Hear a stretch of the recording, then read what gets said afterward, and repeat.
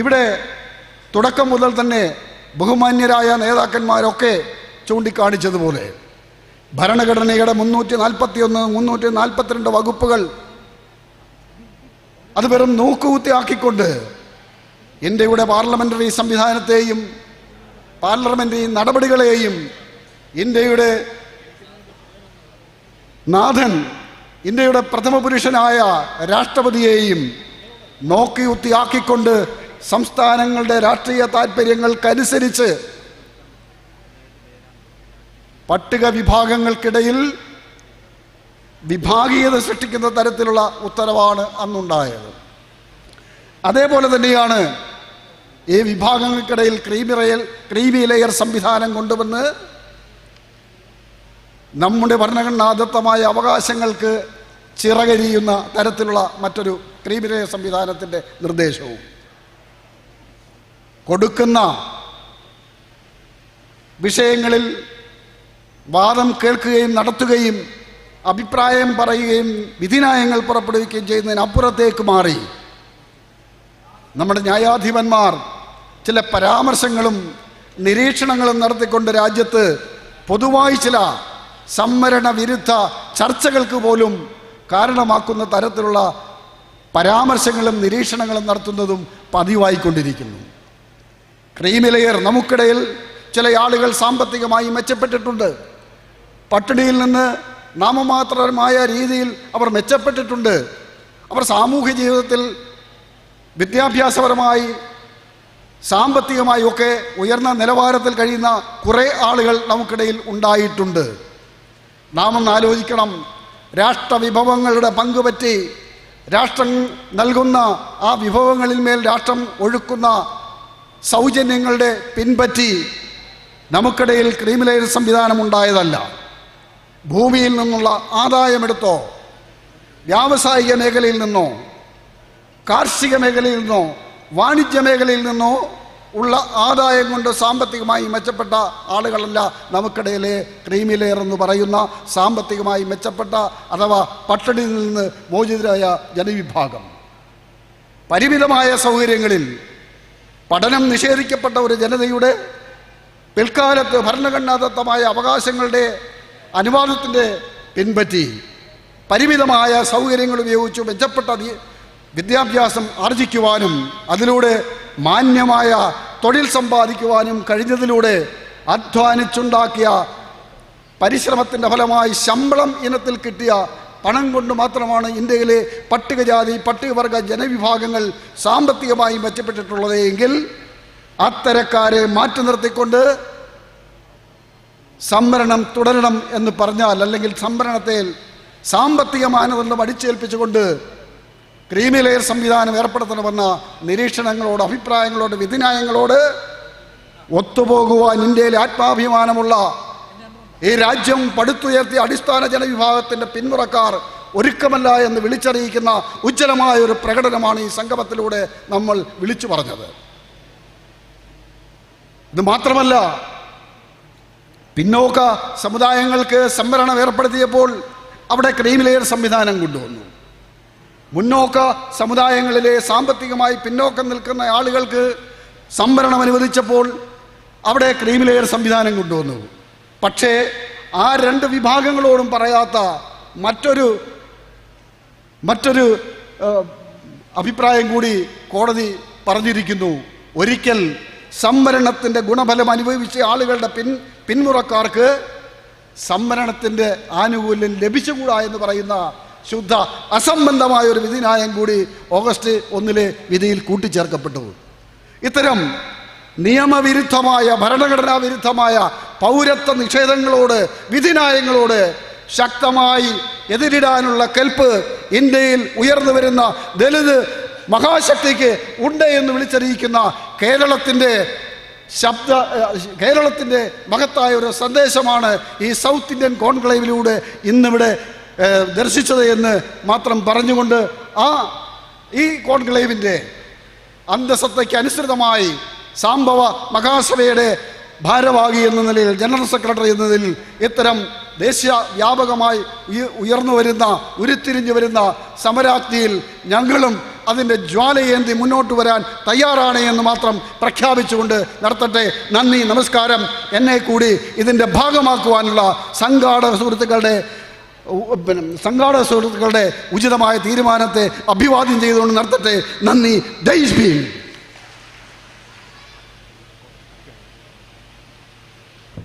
നന്ദി ബഹുമാന്യനായ രാമചന്ദ്രൻ സാർ. നമുക്ക് 6 മണിക്ക് മുമ്പ് പരിപാടി അവസാനിപ്പിക്കേണ്ടതുണ്ട്. വേദിയിലുള്ള ബഹുമാന്യരോട് പറയാനുള്ളത് 10 മിനിറ്റിൽ കൂടുതൽ സമയമെടുക്കരുത്. കണ്ടൻ്റായി സംസാരിക്കുന്നതിന് 10 മിനിറ്റിൽ കൂടുതൽ എടുക്കരുത്, നിർബന്ധമാണ്. കാരണം 6 മണിക്കെങ്കിലും ആളുകൾക്ക് തിരിച്ചു പോകേണ്ടതുണ്ട്.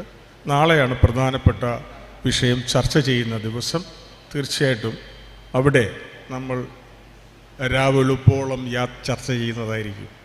അതുകൊണ്ട് അടുത്തതായി സംസാരിക്കുന്നതിന് KCSൻ്റെ നേതാവായ ശ്രീ IR സദാനന്ദൻ സാറിനെ ക്ഷണിക്കുന്നു.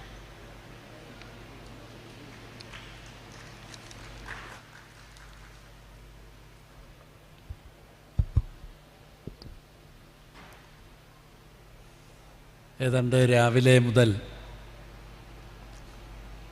വളരെ ടൈറ്റായിട്ടുള്ള ഒരു പരിപാടി നടന്നു കഴിഞ്ഞ ശേഷം വളരെ ക്ഷീണിതരായിട്ടാണ് നമ്മുടെ ആളുകൾ ഇരിക്കുന്നതെന്നറിയാം.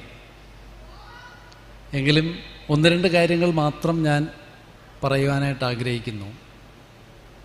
കഴിഞ്ഞ ആഗസ്റ്റ് 1 ഉണ്ടായ സുപ്രീം കോടതിയുടെ വിധിയുമായിട്ട് ബന്ധപ്പെട്ട്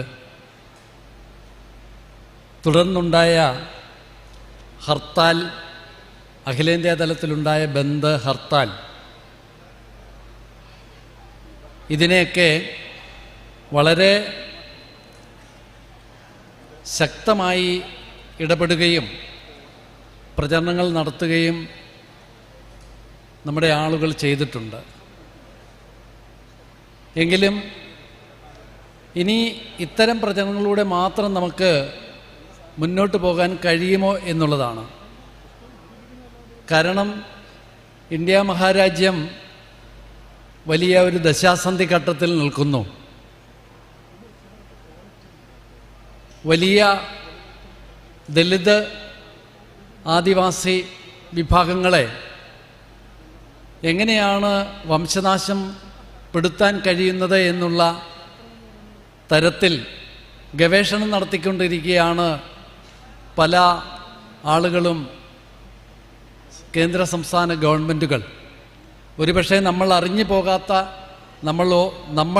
നമ്മുടെ ചിന്തയിൽ പോലും വന്നിട്ടില്ലാത്ത, ഇപ്പോഴും നമ്മളറിയാതെ തന്നെ 2 ലക്ഷം രൂപ വിദ്യാഭ്യാസ ആവശ്യത്തിന് പരിധി ഏർപ്പെടുത്തിയ, 2-3 വർഷം മുമ്പ് പരിധി ഏർപ്പെടുത്തിയ ഒരു ഘട്ടത്തിൽ വലിയ കാര്യമായ ഒരു പ്രക്ഷോഭമോ ചലനമോ ഉണ്ടാകാത്ത രീതിയിലാണ് നമ്മുടെ സംസ്ഥാനത്ത് നമ്മൾ നിൽക്കുന്നത്. അതോടൊപ്പം തന്നെയാണ് ഇപ്പോൾ സുപ്രീം കോടതിയുടെ വിധിയുമായിട്ട് ബന്ധപ്പെട്ടിട്ടുണ്ടായിരിക്കുന്ന ക്രീമിലെയർ പ്രശ്നവും ഉപസംഭരണ വിഷയവും. ഉപസംഭരണത്തെയും ക്രീമിലെയർ വിഷയത്തെയും നമ്മുടെ രാവിലെ സെഷനിൽ സംസാരിച്ച നമ്മുടെ ഗീതാനന്ദൻ മാഷ് ഉൾപ്പെടെയുള്ളവർ വളരെ സവിസ്തരം പറഞ്ഞു. ഇതൊരു രാഷ്ട്രീയ പ്രശ്നമായിട്ട് മാത്രമേ നമുക്ക് കാണുവാൻ കഴിയത്തുള്ളൂ.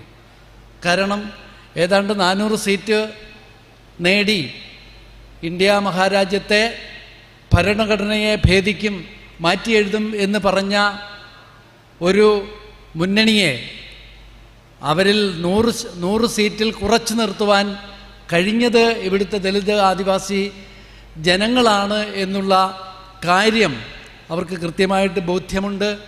മാത്രമല്ല, അതിനുള്ള പ്രധാന കാരണം നമ്മളാണ് ഇന്ത്യയിലെ ഇൻഡിജിനസ് ജനവിഭാഗമെന്നും നമ്മളാണ് ദേശീയമായിട്ടുള്ള ഒരു ജനവിഭാഗമെന്നും ഇന്ത്യയെ ഇന്ത്യയായിട്ട് നിലനിർത്തുന്ന ഏക ജനവിഭാഗം ദലിത് ആദിവാസിയാണ് എന്നുള്ള സത്യം മറ്റുള്ളവർക്കറിയാം, പക്ഷേ നമ്മൾ മറന്നു പോകുന്നു. അതിൻ്റെ ബ്രാഹ്മണിക്കൽ തന്ത്രത്തിൻ്റെ ഒരു കോൺഫറൻസ് തന്നെയാണ് ജുഡീഷ്യൽ, ലെജിസ്ലേച്ചർ, എക്സിക്യൂട്ടീവ് തലത്തിൽ ഇപ്പോൾ നടന്നിരിക്കുന്ന ഒരു വിധി, ആ വിധി കേവലമായിട്ടുള്ള ഒരു ജുഡീഷ്യൽ വിധിയായിട്ട് മാത്രം നമുക്ക് കണക്കാക്കാൻ കഴിയത്തില്ല. ഇതിൽ ശക്തമായിട്ടുള്ള ഭരണകൂടത്തിൻ്റെയും ജുഡീഷ്യറിയുടെയും ഒക്കെ തന്നെ ഗൂഢാലോചന നടന്നിട്ടുണ്ട്. എങ്ങനെ ഈ ജനവിഭാഗത്തെ വിഭജിക്കാം, എങ്ങനെ ഈ ജനവിഭാഗത്തെ വിഭജിച്ച് ഉപസംവരണത്തിലൂടെ അവർക്ക് വോട്ട് നേടാം എന്നുള്ള തമ്മിലടിച്ച് ഇവരുടെ സംഘശക്തിയെയും ഇവരുടെ ഫൈറ്റിംഗ് ശേഷിയെയും എങ്ങനെ ഇല്ലാതാക്കാം എന്ന് വളരെ വ്യക്തമായിട്ട് അറിയാവുന്ന ആ ശക്തികൾ തന്നെയാണ് ഈ ഇതിന് പിന്നിൽ. ഇതിനെ എങ്ങനെ നമുക്ക് നേരിടാൻ കഴിയും എന്നുള്ളതാണ്. ഉപസംവരണത്തെ വളരെ ലാഘവത്തോട് അതിനെ പിന്തുണയ്ക്കുന്ന ഒരു വിഭാഗം അതിൽ ഇൻബിൽട്ടായിട്ടുള്ള രാഷ്ട്രീയമായിട്ടുള്ള ഗൂഢാലോചനയെ അവർ മനസ്സിലാക്കുന്നില്ല എന്ന് വളരെ ഖേദകരമായിട്ടുള്ള ഒരു കാര്യമാണ്. വളരെ ചെറിയ ഒരു വിഭാഗം മാത്രമാണ് ഉപവർഗീകരണത്തെയും ഉപസംവരണത്തെയും അനുകൂലിക്കുന്നത് എങ്കിലും പക്ഷേ നമ്മൾ കടന്നു പോകുന്ന രാഷ്ട്രീയപരമായിട്ടുള്ള നമ്മളെ ശിഥിലീകരിക്കാനായിട്ടുള്ള സംഘപരിവാർ ശക്തികളുടെ ഗൂഢശ്രമത്തെ നമുക്ക് മനസ്സിലാക്കാൻ കഴിയുന്നില്ല എന്നുള്ളത് വളരെ ഖേദകരമാണ്. അതുകൊണ്ട് തന്നെ നമ്മൾ രണ്ട് രീതിയിൽ സമരം ചെയ്തേണ്ടിയിരിക്കുന്നു. ഇത്തരം ഗൂഢ ശക്തികൾക്കെതിരെയും അതോടൊപ്പം നമ്മുടെ ഇടയിലുള്ള ഈ വിഷയത്തെ മനസ്സിലാക്കാൻ കഴിയാത്ത ശക്തികൾക്കെതിരെയും നമ്മൾ സമരം ചെയ്തേണ്ടിയിരിക്കുന്നു എന്നുള്ളതാണ് യഥാർത്ഥ പ്രശ്നം. മറ്റൊരു കാര്യം ഞാൻ സൂചിപ്പിക്കുന്നത്, വളരെ അധികം കോർഡിനേഷൻ കമ്മിറ്റികൾ ദലിതരുടെയും ആദിവാസികളുടെയും ഒക്കെ ഇവിടെ ഉണ്ട് എന്നുള്ളതാണ്. പക്ഷേ ആ ശക്തികളെല്ലാം വളരെ ശിഥിലമായി, ഒരിക്കൽ പോലും ഒന്നിച്ചു നിൽക്കാൻ പറ്റാത്ത ചില ശക്തികൾ, കൂട്ടിമുട്ടിയാൽ സംസാരിക്കത്തില്ലാത്ത ചില ശക്തികൾ, അതെല്ലാം റീഷഫിൾ ചെയ്ത് പുതിയ ചില ശക്തികളുണ്ടാകുകയും പുതിയ നേതൃത്വങ്ങളുണ്ടാകുകയും പുതിയ കോർഡിനേഷൻ ഉണ്ടാകുകയും ചെയ്യുന്ന ഒരു പുതിയ സാഹചര്യം ഇന്ന് നിലനിൽക്കുന്നു. അതിനെ എങ്ങനെ നമുക്ക് മുന്നോട്ട് കൊണ്ടുപോകാൻ കഴിയും? ഈ ശക്തിയെ തിരിച്ചറിയാതെ നമുക്ക് രാഷ്ട്രീയപരമായിട്ടും അതുപോലെ നമുക്കെതിരെ ഉണ്ടായിരിക്കുന്ന സംഘപരിവാർ ശക്തികളെയും എതിരിടാൻ കഴിയത്തില്ല എന്നുള്ളതാണ് യഥാർത്ഥ വസ്തുത.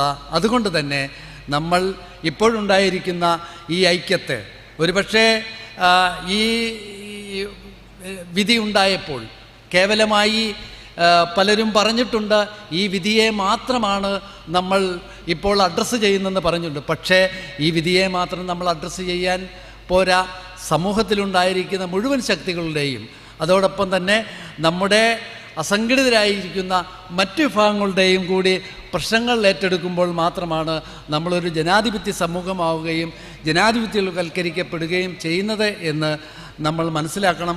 അതോടൊപ്പം നാളെ നടക്കുന്ന കോൺക്ലേവിൽ ഇപ്പോൾ നമ്മൾ ഉപസംവരണത്തെ വിഷയത്തെ ലഘൂകരിക്കുകയല്ല, ആ ഉപസംവരണം നമ്മൾ അനുവദിക്കത്തില്ല എന്ന പ്രക്ഷോഭത്തിൽ ഏർപ്പെടുമ്പോഴും ഉപസംവരണത്തിന് ഗുണഫലങ്ങൾ ലഭിക്കും എന്നാഗ്രഹിക്കുന്ന ആ വിഭാഗത്തെ എങ്ങനെ നമ്മളോടൊപ്പം ചേർത്ത് അവരെ നമുക്ക് കരുതാൻ കഴിയും എന്നുകൂടിയുള്ള ഒരു പുനർക്രമീകരണമായിരിക്കണം നാളെ നമ്മൾ നടത്തുന്ന കോൺക്ലേവിലൂടെ ഉണ്ടാകേണ്ടത്. അതുകൊണ്ട് അവരെ കൂടി ചേർത്ത് പിടിച്ചുകൊണ്ടാകും ജനാധിപത്യപരമായിട്ട് നമുക്ക് മുന്നോട്ട് പോകാൻ കഴിയുന്നത് എന്ന് മാത്രം പറയുന്നു. അതോടൊപ്പം ഈ ഇപ്പോഴുണ്ടായിരിക്കുന്ന ഈ സന്നിഗ്ധാവസ്ഥയിലുണ്ടായിരിക്കുന്ന കോർഡിനേഷൻ കമ്മിറ്റിയുമായിട്ട് പരമാവധി സഹകരിക്കുവാൻ സർവ്വവിധ പിന്തുണയും കേരള ചെയർമാൻ സംഘത്തിൻ്റെ ഭാഗത്തു നിന്നും ഉണ്ടാകുമെന്ന് മാത്രം അഭ്യർത്ഥിച്ചുകൊണ്ട് നിർത്തുന്നു. നന്ദി, നമസ്കാരം. എല്ലാവർക്കും നമസ്കാരം. Thank you sir. അടുത്തതായി Shri advocate P A John സാറിനെ ക്ഷണിക്കുന്നു.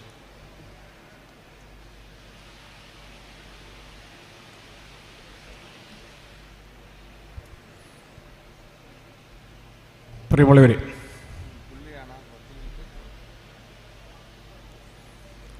വളരെ സുപ്രധാനമായ ഒരു വിഷയം ഇന്ന് രാവിലെ മുതൽ ഈ വേദിയിൽ ചർച്ച ചെയ്യപ്പെട്ടുകൊണ്ടിരിക്കുകയാണ്.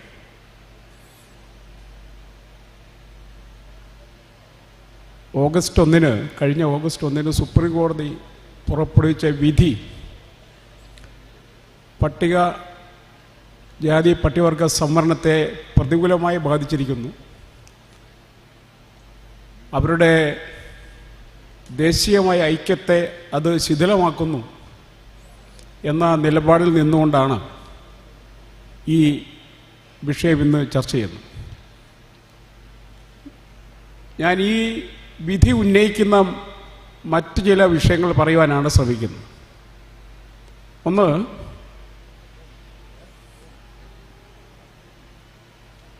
സുപ്രീം കോടതി പരിശോധിച്ച പ്രശ്നം എന്തായിരുന്നു? സുപ്രീം കോടതിയുടെ മുന്നിൽ വന്ന കേസ് പഞ്ചാബ് സംസ്ഥാനം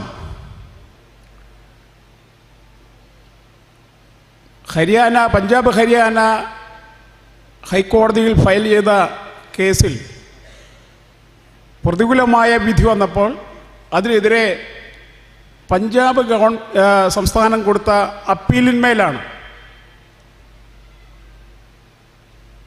ഈ സംവരണത്തെ സംബന്ധിക്കുന്ന വിഷയം സുപ്രീം കോടതി പരിശോധിച്ചത്. അതിൽ സുപ്രീം കോടതി പഠനവിധേയമാക്കിയ രണ്ട് പ്രധാന പോയിന്റുകളാണ്. ഒന്ന്,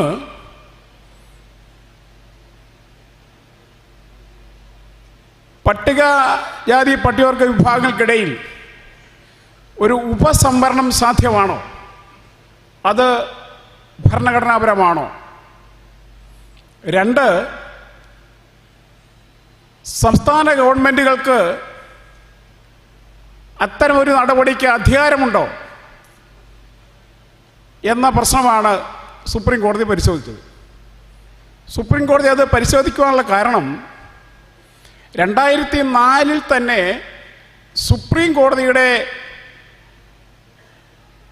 മറ്റൊരു ബെഞ്ച് 2004 EV ചിന്നയ്യ കേസിൽ മറ്റൊരു വിധി പുറപ്പെടുവിച്ചിരുന്നു. പട്ടിക വിഭാഗങ്ങളെ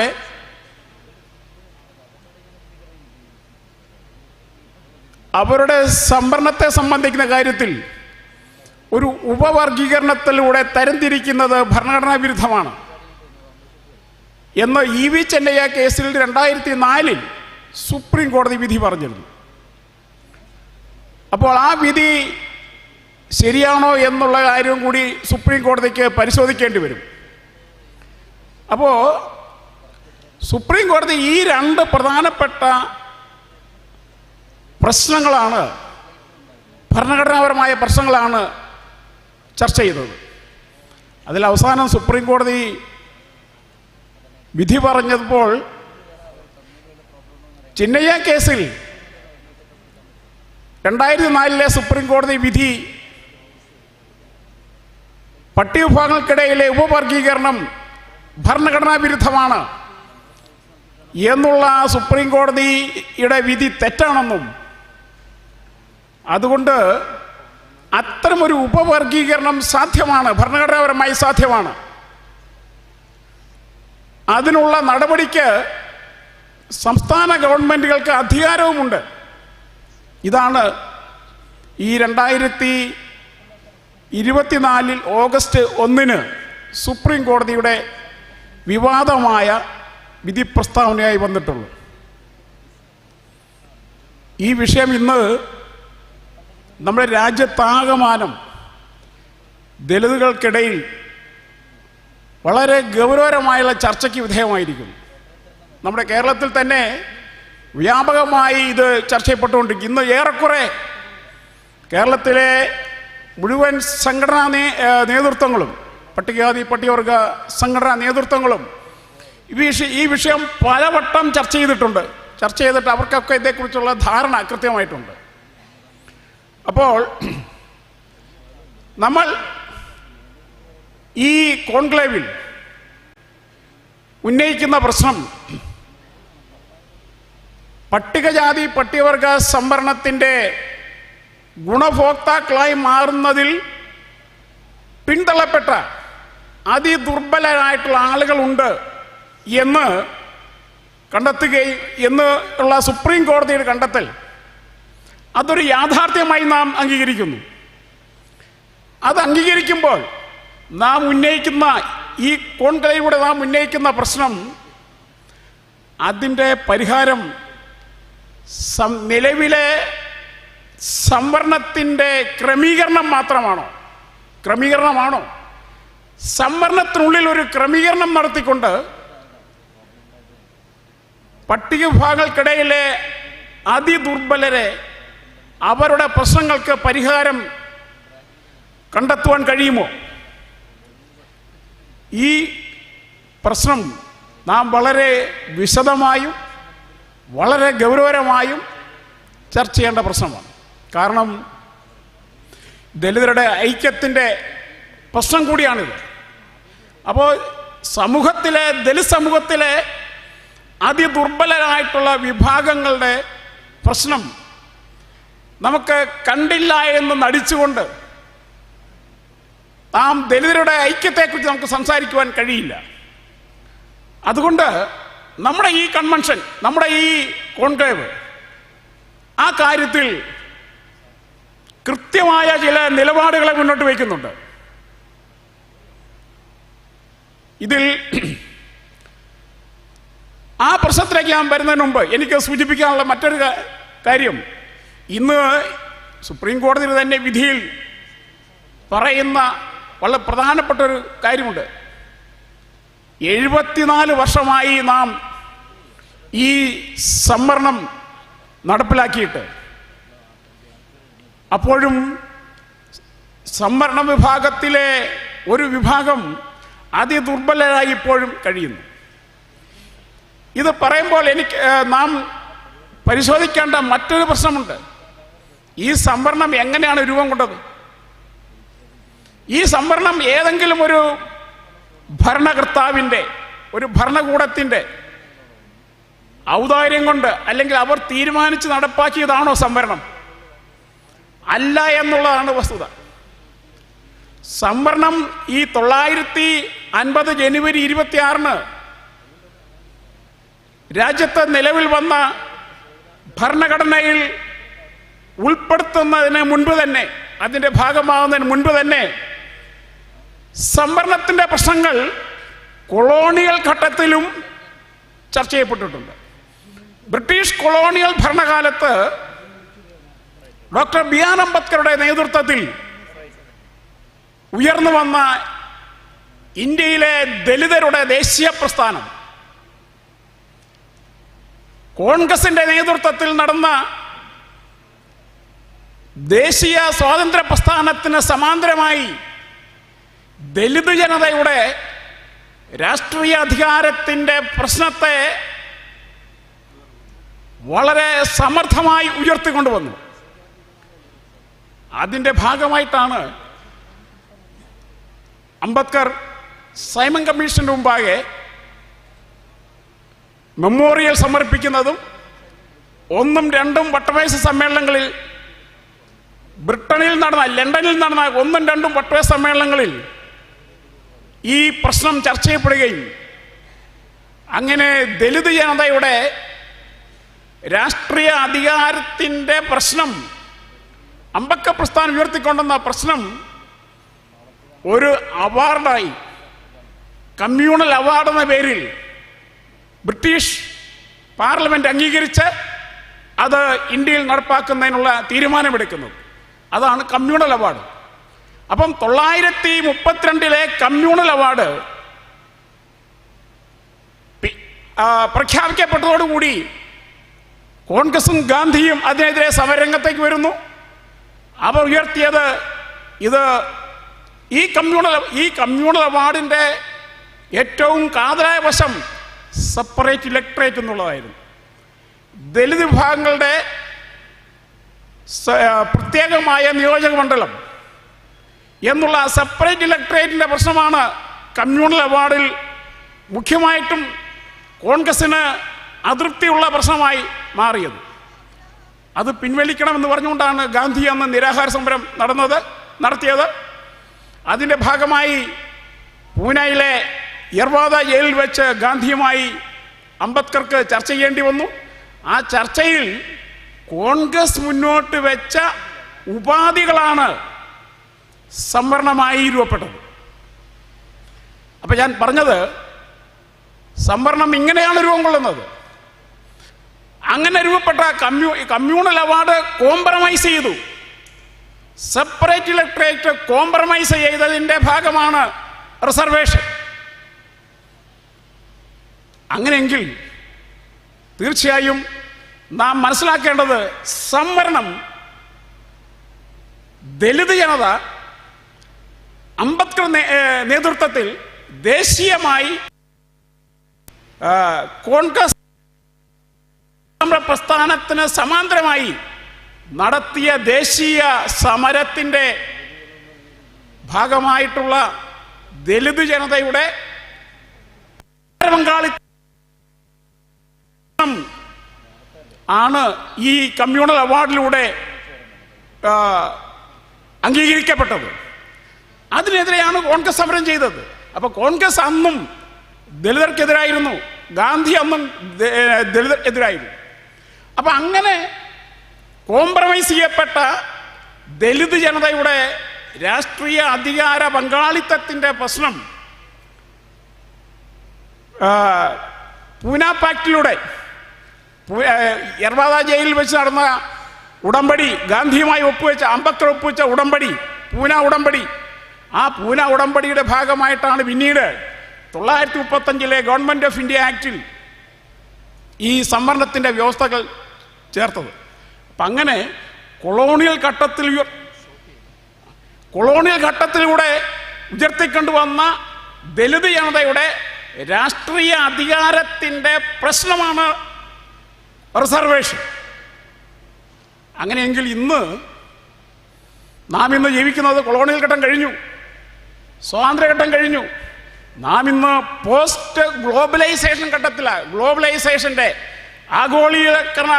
ആഗോളീകരണവൽക്കരണത്തിൻ്റെ ഈ ഘട്ടത്തിൽ നാം നിൽക്കുന്നത് അംബേദ്കറുടെ കാലത്ത് ഉണ്ടായിരുന്നതിനേക്കാളൊക്കെ സാമൂഹ്യ സാമ്പത്തിക ഘടനയിൽ വലിയ മാറ്റങ്ങൾ സംഭവിച്ചിരിക്കുന്നു. ഇത്തരമൊരു സാഹചര്യത്തിൽ ആണ് സംവരണം വിവാദമാകുന്നത്, സംവരണ പ്രശ്നം വിവാദമായിരിക്കുന്നത്. എന്തുകൊണ്ടാണ് കേരളത്തിൽ 5 വിഭാഗം അതിദുർബലരുണ്ട് എന്നുള്ള പട്ടിക വിഭാഗത്തിൽ 5 സമുദായങ്ങൾ അതിദുർബലരായി കഴിയുന്നു എന്ന് ഗവൺമെന്റ് തന്നെ സമ്മതിക്കുന്നത്? അത് ആരുടെ കുഴപ്പമാണ്? അത് ഈ സംവരണം ശരിയായി നടപ്പാക്കാത്തത് ആരുടെ കുഴപ്പമാണ്? അത് ഭരണകൂടത്തിൻ്റെ കുഴപ്പമാണ്. അത് ഭരണകൂട നയങ്ങളുടെ പരാജയമാണ്. അഖിലേന്ത്യാ അടിസ്ഥാനത്തിൽ പരിശോധിച്ചാൽ ഈ സുപ്രീം കോടതി പറയുന്ന ഈ അതിദുർബലർ ഇന്നും ഈ 7.5 പതിറ്റാണ്ട് കഴിഞ്ഞിട്ടും നിലനിൽക്കുന്നത് രാജ്യം മാറി മാറി ഭരിച്ച ഭരണകൂടങ്ങളുടെ പരാജയത്തിൻ്റെ പ്രശ്നമാണ്. അതുകൊണ്ട് ഈ പ്രശ്നം നാം ചർച്ച ചെയ്യുമ്പോൾ ഭരണകൂടത്തിൻ്റെ ഈ പരാജയത്തെ നാം മുന്നോട്ട് വയ്ക്കണം. ഭരണകൂടമാണ് ഇതിന് ഉത്തരവാദി. 2, ഞാൻ പറയുന്നത്, ഈ സംവരണം എന്ന് പറയുന്നത് ദാരിദ്ര്യം നിർമ്മാർജ്ജനം ചെയ്യാനുള്ള പരിപാടിയല്ല, പദ്ധതിയല്ല. സംവരണം ദാരിദ്ര്യ നിർമ്മാർജ്ജന പദ്ധതിയല്ല. സംവരണം ചരിത്രപരമായ കാരണങ്ങളാൽ ജാതി വ്യവസ്ഥയുടെ ഭാഗമായി എല്ലാ മേഖലയിൽ നിന്നും പുറന്തള്ളപ്പെട്ട ജനതയുടെ പ്രാതിനിധ്യത്തിൻ്റെ, അധികാരത്തിലെ പ്രാതിനിധ്യത്തിൻ്റെ പരിരക്ഷയാണ്, ഭരണഘടനാപരമായ പരിരക്ഷയാണ് റിസർവേഷൻ. ആ ഭരണഘടനാപരമായ പരിരക്ഷയിലൂടെ അധികാരത്തിലും രാജ്യത്തിൻ്റെ സ്വത്തുക്കളിലും രാജ്യത്തിൻ്റെ വിഭവങ്ങളിലും പങ്കാളിത്തം ഉറപ്പാക്കപ്പെട്ടു. പരിമിതമായ പങ്കാളിത്തമാണെങ്കിൽ പോലും ആ പങ്കാളിത്തം ഉറപ്പാക്കപ്പെട്ടു. അതുകൊണ്ട് ഈ പരിമിതമായിട്ടുള്ള അവകാശം അത് നടപ്പിലാക്കപ്പെടുമ്പോൾ അത് ചില പ്രത്യേക ഭാഗങ്ങൾ കവർന്നെടുക്കുന്നു എന്ന മട്ടിലാണ് ഇവിടെ പലരും ഇതിനെ അനുകൂലിക്കുന്ന, ഇത് നടപ്പിലാക്കണം പറഞ്ഞ് വാദം ഉന്നയിക്കുന്ന ആളുകൾ ഉന്നയിക്കുന്നത്. പലരും തട്ടിയെടുക്കുന്നു. അങ്ങനെയല്ല ഇതിന് വസ്തുത. കേരളത്തിലെ നാം പരിശോധിക്കുക. കേരളത്തിലെ മുഖ്യ പട്ടിക വിഭാഗം, ജനസംഖ്യയിൽ മുന്തിയ പങ്കുള്ള പട്ടിക വിഭാഗം, അവർ ബലമായി തട്ടിയെടുക്കുന്നതാണോ റിസർവേഷൻ? അല്ല. അവർ ഞാൻ എൻ്റെ സമയം വൈകിയതുകൊണ്ട് ചുരുക്കുകയാണ്. അതുകൊണ്ട് സംവരണം ദലിത് ജനതയുടെ രാഷ്ട്രീയ അധികാരത്തിലും രാജ്യത്തിൻ്റെ സ്വത്തിലുമുള്ള പങ്കാളിത്തത്തിൻ്റെ പ്രശ്നമാണ്. അത് ഏതെങ്കിലും തരത്തിൽ ദാരിദ്ര്യ നിർമ്മാർജ്ജനം ചെയ്യാനുള്ള ഒരു പരിപാടിയായി ചിത്രീകരിക്കുന്നത് അത്തരമൊരു സമീപനമാണ് സുപ്രീം കോടതിയുടെ വിധിയിലൂടെ ഉന്നയിക്കപ്പെട്ടിട്ടുള്ളത്.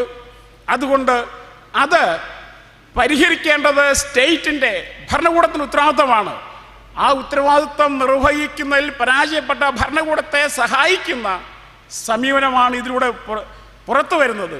അതുകൊണ്ട് പിന്തള്ളപ്പെട്ടു പോയി എന്ന് പറയുന്ന അതിദുർബലരുടെ പ്രശ്നത്തെ നാം അഭിസംബോധന ചെയ്യുമ്പോൾ അവരുടെ പ്രശ്നത്തിന് പരിഹാരം കാണുവാൻ നാം സവിശേഷമായ പരിപാടിയെ മുന്നോട്ട് വയ്ക്കണം. അവർക്ക് പ്രത്യേകമായ പദ്ധതികളെ മുന്നോട്ട് വയ്ക്കണം. അവരുടെ വിദ്യാഭ്യാസ രംഗത്തെ പിന്നോക്കാവസ്ഥ പരിഹരിക്കുവാൻ പ്രത്യേക പദ്ധതി മുന്നോട്ട് വയ്ക്കണം. അവരുടെ തൊഴിൽ മേഖലയിലെ പ്രാതിനിധ്യക്കുറവ് പരിഹരിക്കുവാൻ പ്രത്യേക പരിപാടി മുന്നോട്ട് വെക്കണം. അവരുടെ ഭൂമിയുടെ ഉടമസ്ഥതയുടെ പ്രശ്നം പരിഹരിക്കുന്നതിന് സമഗ്രമായ ഭൂപരിഷ്കരണത്തിൻ്റെ പ്രശ്നം മുന്നോട്ട് വയ്ക്കണം. ഈ നിലയിലുള്ള കാര്യങ്ങൾ മുന്നോട്ട് വെച്ചുകൊണ്ട് നാം അഖിലേന്ത്യാ അടിസ്ഥാനത്തിൽ പ്രക്ഷോഭം ഉയർത്തിക്കൊണ്ട് വരേണ്ട സമയമാണിത്. അതിന് അത്തരമൊരു കാര്യം ഭരണകൂടം ചെയ്യുന്നതിന് അഖിലേന്ത്യാ അടിസ്ഥാനത്തിൽ ജാതി സെൻസസ്, അതിൻ്റെ സാമ്പത്തിക സാമൂഹിക സർവേ നടത്തിക്കൊണ്ട് ഓരോ വിഭാഗത്തിൻ്റെയും പങ്കാളിത്തം, അധികാരത്തിലും വിഭവങ്ങളിലും പങ്കാളിത്തത്തിൻ്റെ ഇപ്പോഴത്തെ സ്ഥിതി പരിശോധിച്ചുകൊണ്ട് ആ നിലയിലുള്ള ആവശ്യം ഉയർത്തിക്കൊണ്ട് വരുന്നതിൻ്റെ ഭാഗമായി, അത്തരം പ്രക്ഷോഭം ഉയർത്തിൻ്റെ ഭാഗമായിട്ട് ആണ് ഞങ്ങൾ ഈ കോൺക്ലേവിനെ കാണുന്നത്. ഈ കോൺക്ലേവിലൂടെ നമുക്ക് ഈ വരുന്ന 24-25 തീയതികളിൽ ഡൽഹിയിൽ നടക്കുന്ന കോൺക്ലേവ്, അഖിലേന്ത്യാ കോൺക്ലേവിലൂടെയും നമുക്ക് അഖിലേന്ത്യാ അടിസ്ഥാനത്തിൽ നമുക്ക് ഈ സന്ദേശം എത്തിക്കാൻ കഴിയണം. ആ നിലയിലുള്ള ഒരു പരിപാടിയായി കണ്ടുകൊണ്ട് ഞാൻ പ്രദാനം ചെയ്യുന്ന NDLF, national Dalit liberation front, ഈ കോൺക്ലേവ് ഉയർത്തുന്ന ഇത്തരം പരിപാടിയെ പൂർണ്ണമായും പിന്തുണയ്ക്കുന്നു എന്ന് അറിയിച്ചുകൊണ്ട് ഞാൻ എൻ്റെ വാക്കുകൾ നിർത്തുന്നു. നിങ്ങൾക്ക് അഭിവാദ്യങ്ങൾ.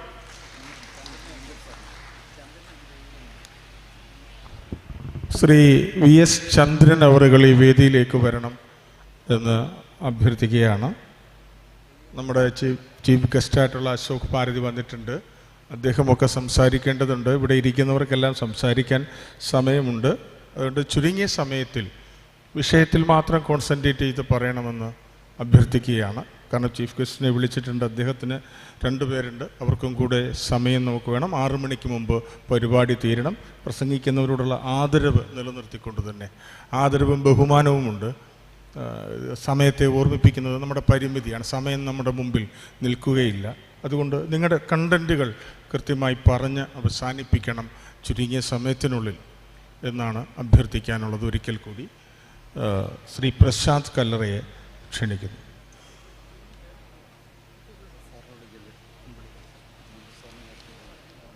ഏറ്റവും പ്രിയങ്കരായിട്ടുള്ള സഹോദരി സഹോദരന്മാരെ, സുഹൃത്തുക്കളെ, നമസ്കാരം. ദീർഘമായ ഒരു പ്രസംഗത്തിന് പ്രസക്തി ഇവിടെ ഇല്ല എന്ന് വിശ്വസിക്കുകയാണ്. കഴിഞ്ഞ ഓഗസ്റ്റ് 1 സുപ്രീം കോടതിയുടെ വിധിയെ സംബന്ധിച്ച് ഉള്ള കാരണങ്ങൾ കൊണ്ട് മാത്രമാണ് ഇന്ന് നാം എല്ലാം ഇവിടെ കൂടിയത് എന്ന് വിശ്വസിക്കുകയാണ്. ഈ വിധി വന്നതിന് ശേഷം കേരളത്തിലെ ചില പട്ടികജാതി സമുദായ സംഘടനയുടെ നേതാക്കന്മാരുടെ പ്രസ്താവനകൾ ഇന്നലെ കൂടി ഞാൻ വായിക്കാനിടയായി. ഈ വിധിയെ സ്വാഗതം ചെയ്യുന്നതായി പറയുന്ന പട്ടികജാതി സംഘടന നേതാക്കന്മാരെയും ഞാൻ കണ്ടു. യഥാർത്ഥത്തിൽ അവർ ഈ വിധിയെപ്പറ്റി പഠിച്ചിട്ടുണ്ടോ, അല്ലെങ്കിൽ അവർക്ക് അവരുടെ കൂടെ പ്രവർത്തിക്കുന്ന സംഘടനാ പ്രവർത്തകരുടെ ജീവിത സാഹചര്യങ്ങളെ സംബന്ധിച്ചോ, അല്ലെങ്കിൽ പട്ടികജാതി പട്ടികവർഗ വിഭാഗക്കാരൻ്റെ അവസ്ഥാവിശേഷങ്ങളെ സംബന്ധിച്ചോ അറിയാൻ കഴിയുമോ എന്ന് നമ്മൾ പരിശോധിക്കേണ്ടതുണ്ട്. അത് അവർക്ക് ഈ വിധി അനുയോജ്യമാണ് എങ്കിൽ ഇന്ന് ഈ സൗത്ത് ഇന്ത്യൻ കോൺക്ലേവിൽ പങ്കെടുത്ത നമ്മൾക്കും ഈ വിധി അനുകൂലമാണ് എന്ന് ഞാൻ വിശ്വസിക്കുകയാണ്. കാരണം മറ്റൊന്നും കൊണ്ടല്ല, കേരളത്തിൽ വിവിധ ദളിത്, പട്ടികജാതി, പട്ടികവർഗ, സമുദായ, സാമൂഹിക സംഘടനകളൊക്കെ ഉണ്ട്. എങ്കിലും ഇന്ന് ഈ മാമൻ മാപ്പിള ഹാളിൽ ഒന്നിച്ച് അണിചേർന്ന് ഇത്രയധികം പട്ടികജാതി ദളിത് സംഘടനകളെ സംയോജിപ്പിച്ചുകൊണ്ട് സൗത്ത് ഇന്ത്യൻ കോൺക്ലേവ് എന്ന പേരിൽ ഒരു ബൃഹത്തായ സംവിധാനം ഒരുക്കിയെടുക്കുവാൻ നമുക്ക് കഴിഞ്ഞു എങ്കിൽ ഇതുകൊണ്ട് മാത്രമാകുന്നില്ല, ഭാരതത്തിൽ മൊത്തം നമുക്കറിയാം ഭാരതത്തിൻ്റെ പരമോന്നത നീതിപീഠമാണ് ഈ വിധി പുറപ്പെടുവിക്കുകയുണ്ടായത്. ഭാരതത്തിൻ്റെ സവിശേഷമായ സംവിധാനത്തിൽ എക്സിക്യൂട്ടീവും ജുഡീഷ്യറിയും പാർലമെൻ്ററിയുമാണ് ഭരണം നടത്തുന്നത്. അതിൽ ജുഡീഷ്യറി നമുക്കെതിരായി കഴിഞ്ഞു. ഇനി പാർലമെൻ്ററിയും എക്സിക്യൂട്ടീവും മാത്രമാണ് അവശേഷിക്കുന്നത്. ആ പാർലമെൻറ്റിൽ പുതിയൊരു നിയമനിർമ്മാണം നടത്തി ഇന്ത്യൻ ഭരണഘടനയുടെ 9ാം പട്ടികയിൽ ചേർക്കണമെന്നുള്ള ആവശ്യം ഉന്നയിച്ചുകൊണ്ട് ശക്തമായ ഒരു സമരത്തിലേക്ക് ഇറങ്ങുവാനുള്ള ഒരു കാര്യമാണ് നമ്മൾ ആലോചനയിലേക്ക് കൊണ്ടുവരേണ്ടതാണ് എന്നെനിക്ക് ഈ അവസരത്തിൽ പറയാൻ ആഗ്രഹിക്കുകയാണ്. അത്തരത്തിലേക്ക് വരുവാൻ വേണ്ടിയിട്ട് മാത്രമുള്ള ആഹ്വാനമായിരിക്കണം ഈ കോൺക്ലേവ്. നാളുകൾ നടക്കുന്ന ചർച്ചകളിലും അതുണ്ടാകണമെന്നും അതൊരു 2ാം സ്വാതന്ത്ര്യ സമരമായിട്ട് അതിനെ നമുക്ക് എടുത്തു പറയേണ്ടി വരുമെന്ന് മാത്രം സൂചിപ്പിച്ചുകൊണ്ട് ഞാൻ നിർത്തുന്നു. എൻ്റെ സംഘടനയുടെ അഖില കേരള ചേരമർ ഹിന്ദു മഹാസഭയുടെ എല്ലാവിധ അകമഴിഞ്ഞ സഹായ സഹകരണങ്ങളും സംവിധാനങ്ങളും ഇതിനുണ്ടാകുമെന്ന് മാത്രം പറഞ്ഞുകൊണ്ട് നിർത്തുന്നു. നന്ദി, നമസ്കാരം. Thank you Prashanth. ശ്രീ മുരളി സാറിനെ ക്ഷണിക്കുന്നു.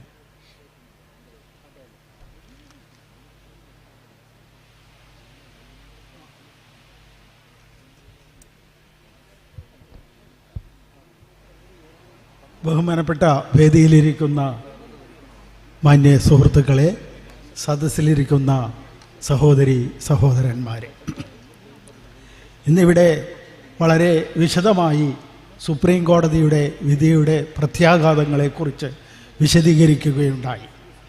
ഏതായാലും ഈ വിധി പട്ടിക വിഭാഗങ്ങളിൽ 2 തരം അഭിപ്രായമാണ് ഉണ്ടാക്കിയിരിക്കുന്നത്. ഒന്ന്, കുറേ അധികം ആളുകൾ ആ വിധി ശരിയല്ല, അത് പട്ടിക വിഭാഗങ്ങളെ വിഭജിക്കുന്ന ഒരു വിധിയാണെന്നാണ് സൂചിപ്പിക്കുന്നത്. മറ്റൊരു കൂട്ടർ, പ്രത്യേകിച്ചും സാധാരണക്കാരായ പട്ടിക വിഭാഗക്കാർ, ഈ വിധി അവർക്ക് അനുകൂലമായ വിധിയാണെന്നും കരുതുന്നു. പക്ഷേ ഈ വിധിയെ നമ്മൾ പ്രത്യേകം കാണേണ്ടത് ഇത് നമ്മുടെ ഭാവിയെ, നമ്മുടെ കൂട്ടായ്മയെ ഭാവിയിൽ എങ്ങനെ ബാധിക്കും എന്നുള്ളതാണ് നമ്മൾ വിശകലനം ചെയ്യേണ്ടത്. അങ്ങനെ വിശകലനം ചെയ്യുമ്പോൾ ഇതിനകത്ത് വളരെ ഗൂഢമായിട്ടുള്ള ഒരു തന്ത്രം കേന്ദ്ര ഗവൺമെൻറ്റും സുപ്രീം കോടതിയും യോജിച്ച് നടപ്പിലാക്കിയതായിട്ടാണ് കാണുന്നത്. കാരണം ഇവിടെ സുപ്രീം കോടതി ഇങ്ങനെ ഒരു സബ് ക്ലാസിഫിക്കേഷൻ എന്ന ഒരു നടപടി വേണം എന്ന് പറയുന്നതിനെ അടിസ്ഥാനമായി പറയുന്നത് പട്ടിക വിഭാഗങ്ങളിലെ ചില വിഭാഗങ്ങൾ പ്രാതിനിധ്യം കിട്ടാതെ പുറത്തു നിൽക്കുന്നു എന്നാണ്. പ്രാതിനിധ്യം കിട്ടാതെ പുറത്തു നിൽക്കുന്നു, അവർക്ക് അതുകൊണ്ട് പ്രാതിനിധ്യം ഉറപ്പാക്കണം. ഇതിനകത്ത് യാതൊരു തർക്കവും നമ്മുടെ പട്ടിക വിഭാഗത്തിൽപ്പെട്ട ഒരാൾക്കും ഉണ്ടാകുമെന്ന് തോന്നുന്നില്ല. പക്ഷേ ഈ ഒരു വിഭാഗം എന്തുകൊണ്ട്, അല്ലെങ്കിൽ ഒരു സമൂഹം എന്തുകൊണ്ട് പ്രാതിനിധ്യം കിട്ടാതെ പുറത്തു നിന്നു എന്നത് പരിശോധിക്കേണ്ട ഒരു കാര്യമാണ്. ഇവിടെ പട്ടിക വിഭാഗങ്ങൾ എന്ന് വെച്ചാൽ പട്ടിക ജാതിക്കാരെയും പട്ടിക വർഗക്കാരെയും ഉന്നതിയിലേക്ക് കൊണ്ടുവരുന്നതിന് വേണ്ടി ഒരുപാട് പദ്ധതികൾ കേന്ദ്ര സർക്കാരും സംസ്ഥാന സർക്കാരുകളും നടപ്പാക്കുന്നുണ്ട്. അത്തരം പദ്ധതികളുടെ പേരാണ് SCP, ഷെഡ്യൂൾഡ് കാസ്റ്റ് പ്രോഗ്രാം, അതുപോലെ TSP, ട്രൈബൽ സ്പെഷ്യൽ പ്രോഗ്രാം. ഇങ്ങനെ 2 തരം ഘടക പദ്ധതികൾ പട്ടിക വിഭാഗങ്ങൾക്ക് മാത്രമായിട്ട് നടത്തുന്നുണ്ട്. ഈ പദ്ധതികളൊന്നും തന്നെ ഒരു സംസ്ഥാനത്തും കേന്ദ്രത്തിൽ പോലും 50% മുകളിൽ ചെലവാക്കിയിട്ടില്ല. 50% താഴെ ചെലവാക്കിയിട്ടുള്ളത്. ഈ ചെലവാക്കിയത് തന്നെ തക്കതായ ഗുണം പട്ടിക വിഭാഗങ്ങൾക്ക് കിട്ടുന്ന വിധത്തിൽ ചെലവാക്കിയിട്ടില്ല. അങ്ങനെ വകമാറ്റി ചെലവാക്കുക, ലാപ്സാക്കുക, ഇതുകൊണ്ടാണ് ഇവിടുത്തെ പട്ടിക വിഭാഗങ്ങൾ ഇന്നും പ്രാതിനിധ്യം കിട്ടാതെ ഉന്നതിയിലേക്ക് വരാതെ നിലനിൽക്കുന്നത്. അത് കാണുന്നതിന് പകരം സുപ്രീം കോടതി കാണുന്നത് എന്താണ്? കുറേ ഉദ്യോഗസ്ഥർ കാലാകാലങ്ങളായി അവരുടെ മക്കൾക്ക് ജോലി കിട്ടുന്നു എന്നുള്ള തരത്തിലാണ് വ്യാഖ്യാനിക്കുന്നത്. അതും വസ്തുതയല്ല. കാരണം ഇന്ത്യ ഗവൺമെൻറ്റിൻ്റെ ഉദ്യോഗങ്ങളായാലും സംസ്ഥാന സർക്കാരിൻ്റെ ഉദ്യോഗങ്ങളായാലും ഇതിൽ ഫില്ലിംഗ്, അതായത് വാക്കൻസി നികത്തുന്നത് നോക്കിയാൽ ഒരു സർക്കാരിൻ്റെ കീഴിലും 50% കോട്ട ഫില്ല് ചെയ്തിട്ടില്ല. ഈ അടുത്ത കാലത്ത് കഴിഞ്ഞ വർഷം നമ്മുടെ ഇവിടുന്ന് പോയ ഒരു ജോൺ ബ്രിട്ടാസ് എന്ന് പറഞ്ഞൊരു MP ഉണ്ട്. അദ്ദേഹം പാർലമെൻറ്റിൽ നമ്മുടെ പ്രധാനമന്ത്രിയോടൊരു ചോദ്യം ഉന്നയിച്ചു. ഇവിടുത്തെ സിവിൽ സർവീസാണല്ലോ ഇവിടുത്തെ ഭരണങ്ങളെല്ലാം കൈകാര്യം ചെയ്യണതിൻ്റെ തലപ്പത്തിരിക്കുന്നത്. അതിൽ SC, ST, OBCക്ക് എന്ത് പ്രാതിനിധ്യം ഉണ്ട് എന്ന് ചോദിച്ചു. കഴിഞ്ഞ 5 കൊല്ലത്തെ പ്രാതിനിധ്യം കാണിച്ച് ഒരു റിപ്ലൈ എഴുതി കൊടുത്തു. അതിനകത്ത് SCക്ക് 15% റിസർവേഷൻ കൊടുക്കേണ്ടതാണ്, STക്ക് 10% കൊടുക്കേണ്ടതാണ്. അപ്പോൾ SC, ST എന്ന് കൂട്ടിയാൽ 25%, OBCക്ക് 27% കൊടുക്കണം. ഇതിൽ കൊടുത്തേക്കണത് ഈ 5 കൊല്ലത്തെ ആകത്തുക എടുത്തു നോക്കിയാൽ 6% താഴെയാണ് പട്ടികജാതിക്ക് കൊടുത്തേക്കണത്, 3% താഴെയാണ് പട്ടിക വർഗത്തിന് കൊടുത്തേക്കുന്നത്. ഈ OBCക്ക് കൊടുത്തതും 12%, 27% കൊടുക്കേണ്ടത്. എന്ന് പറഞ്ഞാൽ കുറേ അധികം വാക്കൻസികൾ ഈ വിഭാഗത്തിന് കൊടുക്കാതെ മുന്നോക്ക സമുദായങ്ങൾക്ക് മാറ്റിക്കൊടുത്തു. ഈ പ്രാതിനിധ്യം കിട്ടാത്ത സമൂഹങ്ങൾക്ക് എന്തുകൊണ്ട് കൊടുക്കാൻ കഴിഞ്ഞില്ല? ഇതേ സ്ഥിതിവിശേഷം തന്നെയാണ് ക്ലാസ് 4 ജോലി ഒഴികെ മറ്റുള്ള എല്ലാ തസ്തികകളിലും. ക്ലാസ് 3, ക്ലാസ് 2, ക്ലാസ് 1 എന്നീ തസ്തികകളിലുള്ള നിയമനങ്ങൾ ഇതേപോലെ പകുതി സംവരണം പോലും നികത്തിയിട്ടില്ല. അത് വേണ്ട വിധം നികത്തിയിരുന്നെങ്കിൽ ഈ പ്രാതിനിധ്യം കൊടുക്കുന്ന പ്രശ്നം ഉദിക്കുന്നില്ല. അവർക്ക് ഉറപ്പായിട്ടും പ്രാതിനിധ്യം കിട്ടുമായിരുന്നു. ഇവർക്കൊക്കെ കഴിവില്ല എന്ന് പറഞ്ഞ് ചില ഇൻ്റർവ്യൂ ബോർഡുകൾ മാറ്റി അവരെ ഒഴിവാക്കുകയാണ് ചെയ്യുന്നത്. ഇപ്പോൾ ഈ സിവിൽ സർവീസിലെ കാര്യം പറഞ്ഞല്ലോ, 6%, 3% താഴെ കൊടുത്തിട്ടുള്ളത്. നമ്മുടെ നാട്ടിൽ ഈ സിവിൽ സർവീസിൻ്റെ യോഗ്യത എന്താണെന്നറിയാമോ? ഒരു ഗ്രാജുവേറ്റ് ആയിരിക്കണം. അതാണ് അക്കാഡമിക് ക്വാളിഫിക്കേഷൻ.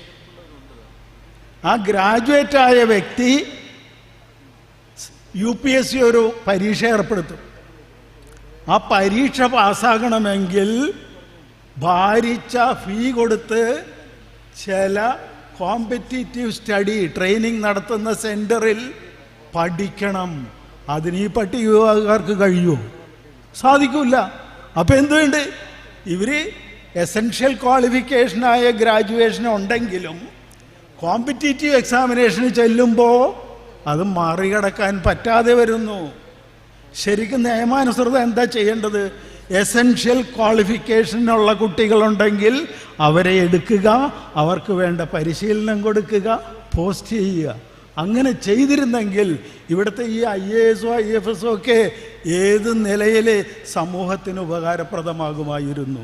അത് ചെയ്യാതെ, അത് കാണാതെ ഈ സുപ്രീം കോടതി പറയുകയാണ് ഇവിടെ ഇരിക്കുന്ന ചില ഉദ്യോഗസ്ഥന്മാരുടെ മക്കൾ തന്നെയാണ് വീണ്ടും വീണ്ടും ഉദ്യോഗം മേടിക്കണമെന്ന്. ഇത് ശരിക്കും പറഞ്ഞാൽ ഭയങ്കര അനീതിയാണ് കാണിക്കുന്നത്. പിന്നെ ഞാനൊരു കാര്യം കൂടി സൂചിപ്പിച്ചുകൊണ്ട് നിർത്താം. അതായത്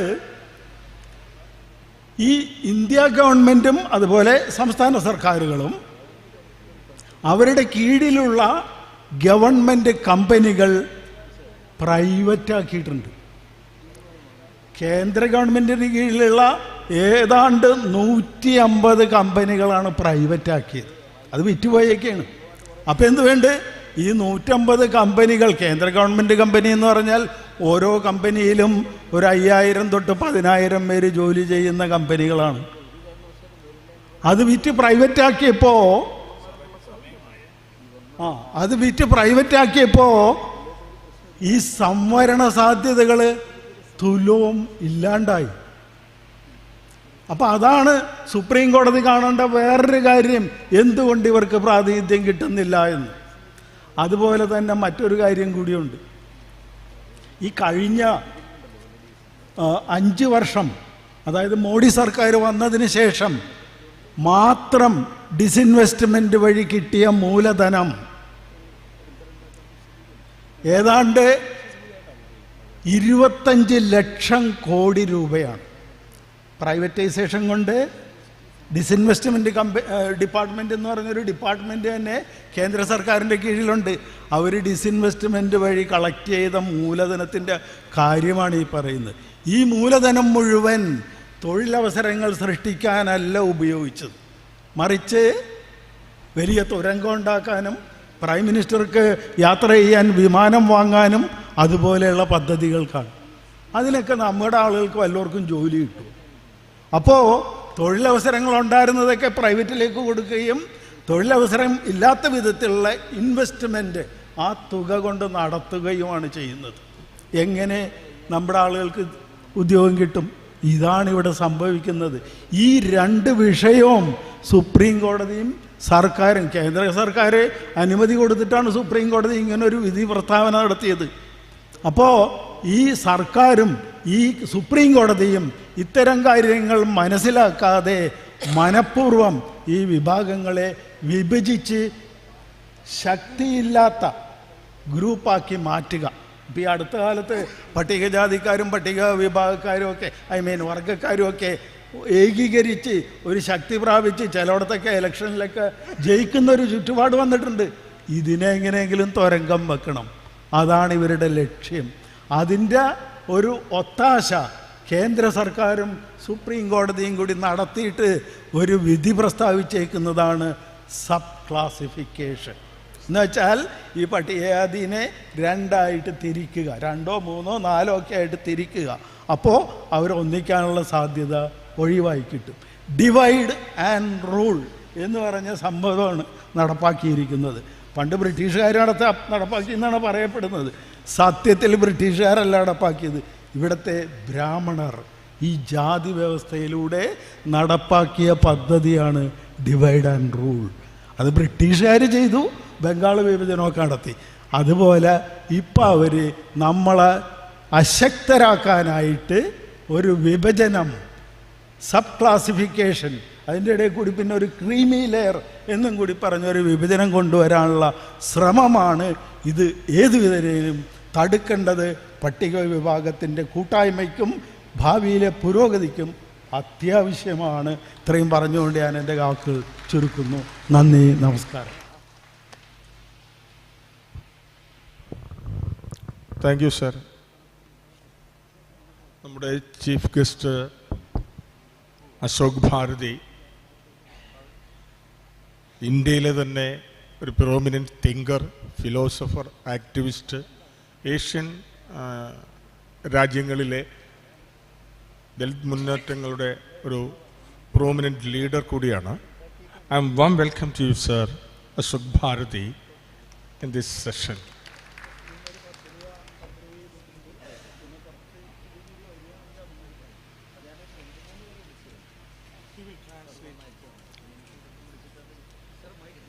You know Hindi? So I will speak in Hindi. No, I will then speak in Hindi. Because everybody is talking their mother tongue, I should also speak in my mother tongue. If somebody has to translate, then I should speak in Hindi. Otherwise, I will speak in English. If no translation, I will speak in English. English is okay? All right. I am sorry that I can't speak in Malayalam, Tamil, Kannada or Telugu. My apologies for that. And though I come from an Hindi speaking area, but I will speak in English. the language of the RSS masters. The language of the masters of the RSS. Dear friends, I am really grateful and congratulate the organizer of the South India SC/ST conclave by our great friend Geeta Nandan, Ambu Jackson and other friends, and I am also grateful to Member of Parliament Thol Thirumavalam ji, Kodekunil Suresh ji, Ravi ji and others, and I have listened to all of them, could understand partly what they spoke, but we had discussion, and I have few things to share with you on the issue that the Supreme Court has delivered on 1st August. And let me say very clearly and loudly, this is the battle between justice and injustice. And Dr. Ambedkar said, justice is on our side. Unfortunately, judiciary is on the side of the upper caste. Justice is on our side, but judiciary is with the upper caste. So that is the reality of this country. Now,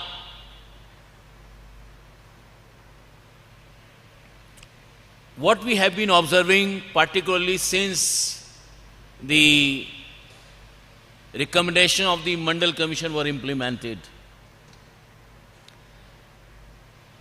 the reservation of the scheduled caste and scheduled tribe is being merged, being seen as along with the OBCs.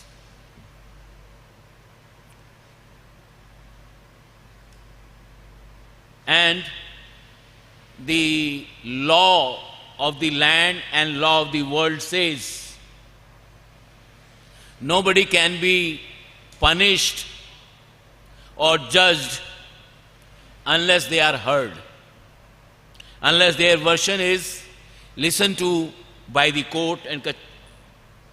But in case of the Dalits, you know, we all have lived in the villages. In villages, if something happened, nobody listened to what Dalit had to say. Nobody listened to what a tribal or Adivasi has to say. It's only the people who control the village sentiments, they discharge the justice. And whatever they say, that is the justice. Whatever they command is the justice. Similar kind of the attitude has crept in Indian judiciary. So Indian judiciary is behaving like a don, like upper caste Savarnas in the villages, in the rural areas. And I'll give concrete examples. I am not emotional. I am not saying this as an emotionally charged person. I know the facts of the case. And I know what I am saying. And I am willing to face the consequences also. And we must be willing to face the consequences when you tell a truth. And the truth is, let me remind to all of you. The first case, Indira Sani versus Union of India.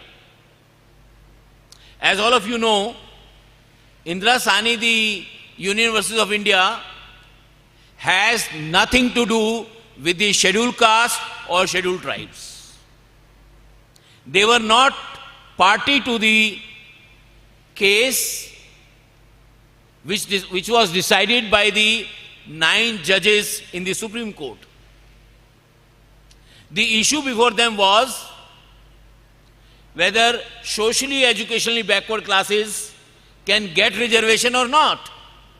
It was not about scheduled caste. It was not about scheduled tribes. It was only about other backward classes or socially educational backward classes. And we expected to be judiciary to be very fair. 9 judges, not 1 judge, not 2 judge, not 5 judge. 9 judges in the Supreme Court deciding whether socially and educationally backward classes get reservation or not. They decided that yes, reservation should be given to other backward classes. But they brought the creamy layer into this judgment. It's okay. But what also they brought in this, they said there can be no promotion in reservation. They brought this to this judgment. The impact of the judgment was, so scheduled caste, scheduled tribe were not party to this Indira Sahni versus Government of India. But when judgment came, judgment affected the scheduled caste and scheduled tribe. May I ask the Supreme Court learned judges, did you ask any organizations or anybody or any person from the scheduled caste and scheduled tribe that okay, we are also discussing the case of the scheduled caste, scheduled tribe, please come and tell us what you want? No. They did not invite any scheduled caste, any scheduled tribe. They did not make scheduled caste, scheduled tribe a party to this judgment. So without hearing the scheduled caste and scheduled tribe, they hang the Dalits, they hang the Adivasi. That is the Supreme Court. The Supreme Court breaking the law of the land. The Supreme Court judges violating the law of natural justice. So this is the Supreme Court in 1990s. So they can decide without hearing Dalits. They can decide about Dalits without hearing Dalits. They can decide about Adivasi without hearing Adivasis. Is it Supreme Court or a panchayat of the upper caste Savarnas in a village? That's my question. We have been raising this issue. There has been no answer whatsoever from anywhere. Because they have no answer for this. They have done grave injustice to the Dalits and Adivasi, and we condemn the Supreme Court for penalizing the Dalit and Adivasi in Mandal Commission judgment. That is the one issue. So I am giving examples. That's the one example where the justice was murdered. Murdered by nobody else but the Supreme Court, by the 9 judges of the Supreme Court. And that murder continues even today. That mockery of the justice continues even today. Now let me share another example. You know, recently, this government of India, the BJP government, brought reservation for economically weaker sections. I am all in favor of the weaker people. As a person belonging to the weaker section and coming from a very poor family, I remember this government did not thought of my poverty. But all of a sudden, this government decided, oh, this country, there are lots of poor Brahmins, poor Thakurs, poor Baniyas. Let us work for them. And within a day, 2 days, they pass a legislation. And what is this legislation? This legislation says, 103rd Amendment, I believe, It says the economically weaker section will be given 10% reservation based on certain criteria of economy.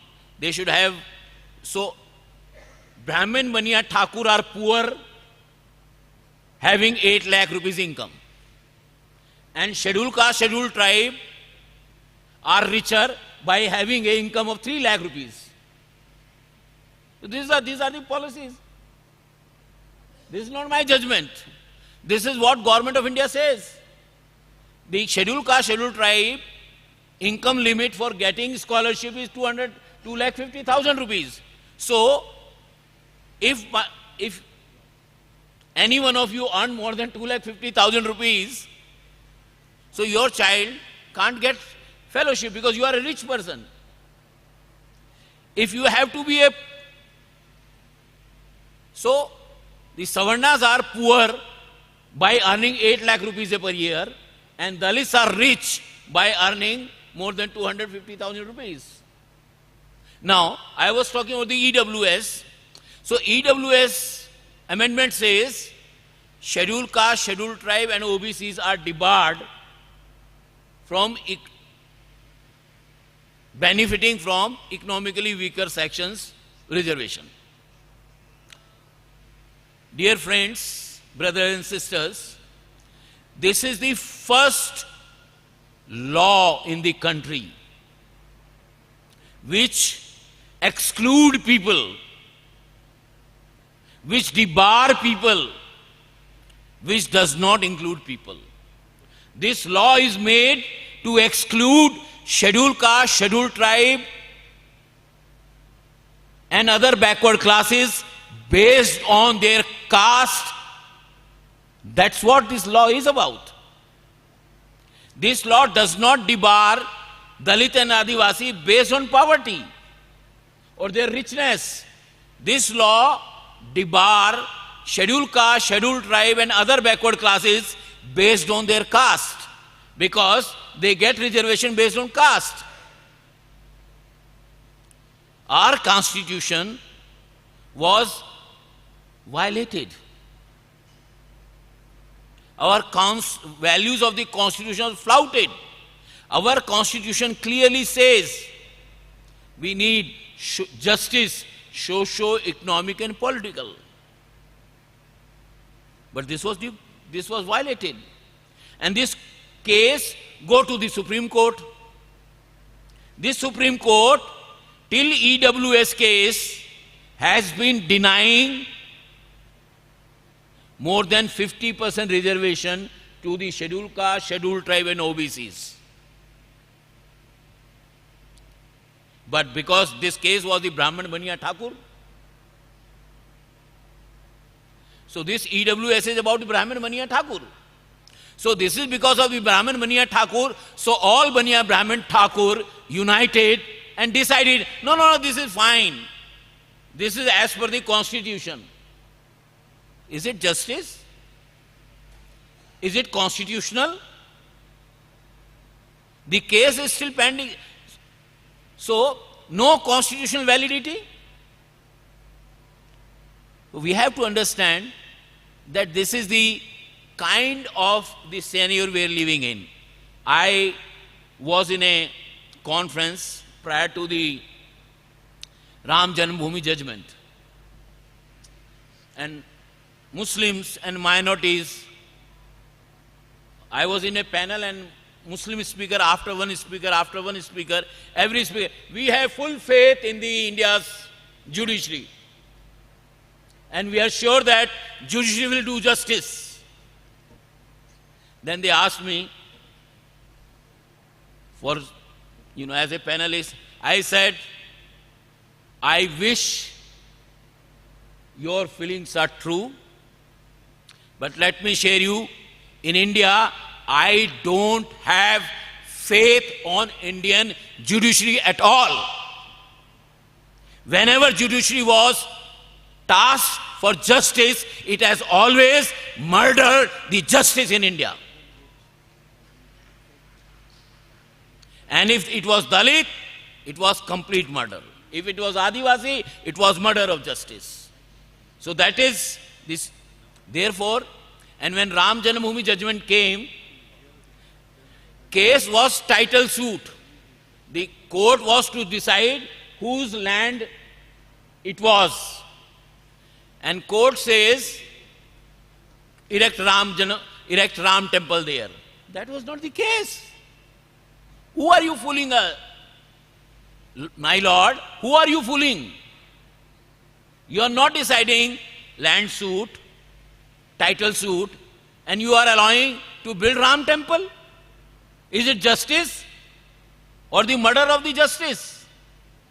So I am telling you, I am all narrating these stories to tell you the 1st August judgment, if you believe that we will win in the court, we are mistaken. This will not be decided by the court. It will be decided by all of us, whether we want our right to be protected, our right to be secured, or we want to hand over our rights to a oligarchy of the Brahmin Baniya Thakurs. That's what we have to learn. And I am sure it's like a story in our Hindi कि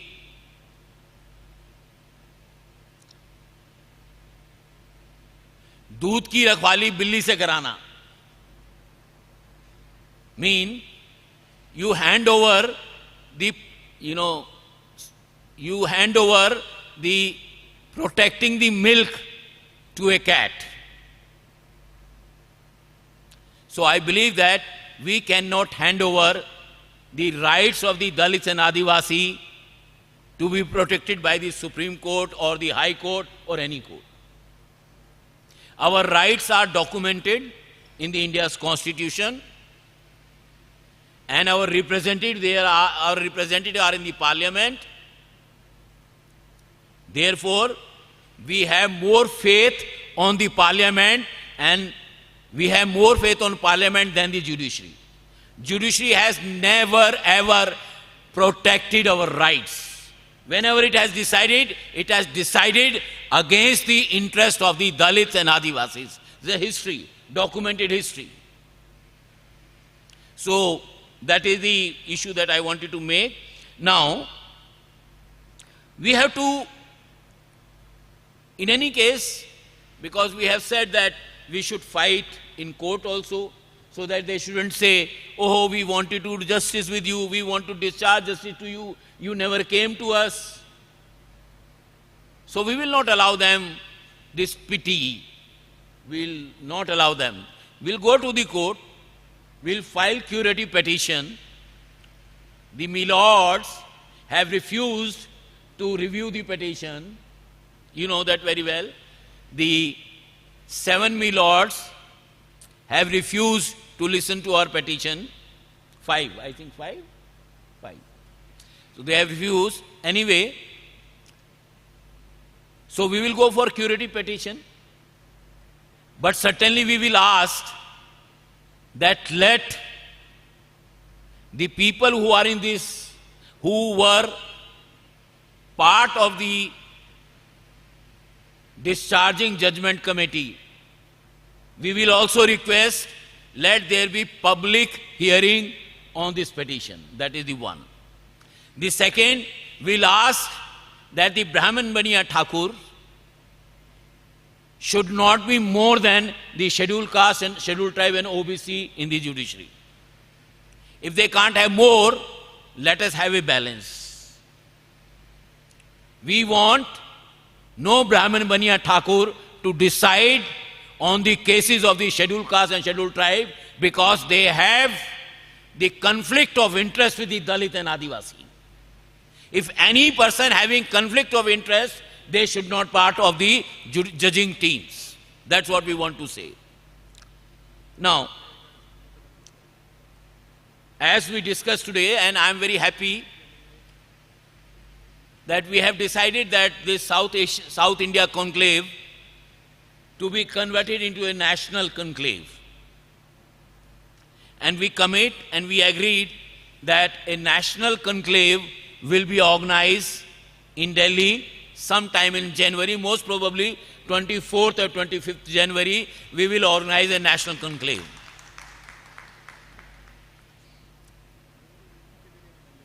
And we will speak loud and clear.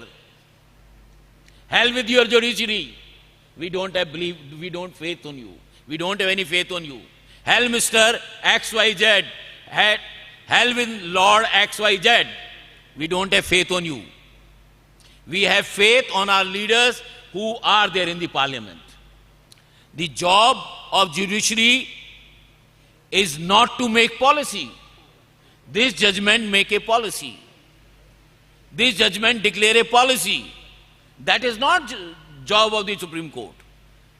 This Supreme Court should not decide. Now, I'll raise another issue. They're asking for subcategorization. And Solicitor General was also in favor of the subcategorization. Government of India was also in favor of subcategorization.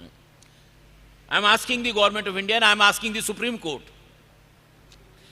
And more, I am asking the Chief Justice of this country. Mr. Chief Justice, tell us the basis, the data which you have, your team of 5 judges studied and decided on subcategorization. We want to have access to those data. You have not shared those data in your judgment.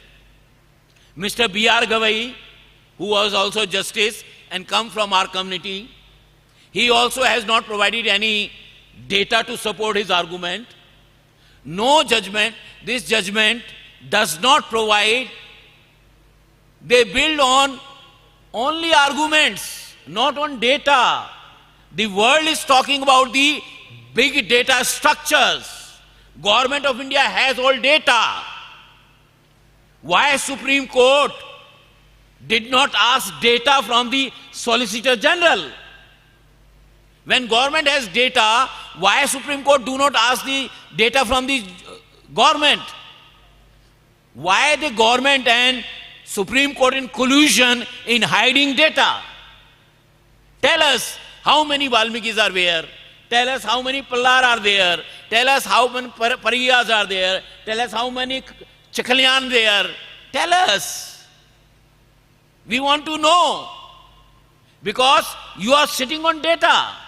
Government of India, Mr. Modi is sitting on data. Jitendra Kumar, Dr. Jitendra Kumar, Minister of DOPT in charge, he is sitting on data of every scheduled caste, scheduled tribe, OBC employees. Why can't tell you how many Yadavs are there? Why can't tell you how many Valmikis are there? Why can't you tell how many Dusads are there? Why can't I tell you how many Parayas are there? Why can't tell you how many Pulayas are there? You have data. Every Pulaya, every Chamar, every Dusad, every Valmiki, every scheduled caste, every scheduled tribe who joins the government or any public sector organization, they give you a caste certificate. If they give you a caste certificate, you have data how many people from which communities are working in the government. Why didn't you supply in the government? Why didn't you supply to the Supreme Court? Why don't you supply to the high courts? Why high court after court, judgment after judgment? Why government is not supplying data to the court? We've asked the government. And because of not supplying to the data, you are murdering the justice by the High Court. You are murdering justice in the Supreme Court. That is our charge to the Government of India, to the courts here. But let me share with you, we will not allow the murder of judiciary to anyone. We will not allow murder of justice to anyone. You may be a Supreme Court judge, fine. You may be a High Court judge, fine. We have no issue. But we cannot, this country cannot allow murder of justice in the high courts and the Supreme Court in respect of the scheduled caste and scheduled tribe. We cannot, as a duty bearer, as a right bearer, we cannot allow murder of our justice there.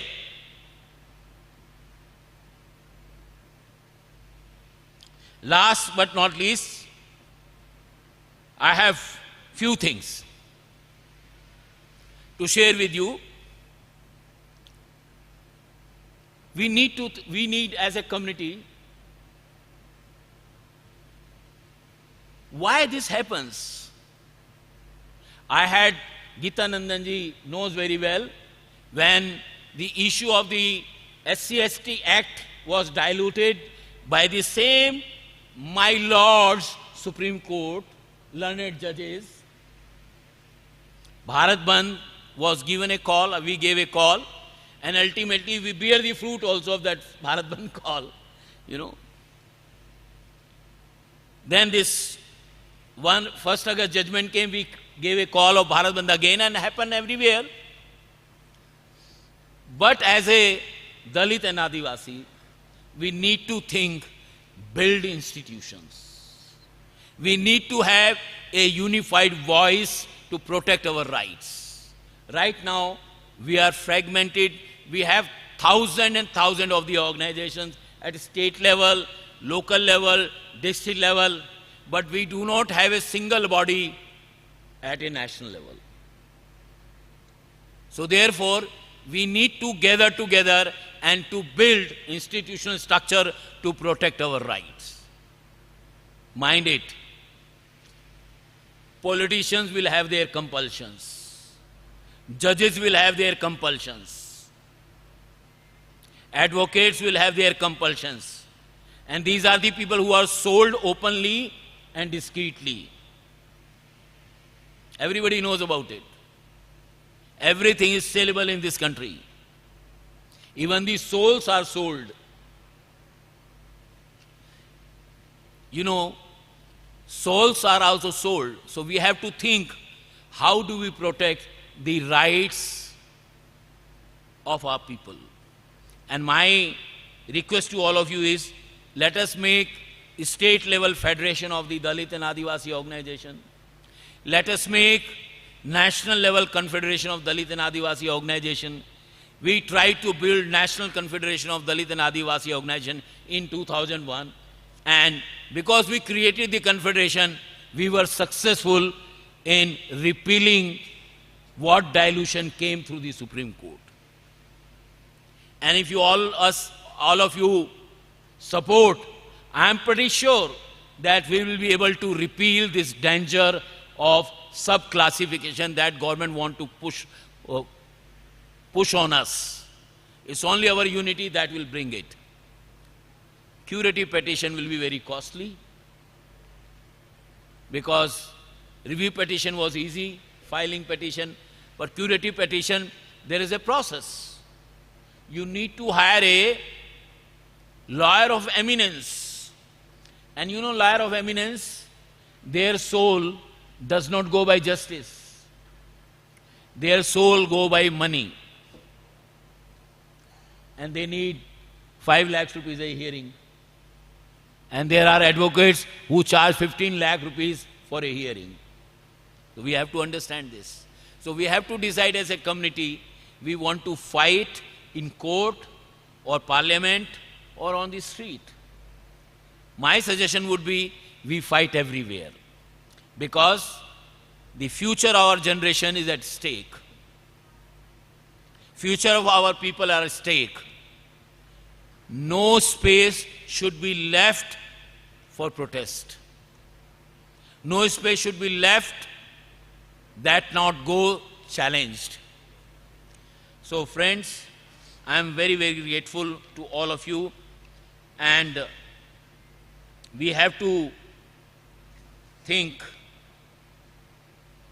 time to mobilize our might, our strength, and just to spell out your strength. I wanted to speak many things, but I have shared data just to tell you a small data things also. The Dalits have 1,195 castes which were enumerated in 2011. How many? 1,195 castes. Out of this 1,195 castes, 461 castes are having population less than 1%. Having less than 1,000, having less than 1,000 in numbers and less than 1%, only 0.06%. Then there are 314 castes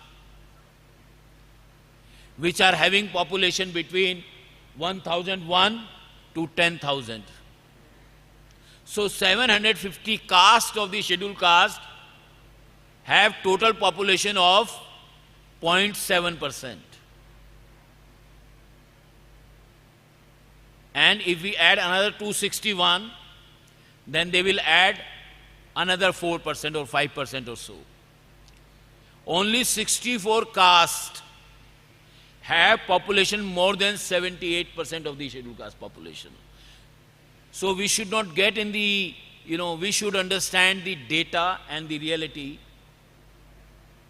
because most of our politicians, political parties, organizations, they do not understand the demography of caste. Therefore, because of lack of this understanding, they always side with the wrong judgment. They side with the wrong notions.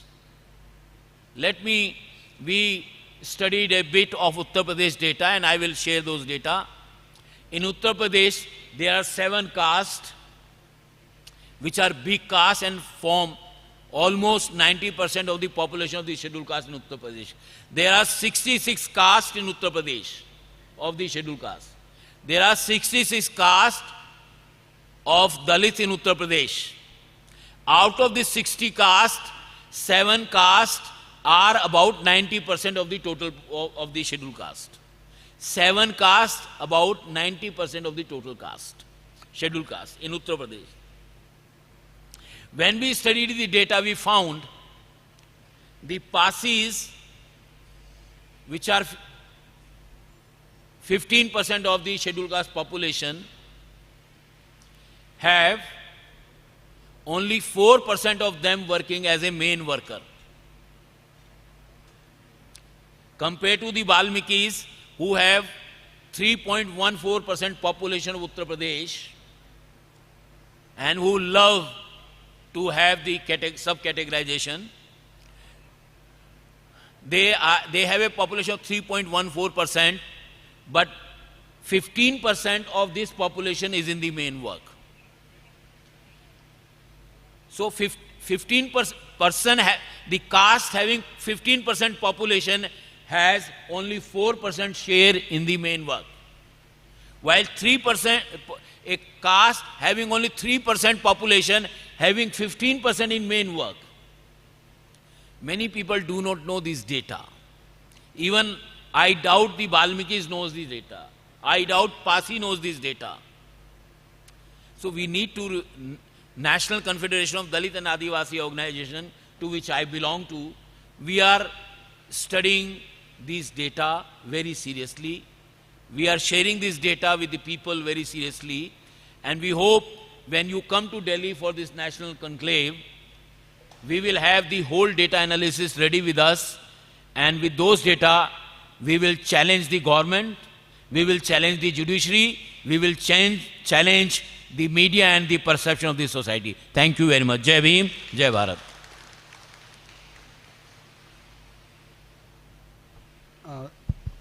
നമസ്കാരം.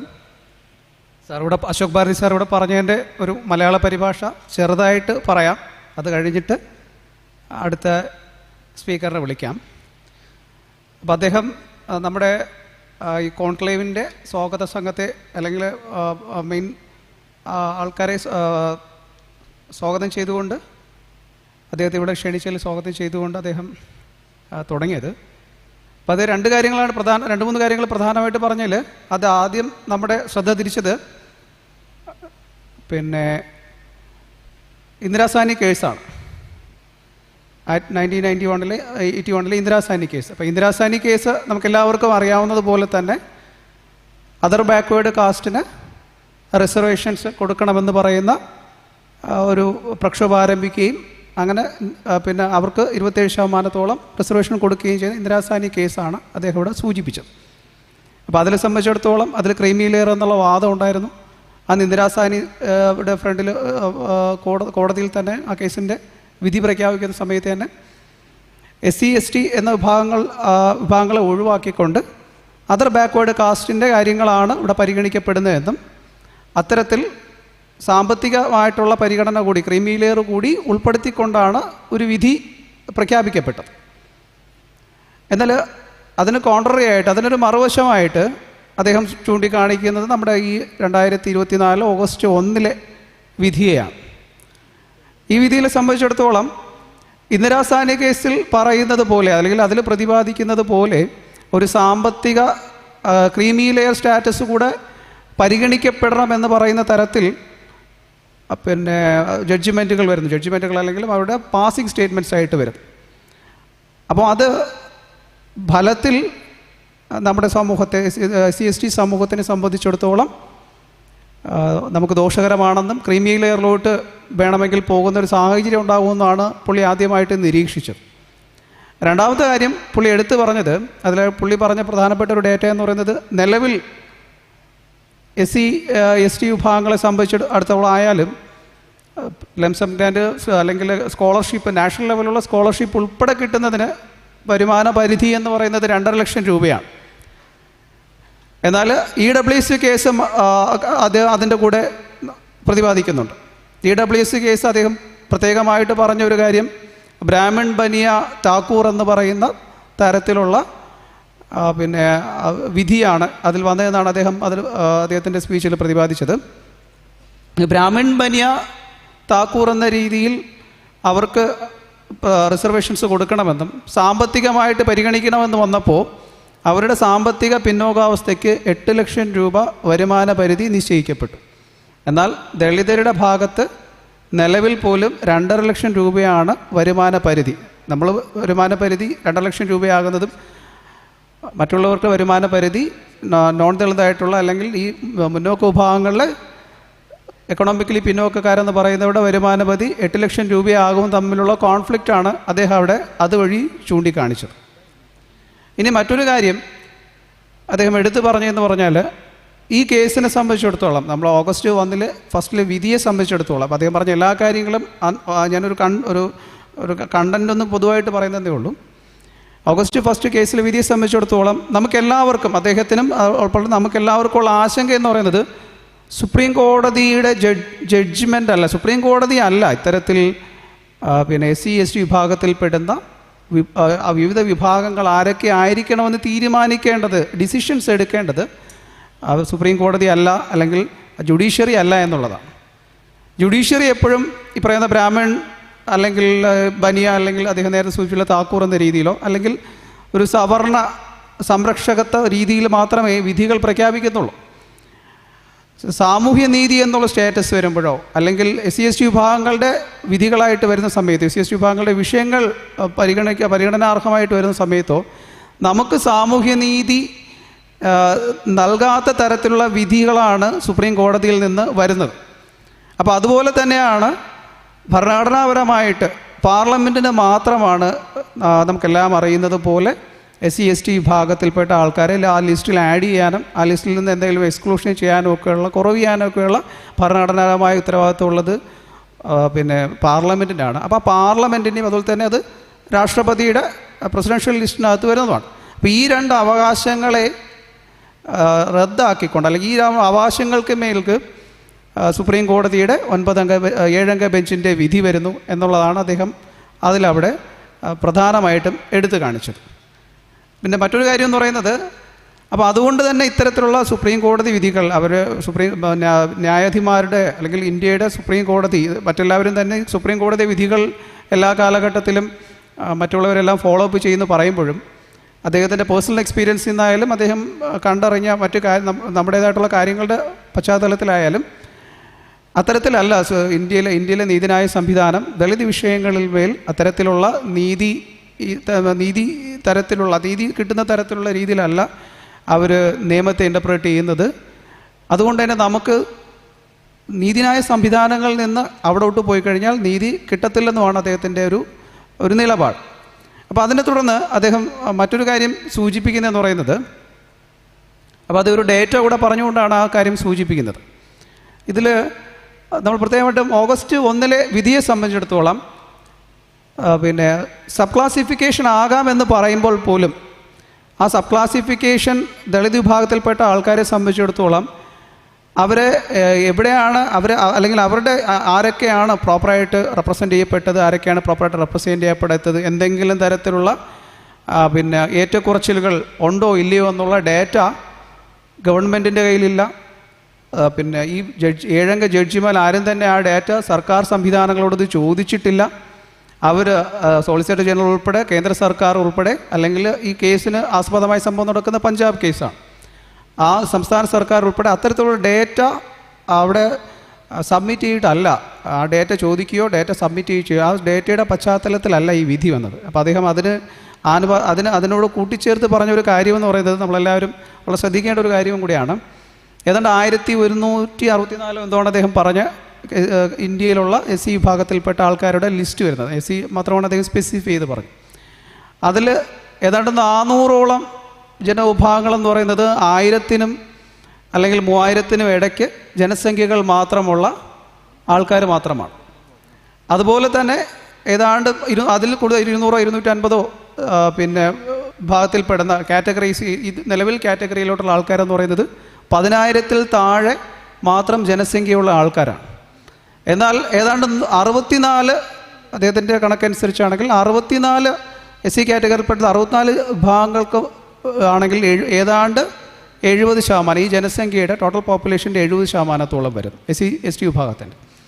അപ്പോൾ ഇത്തരത്തിലൊരു ഡേറ്റയാണ് നമുക്കുള്ളത്, ഇത്തരത്തിലൊരു സാഹചര്യമാണ് നമുക്കുള്ളത്. അപ്പോൾ അതുകൊണ്ട് തന്നെ ആരൊക്കെയാണ് പ്രോപ്പർലി പാർട്ടിസിപ്പേറ്റ് ചെയ്യപ്പെട്ടതെന്നോ ആർക്കൊക്കെയാണ് പ്രാതിനിധ്യം കിട്ടിയിട്ടുണ്ടോ കിട്ടിയിട്ടില്ലേ എന്ന് ഡേറ്റാപരമായിട്ട് വിശകലനം ചെയ്യാതെ സംസ്ഥാന സർക്കാരുകൾക്കോ കേന്ദ്ര സർക്കാരുകൾക്കോ പിന്നെ അല്ലെങ്കിൽ ഈ പറയുന്ന പാർലമെൻറ്റിന് തന്നെ ഫങ്ഷൻ ചെയ്യാൻ പറ്റില്ല എന്നും, അല്ലെങ്കിൽ അത്തരത്തിലൊരു വിധി പറയേണ്ടത്, അത്തരത്തിലൊരു നിയമ സംവിധാനം വരേണ്ടത് അത്തരത്തിലുള്ള ഡേറ്റ പരിശോധിച്ചതിന് ശേഷം നിലവിലെ നിയമം അനുസരിച്ച് പാർലമെൻറ്റ് സംവിധാനങ്ങളിൽ കൂടെ മാത്രമാണ് ആ ഡേറ്റ പരിശോധിക്കപ്പെടേണ്ടതെന്നുമാണ് അദ്ദേഹം ഇവിടെ ചൂണ്ടിക്കാണിച്ചത്. അപ്പോൾ അതോടൊപ്പം തന്നെ അദ്ദേഹം അവസാനമായി പറഞ്ഞ കാര്യമെന്ന് പറയുന്നത്, നമ്മളിതെങ്ങനെയാണ്, ഈ വിഷയം എങ്ങനെയാണ് നമ്മൾ അഡ്രസ്സ് ചെയ്യപ്പെടുന്നത് എന്നുള്ളതാണ് അദ്ദേഹം ചൂണ്ടിക്കാണിച്ചത്. ഇന്ന് ഈ സൗത്ത് ഇന്ത്യൻ കോൺക്ലേവിനെ സംബന്ധിച്ചിടത്തോളം സന്തോഷം പ്രകടിപ്പിച്ച അദ്ദേഹം ഇതുമാതിരി തന്നെ 2007 മുതൽ അവർ നാഷണൽ ലെവലിലുള്ള കോർഡിനേഷൻസ് ദളിത് ആദിവാസി വിഭാഗങ്ങളുമായിട്ട് ബന്ധപ്പെട്ട് ചെയ്തു വരുന്ന ആൾക്കാരാണ്. അപ്പോൾ അതോടൊപ്പം തന്നെ ഈ 2025 നമ്മളിവിടെ ചെയ്ത സൗത്ത് ഇന്ത്യൻ കോൺക്ലേവിനോ പോലെ തന്നെ 2025 ജനുവരിയോടുകൂടി അവസാനത്തോടുകൂടി ഒരു national level conclave SC ST sub ക്ലാസിഫിക്കേഷനുമായിട്ട് ബന്ധപ്പെട്ട് പിന്നെ ഉണ്ടാകണമെന്നാണ് അദ്ദേഹം ഇവിടെ സൂചിപ്പിച്ചത്.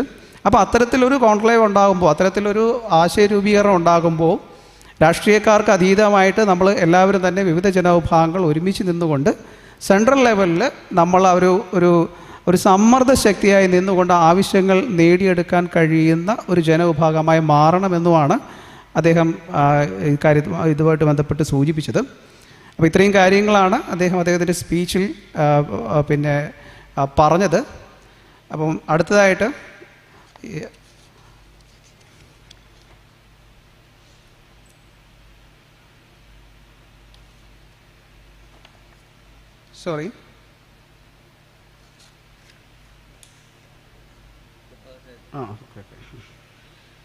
അടുത്തതായിട്ട് ഞാൻ mister Prabhakar Rajendran, is the chairman of NADO, National Coordinator Karnataka.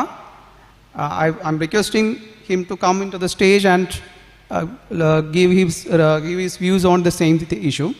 Mister Prabhakar രാജേന്ദ്രൻ്റെ വേദിയിലേക്ക് ക്ഷണിക്കുന്നു ഈ കാര്യത്തിൽ നിങ്ങളുമായിട്ട് അദ്ദേഹത്തിൻ്റെ ഇൻപുട്സ് ഷെയർ ചെയ്യാനായിട്ട്. Thanks.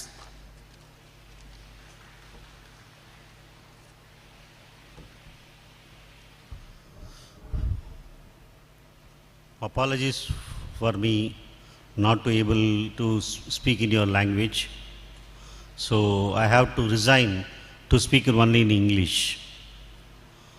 So dignitaries on the stage and the representatives of Dalit organizations and SC/ST organization in Kerala, I want to give my JBM salutation to you all on this historical event of South India conclave of SC/ST organizations on this important danger that we are all facing as pronounced by the Supreme Court on 1st of August 2024.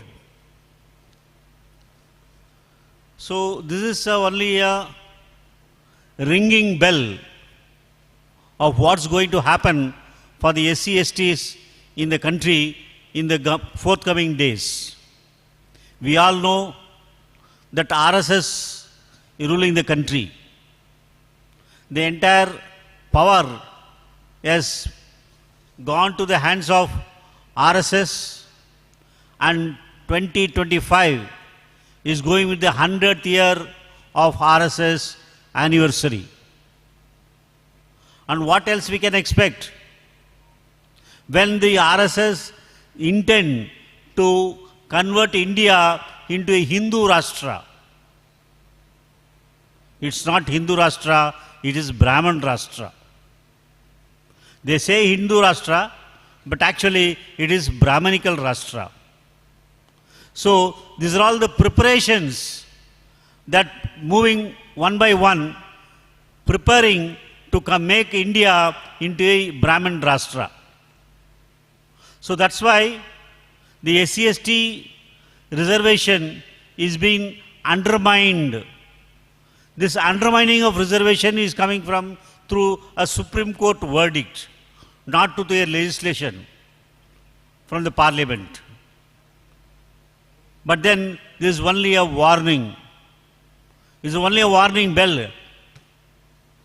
What we are going to expect in the future of this Hindu rule or Brahmin rule in this country today. So we have to be very clear that this is RSS BJP conclave which is pronouncing this status of affair for the scheduled castes and scheduled tribes in future. One is that whenever the scheduled castes and scheduled tribes are asserting themselves in the history of India, whenever there is a culmination or organizing or these communities coming together to make themselves an entity to assert in political power, these jolts, shakings, warnings are given by the Brahmin power. So it is nothing new in the history of India. Whenever the SC/ST communities are asserting themselves into an entity, a political entity coming together, they want to break it by this type of things, undermining our identity, undermining our representation, undermining the reservation or whatever the share we are supposed to get in the country. So it is to assert Dvija powers. Dvijas are people who are born twice. People who are born twice are ruling the country, as Ashok Bharati was telling, Brahmin, Baniya and Thakurs. So they are ruling the country, so they don't want anything missed in their rule by undermining our representation, undermining our stake in the country. So far they are allowing to us to live as slaves, but now they don't want to allow us even to live as slaves.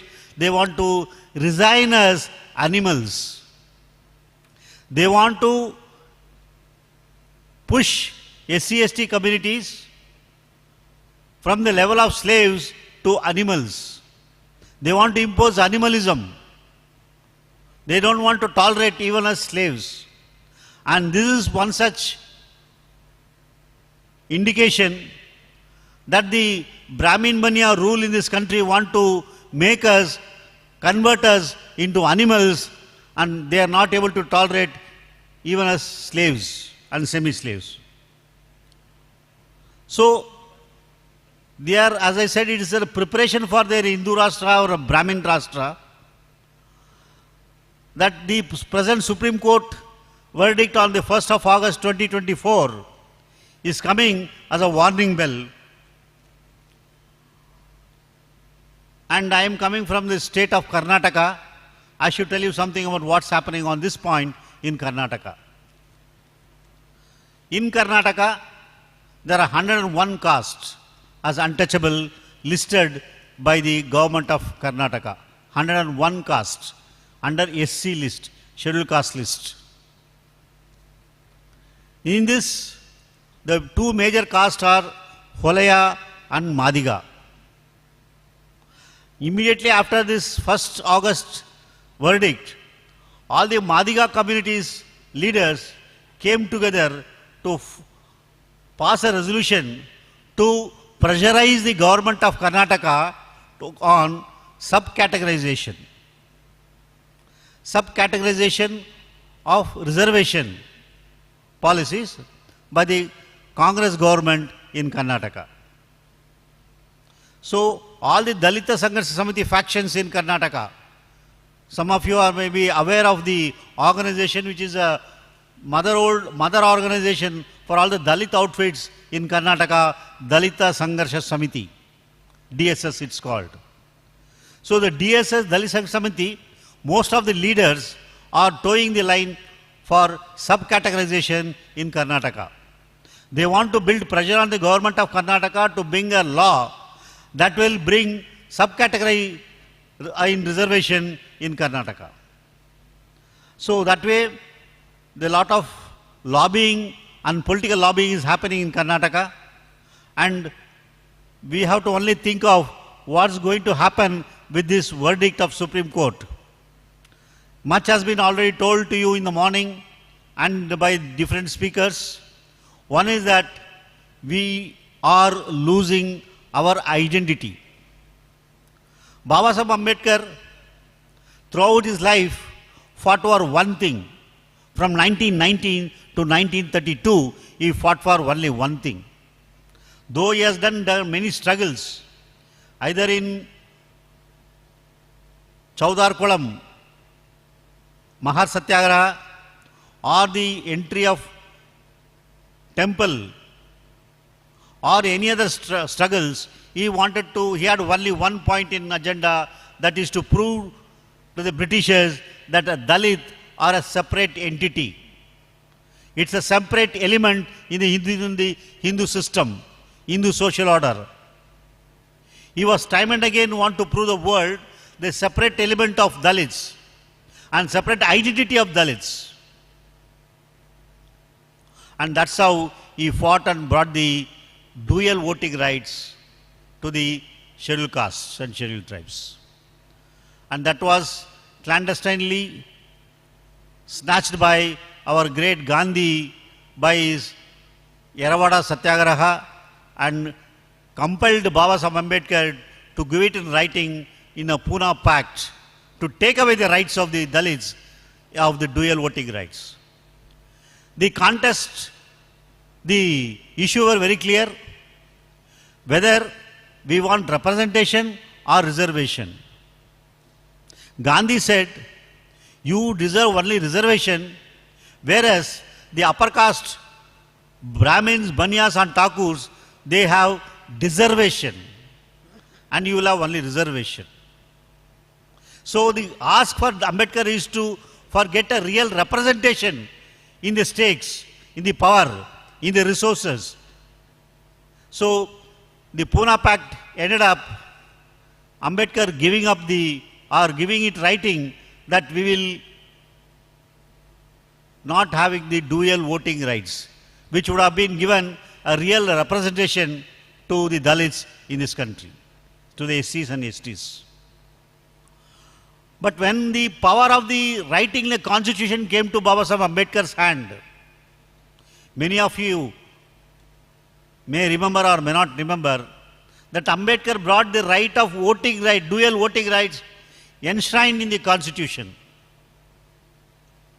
The dual voting rights was given in the Constitution of India when it was promulgated in 1950, Article 330 and Article 331. These are the two articles which gave the power of dual voting rights to Dalits in the Constitution of India. But in 1971, Nehru passed a special amendment to the Constitution and removed this clause of special dual voting rights given to the Constitution by the Constitution to the Dalits, to the SC and STs. So, in that context, it's my opinion that again we have to go for and demand the dual voting rights for SCs and STs. Only that will be a shock treatment given to this political system and bring back the issue of our representation. If we need to be rightly represented in the system, we need dual voting rights. So without dual voting rights, we will not have our due representation in the system. Because even this Supreme Court verdict take away our right to identity and right to representation, our access to resources, access to power, access to representation. That's why I think we should again demand for dual voting rights to bring back as enshrined in the Constitution of India when it was and when it was promulgated in 1950. So we should go for demanding the dual voting rights for Dalits as guaranteed by the Constitution of India and written by Baba Saheb Ambedkar in 1950 when it was promulgated. So I should only congratulate the organizers of this conclave at the South India level, where you have taken the initiative, you have taken the lead in Kerala to show the whole country that how this representation issue is an emergency and urgent issue. And this fire has to take over the entire country in every state, but in many states, especially the government is projecting one thing, that there are some backward castes within the Dalits. Backward scheduled caste communities within the SC communities. And they want to do justice. This is the ploy, conspiracy they are projecting. It is almost like the wolves are crying that the sheep and goats are wetted in the drain. It is a concern of the wolves that the sheep and goats are drained in the rain. So it's very clear that the wolves can never do justice to the goats and sheep. But they are saying the backward communities within the scheduled caste are getting lesser reservation, so the subcategorization and creamy layer be abolished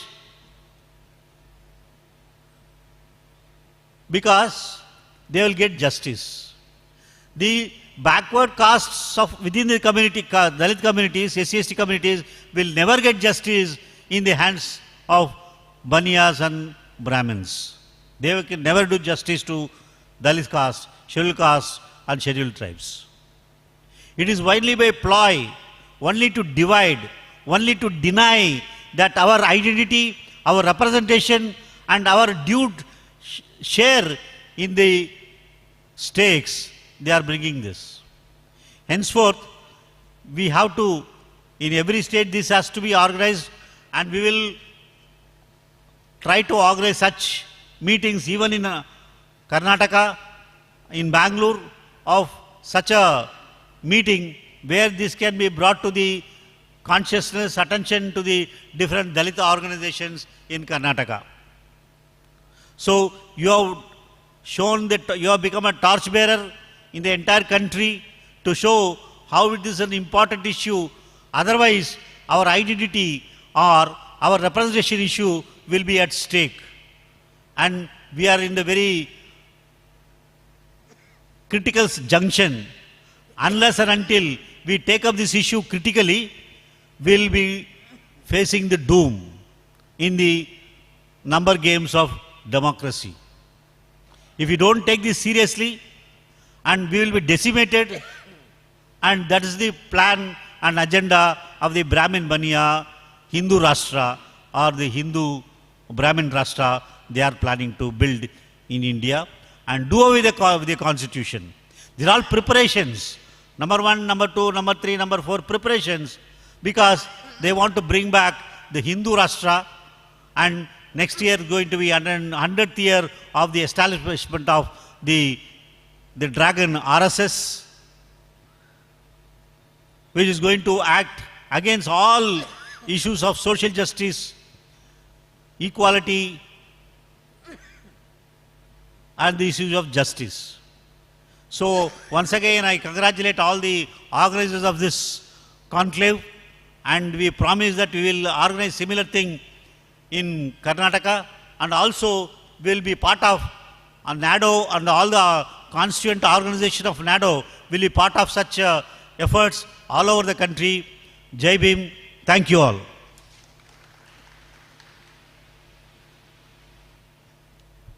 Thanks, sir, for giving us such a speak. അദ്ദേഹം പറഞ്ഞ കാര്യം, അദ്ദേഹം സൂചിപ്പിച്ചത് RSSൻ്റെ അല്ലെങ്കിൽ ഹിന്ദു രാഷ്ട്രത്തിൻ്റെ ഒരു 100ാം വാർഷികത്തിലോട്ടാണ് നമ്മുടെ രാജ്യം അടുത്ത 2025 കടക്കാൻ പോകുന്നു എന്നാണ് അദ്ദേഹം ആദ്യമായിട്ട് നമ്മളുടെ അടുത്ത് പറഞ്ഞത്. അപ്പോൾ അതോടൊപ്പം തന്നെ ആ 100 വർഷ കാലഘട്ടത്തിലായാലും അതിന് മുമ്പേ ആയാലും ഈ നിലവിലെ സാഹചര്യത്തിലായാലും ഹിന്ദുത്വവാദികൾ അല്ലെങ്കിൽ സവർണ സമൂഹം നമ്മളെ കാണുന്നത് ഒരിക്കലും ഒരു ഏതെങ്കിലും അധികാരവർഗത്തിൽപ്പെട്ട ആൾക്കാരായിട്ടല്ല എന്നും പിന്നെ വളരെ നിലവാരത്തിലുള്ള ആൾക്കാരായിട്ടാണ് ലേമാൻസായിട്ടോ അല്ലെങ്കിൽ പിന്നെ ദരിദ്രരായിട്ട് മാത്രമാണ് നമ്മളെ കാണുന്നതെന്നും പൊതുസമൂഹം കാണുന്നത് അവരങ്ങനെയായിട്ട് കാണാനാണ് ആഗ്രഹിക്കുന്നതെന്നുമാണ് അദ്ദേഹം കൂട്ടിച്ചേർത്തത്. അതോടൊപ്പം തന്നെ അതിലും താഴെ മനുഷ്യരല്ലാതെ മൃഗങ്ങളായിട്ട് പോലുമാണ് അവർ നമ്മളെ കണക്കാക്കുന്നതെന്നുമാണ് അദ്ദേഹത്തിൻ്റെ ആദ്യമായിട്ട് അദ്ദേഹം നമ്മുടെ അടുത്ത് സംവദിച്ചത്. അപ്പോൾ അതിനുശേഷം അദ്ദേഹം സ്പെസിഫിക് ആയിട്ട് പറഞ്ഞൊരു കാര്യം എന്ന് പറഞ്ഞാൽ, അദ്ദേഹം വരുന്നത് കർണാടക സ്റ്റേറ്റിൽ നിന്നാണ്.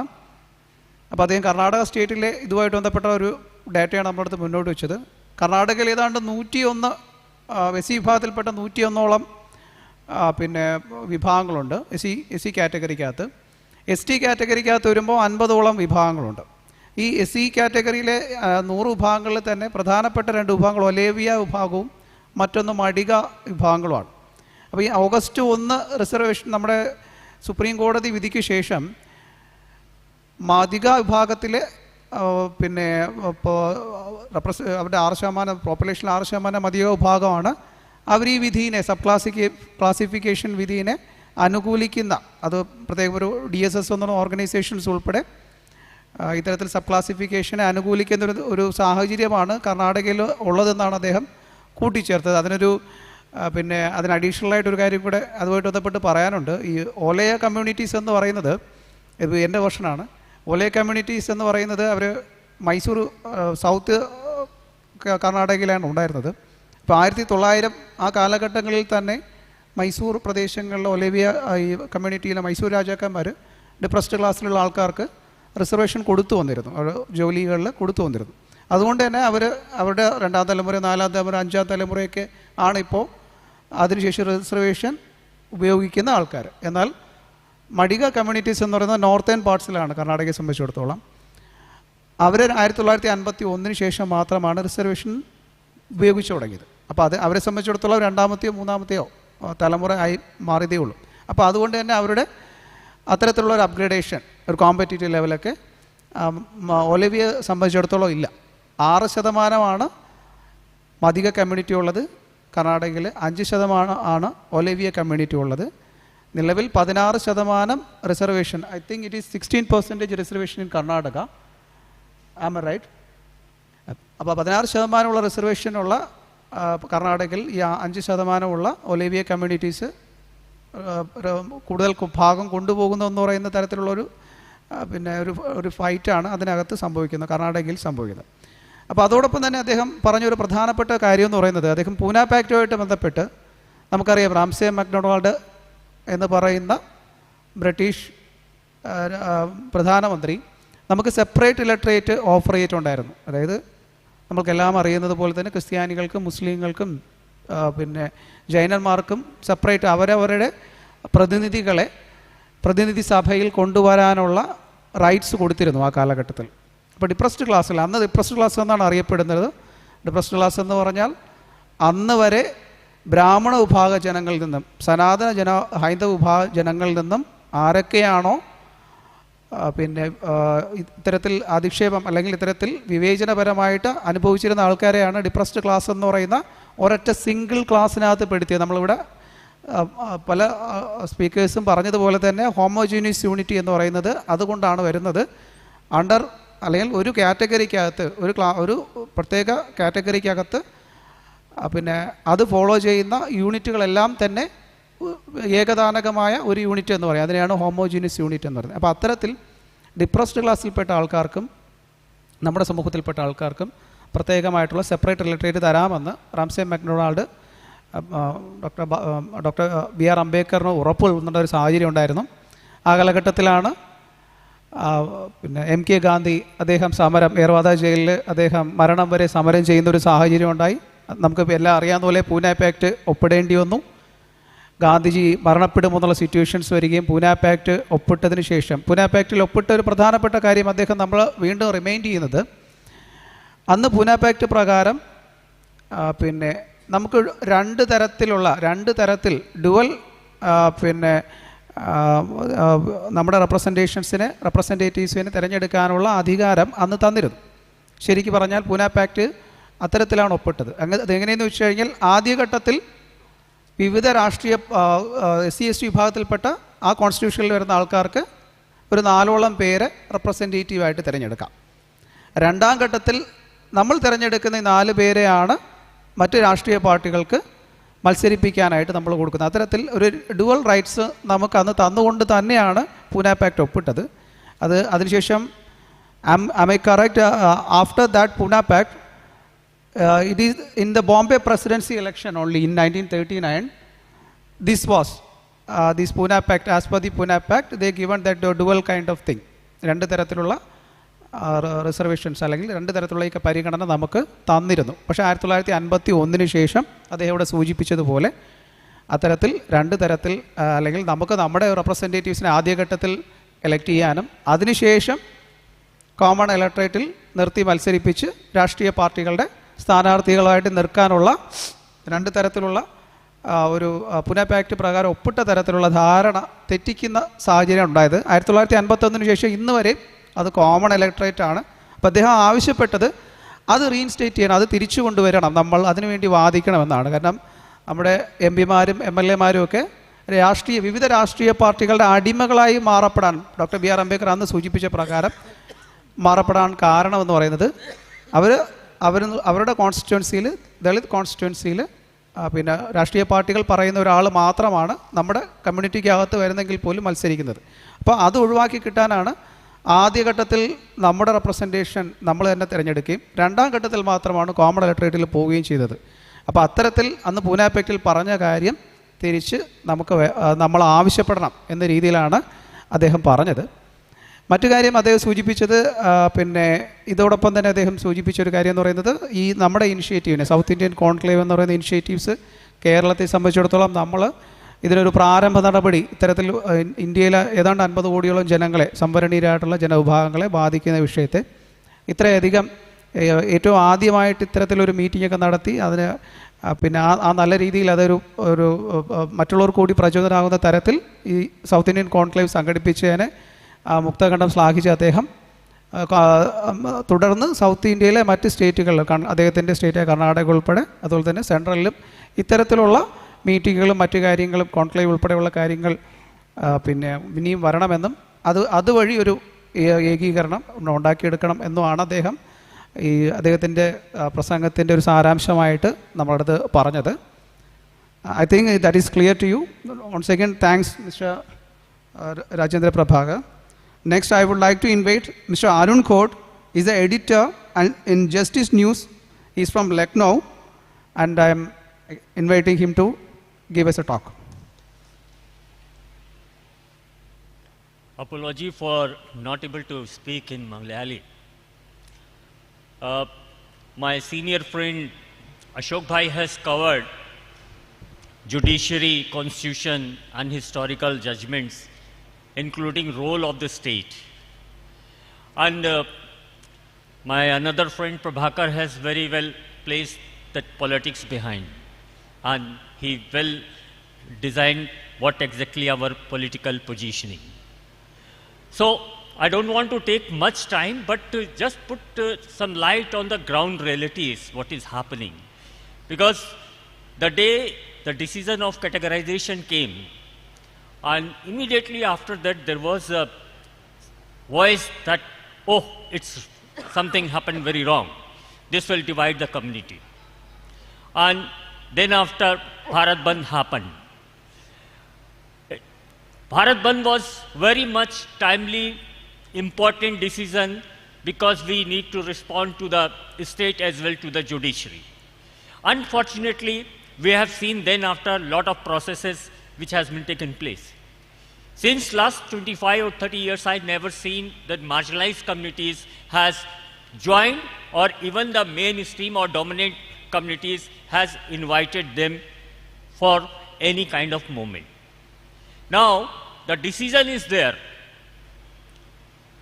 How we will look into that?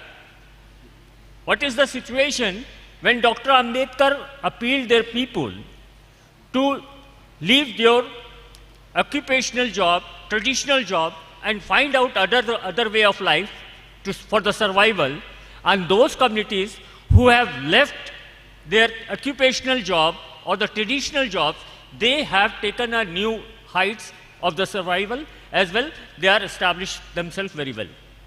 And fortunately, they are in number or in percentage wise, they are definitely dominant numbers. So everything has been worked with them very well, and those communities has been survived. But if you look back into those communities which are marginalized, like I'm from UP, or if you can take up the Hindi belt, around 10 to 12 states, that the marginalized communities are really in number very less. And if you can look all these marginalized community, in most of the cases, that those marginalized communities has never left out their traditional or occupational jobs. So they were not touched the label where they can enjoy the benefits of reservation, number one. Number two, we as a dominant community have also not taken that much attention, that we have not given that much attention to bring them with us and take them up to our label also. Now, when the decision came, I have immediately tried to search if there's any study or research or any documentation of the status of these communities. I found hardly 3-4. One Indian Institute of Management, Ahmedabad. A study was there, a small study, and they said it was a study of around 2016 or 17. And on that study, they said from the Valmiki communities alone, out of total, hardly 2 students are going to the universities from Valmiki communities. There is another study from Rajasthan, where a student, PhD student, has conducted a study, small study again, and they found that the Valmiki communities, the kids of Valmiki community, they can't cross class 8th. Most of the cases, they are leaving their schooling after class 8th. This is the situation. Now, the decision is coming very clearly, it is in front of us. Now, we have to think in this situation how we have to respond. and we have to find out the other options or vikalp to address the real challenge. If we wanted to be together as a community, the state is ready, the political system is ready to divide us. Now, there is a huge, after the Bharat Bandh, since last 15 years, I was very much well connected with many more marginalized communities, particularly Valmiki and Sudarshan communities across the state, particularly the northern belt, Maharashtra, Madhya Pradesh, Chhattisgarh, Uttar Pradesh, Rajasthan, Haryana. I have seen all of those. I never found that level of response from them what happened after this decision. After the Bharat Bandh, every day there is some online meetings happening among them, and even those who were from this community opposing the decision because of the pressure from their own community. Now they are also started to giving favor to the decision. So we have to find out the solutions to bringing the community together, and there are possibilities, because now in journal, if you can talk to the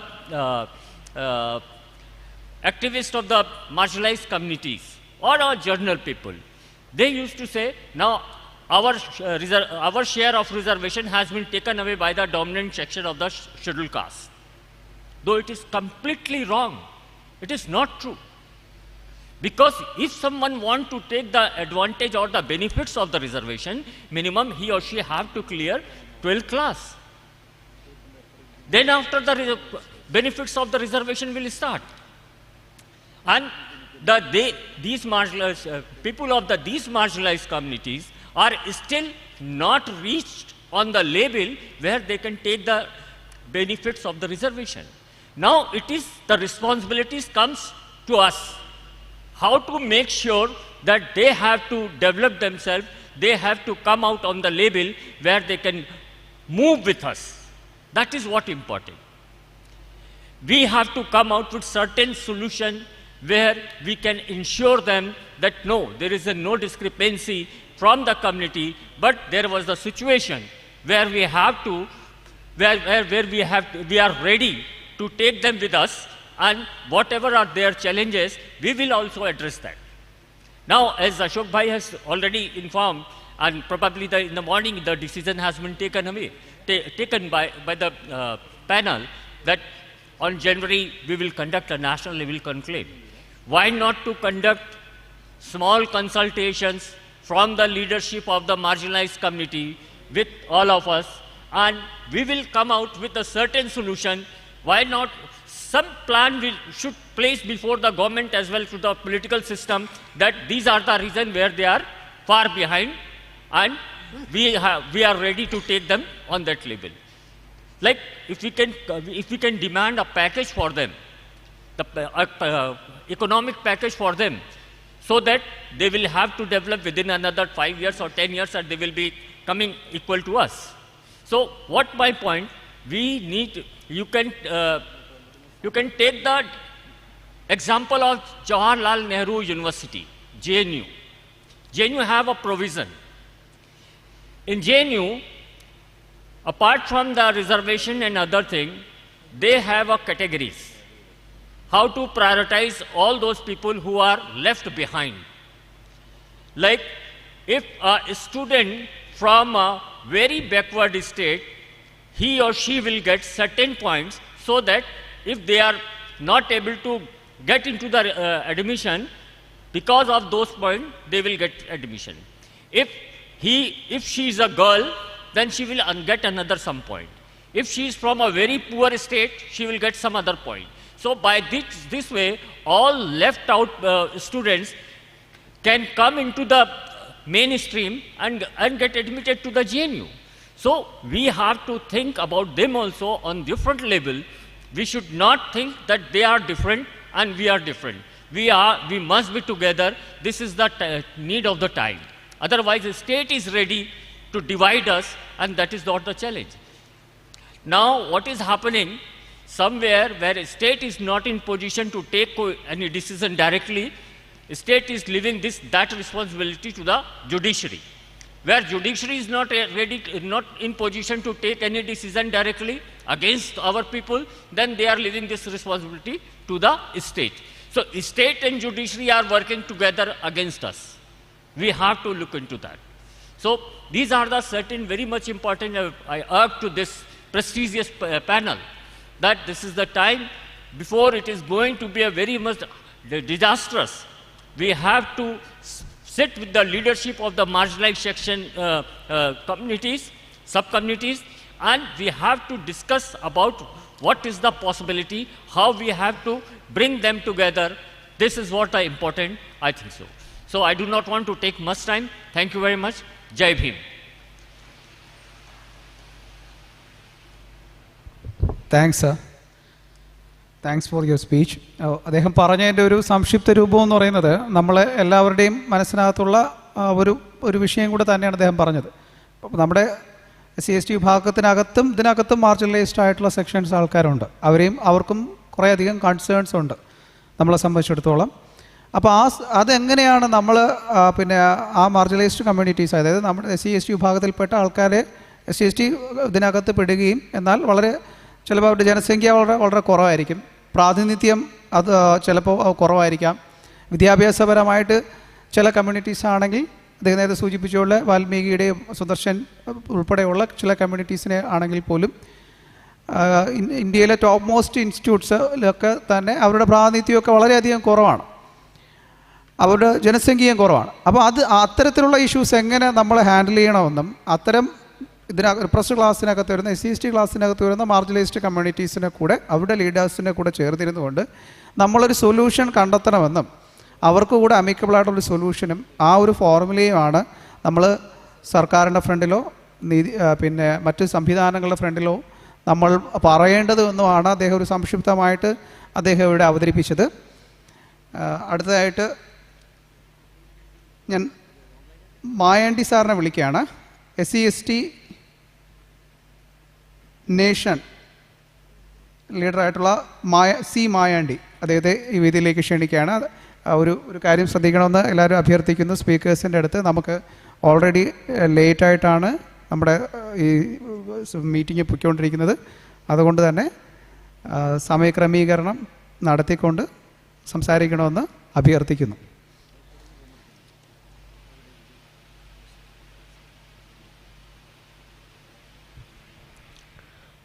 ബഹുമാന്യരെ, പട്ടികജാതിയിൽ തന്നെ ഏറ്റവും പിന്നോക്കം നിൽക്കുന്നവർക്ക് പ്രത്യേക കോട്ട അനുവദിക്കണം എന്ന supreme കോടതി വിധി ഓഗസ്റ്റ് 1, 2024 ഓഗസ്റ്റ് 1 സുപ്രീം കോടതിയുടെ അടിസ്ഥാനത്തിലാണ്, വിധി പ്രകാരമാണ്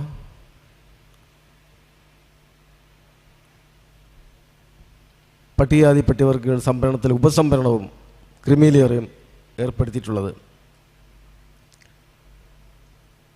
അതുതന്നെ 2004 സുപ്രീം കോടതി വിധി പട്ടിക വിഭാഗത്തിന് സംവരണത്തിൽ ക്രിമിലെയറും ഉപസംവരണവും പാടില്ല എന്നുള്ള വിധിയെ റദ്ദ് ചെയ്തുകൊണ്ടാണ് അത് പറയുന്നത്. മാത്രമല്ല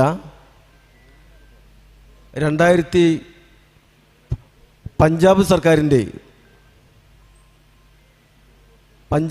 സർക്കാർ പട്ടികജാതി വിഭാഗങ്ങളായിട്ടുള്ള വാൽമീകികൾക്കും മസാബീസിക് വിഭാഗങ്ങൾക്കും സംവരണത്തിൻ്റെ പട്ടികജാതി സംവരണത്തിൽ നിന്ന് തന്നെ 50% ഉപസംവരണം നൽകണമെന്ന വിധത്തിൽ പിന്നോക്ക സംവരണ നിയമത്തിൽ ചട്ടം റദ്ദ് ചെയ്ത്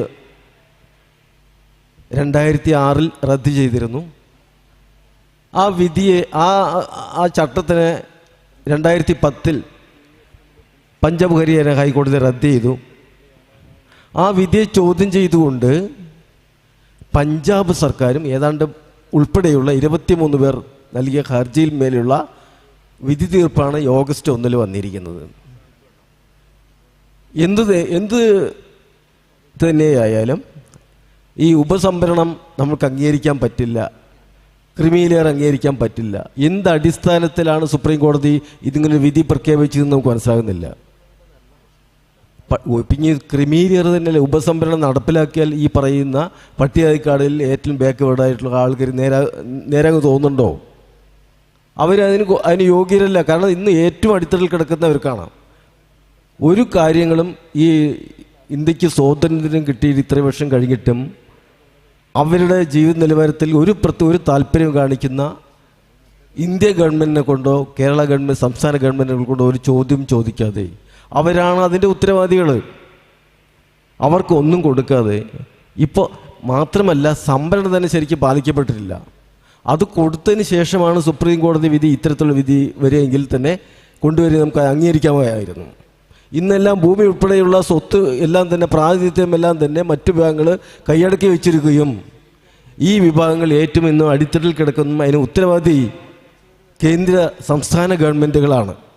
അതുകൊണ്ട് തന്നെ എന്ത് വിധത്തിലായാലും സുപ്രീം കോടതി വിധിയുടെ ഈ സംഘപരിവാർ അജണ്ട നടപ്പിലാക്കുന്ന സവർണ വിധി നമുക്ക് അംഗീകരിക്കാൻ കഴിയില്ല. അതിന് പ്രത്യക്ഷ സമരപരിപാടികൾ തന്നെ ആവിഷ്കരിക്കേണ്ടി വരും. ഈ കേരളത്തിലെ അല്ലെങ്കിൽ ഇന്ത്യയിലെ തന്നെ പട്ടികവർഗ വിഭാഗങ്ങൾ ഈ വിധിയെല്ലാം തന്നെ ഓരോ വിധികൾ വരും അതിനെ തന്നെ അംഗീകരിച്ചു കൊടുക്കുന്ന ഒരു പ്രവണത ഇന്ത്യയിൽ നടന്നു വരുന്നതിൻ്റെ ഏറ്റവും വലിയ ഉദാഹരണമാണിത്. എല്ലാം അംഗീകരിക്കുന്നു. ശക്തമായിട്ടുള്ള പ്രക്ഷോഭങ്ങൾ ആരംഭിച്ച് ഇതുകൊണ്ട് തന്നെ ഇത് നമ്മൾക്ക് ഈ വിധിയെ മറികടക്കണം, അല്ലാതെ പറ്റില്ല. കാരണം എന്തിൻ്റെ അടിസ്ഥാനത്തിലാണെന്ന് ഈ സുപ്രീം കോടതി വിധി ഇങ്ങനെ വന്നു എന്ന് എനിക്കത് ഊഹിച്ചിട്ട് പോലും ഊഹിക്കാൻ പറ്റുന്നില്ല. എന്തെല്ലാം എങ്ങനെയായാലും തന്നെ ഒരു ശക്തമായിട്ടുള്ള നിയമ നടപടികളും ഒപ്പം തന്നെ ശക്തമായിട്ടുള്ള പ്രക്ഷോഭങ്ങളും ഇന്ത്യയിൽ വരേണ്ടി വരും. ഈ വിധി നടപ്പിലാക്കിയാൽ തീർച്ചയായിട്ടും ഇവിടെ വരാൻ പോകുന്നത് ഇവിടെ ഏറ്റവും പിന്നോക്കം പോലെ പട്ടികവർഗങ്ങളും മറ്റ് വിഭാഗങ്ങളും തമ്മിലുള്ള ഒരു യുദ്ധം ഇവിടെ തീർച്ചയായിട്ടും നടക്കും. കാരണം സംസ്ഥാനങ്ങൾക്ക് ഈ ലിസ്റ്റ് കൈകാര്യം ചെയ്യാനുള്ള അധികാരം പാർലമെൻറ്റിനുള്ള അധികാരം റദ്ദ് ചെയ്തുകൊണ്ട് സംസ്ഥാനങ്ങൾക്ക് വിട്ടുകൊടുത്തു. ഇപ്പം നേരത്തെ ഇവിടെ പറഞ്ഞ മാതിരി നാളെ പട്ടികജാതി ലിസ്റ്റിൽ ഇവിടെ ഏറ്റവും അടിസ്ഥാന വിഭാഗങ്ങളായ ചെറുമനും പറയനും പുലയനും ചിലപ്പോൾ പുറത്തു പോകും. പിണറായി വിജയൻ തന്നെ പറഞ്ഞു പട്ടികജാതിക്കാർക്ക് സംവരണം കൊടുക്കാൻ ഞങ്ങൾക്ക് വലിയ താല്പര്യമില്ല നിയമസഭയിൽ പറഞ്ഞു. അവരുടെ ലിസ്റ്റ് കിട്ടാൻ വന്നു. പട്ടികജാതികൾക്ക് സംവരണം കൊടുക്കുന്നതിൽ ഞങ്ങൾക്ക് വലിയ താല്പര്യമില്ലാമെന്ന് വളരെ നിയമസഭയിൽ സ്പഷ്ടമായിട്ട് പറഞ്ഞു. അയാൾക്കൊന്നും നിയമസഭയിൽ മുഖ്യമന്ത്രിയെ ഇരിക്കാനുള്ള അധികാരമില്ല. ഭരണഘടനാ വിരുദ്ധമാണ് അദ്ദേഹം പ്രഖ്യാപിച്ചത്. അതുപോട്ടെ ഒരു വശം. അവരുടെ കയ്യിലാണ് നാളെ ഈ സംഭവം കിട്ടുന്നത്.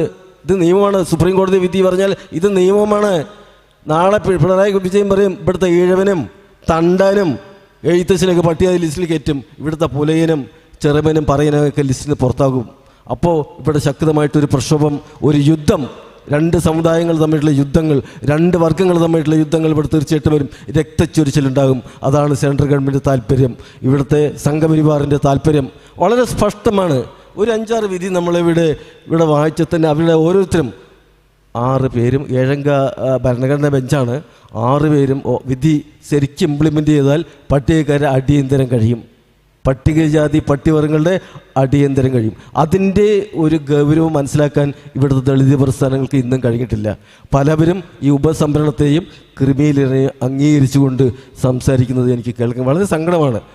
അത് വളരെ ഇതാണ്. പക്ഷേ നാളെ അതിനുള്ളൊരു സാഹചര്യം ഇവിടെ എഴുത്തിയിടലാണ് ഈ സംഘപരിവാർ ചെയ്തിരിക്കുന്നത്.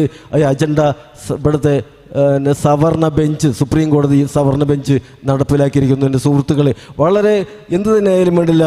ഇനിയിപ്പോൾ ഇവിടെ ഏത് തരത്തിൽ ഇവിടെ നമ്മൾ തീരുമാനങ്ങൾ എടുത്താൻ കഴിയില്ല. ഇതിന് ശക്തമായിട്ടുള്ള പ്രക്ഷോഭങ്ങളിലല്ലാതെ ഇത് നമുക്ക് ഈ സുപ്രീം കോടതി വിധി മറികടക്കാൻ കഴിയില്ല. എന്ത് തെമ്മാടിത്തരമാണ്, എന്ത് അജണ്ടയുടെ അടിസ്ഥാനത്തിലാണ് സുപ്രീം കോടതി ഈ വിധി വന്നിരിക്കുന്നത് എനിക്ക് മനസ്സിലാകുന്നില്ല. പട്ടികക്കാരുടെ സ്ഥിതി എന്താണ്? ഇപ്പോൾ നമ്മൾ ഓരോ ഭാഗത്ത് ചെന്നാലും പറയൻ്റെയും പുലയൻ്റെയും ചെറുമൻ്റെയും മണ്ണാൻ്റെയൊക്കെ സ്ഥിതി എന്താണ്? ഭൂമിയെല്ലാം ഈഴവൻ്റെയും മറ്റ് പിന്നോക്കക്കാരുടെയും മറ്റ് സവർണൻ്റെ കയ്യിലാണ്. സംവരണം തന്നെ പൂർണ്ണമായിട്ട് നടപ്പിലാക്കിയിട്ടില്ല. ഏതാണ്ട് കുറച്ച് ആളുകൾ സംവരണത്തിൽ കയറിയിട്ടുണ്ട്. അവരുടെ ഒരു ആദ്യത്തെ തലമുറയ്ക്ക് മാത്രം സംവരണം കൊടുത്താൽ മതി. ഒരു വിധി ഒരു ജഡ്ജി പ്രസ്താവിച്ചിരിക്കുകയാണ്, പട്ടികജാതി സംവരണം കൊടുക്കുമ്പോൾ അവരുടെ ആദ്യത്തെ തലമുറയ്ക്ക് മാത്രം കൊടുത്താൽ മതി, ബാക്കിയുള്ളവർക്കൊന്നും കൊടുക്കണ്ട, അവർക്കും ജീവിക്കണ്ടേ. ഇവിടെ EWS മുന്നോക്ക സംവരണം നടപ്പിലാക്കുന്നുണ്ട്, അതിലങ്ങനെ പറയുന്നുണ്ടോ?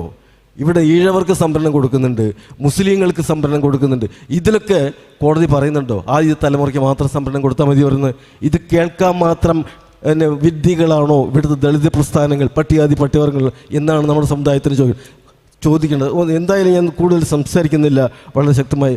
ഇനിയും കുറേ വിധികൾ ഇവിടെ വരും. ഇവിടെ പട്ടികവർഗ പീഡന നിരോധന നിയമം കൊണ്ടുവന്നു, അതിനെ റദ്ദ് ചെയ്തു. എന്തിൻ്റെ അടിസ്ഥാനത്തിലാണ് അത് റദ്ദ് ചെയ്തത്? അതേമാതിരി ഓരോ സംഘപരിവാറിൻ്റെ അജണ്ടകൾ അവരിവിടെ കോടതിക്ക് കൊടുക്കും, അത് സവർണ ബെഞ്ച് നടപ്പിലാക്കും. അതെല്ലാം അതൊക്കെല്ലാം ഇവിടെ ദളിത് പ്രസ്ഥാനങ്ങളും പട്ടികവർഗങ്ങളും അംഗീകരിക്കുന്ന ഒരു പ്രവണതയുടെ അടിസ്ഥാനത്തിലാണ് ഇത്രത്തോളം നിയമങ്ങൾ നമ്മൾ കെട്ടിവെക്കുന്നത്. ഏതായാലും എന്ത് തീരുമാനത്തിലായാലും വേണ്ടില്ല, ഒരു ശക്തമായിട്ട് പ്രക്ഷോഭങ്ങൾക്ക് ഇതിന് നേതൃത്വങ്ങൾ രൂപം കൊടുക്കാതെ, നടപടി വരാതെ ഒരിക്കലും തടഞ്ഞു നിർത്താൻ കഴിയില്ല എന്ന് മാത്രം പറഞ്ഞുകൊണ്ട് ഞാൻ എൻ്റെ വാക്കുകൾ ഉപസംഹരിക്കും.